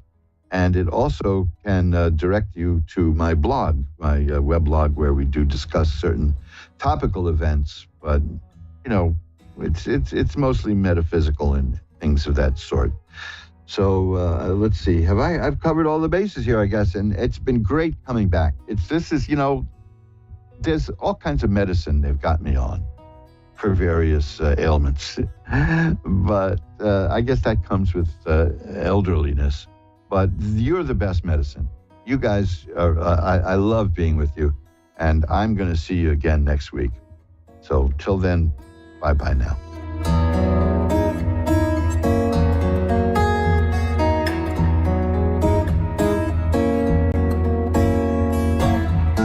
I'm Deb Williams, your host for Mystical Empowerment Time.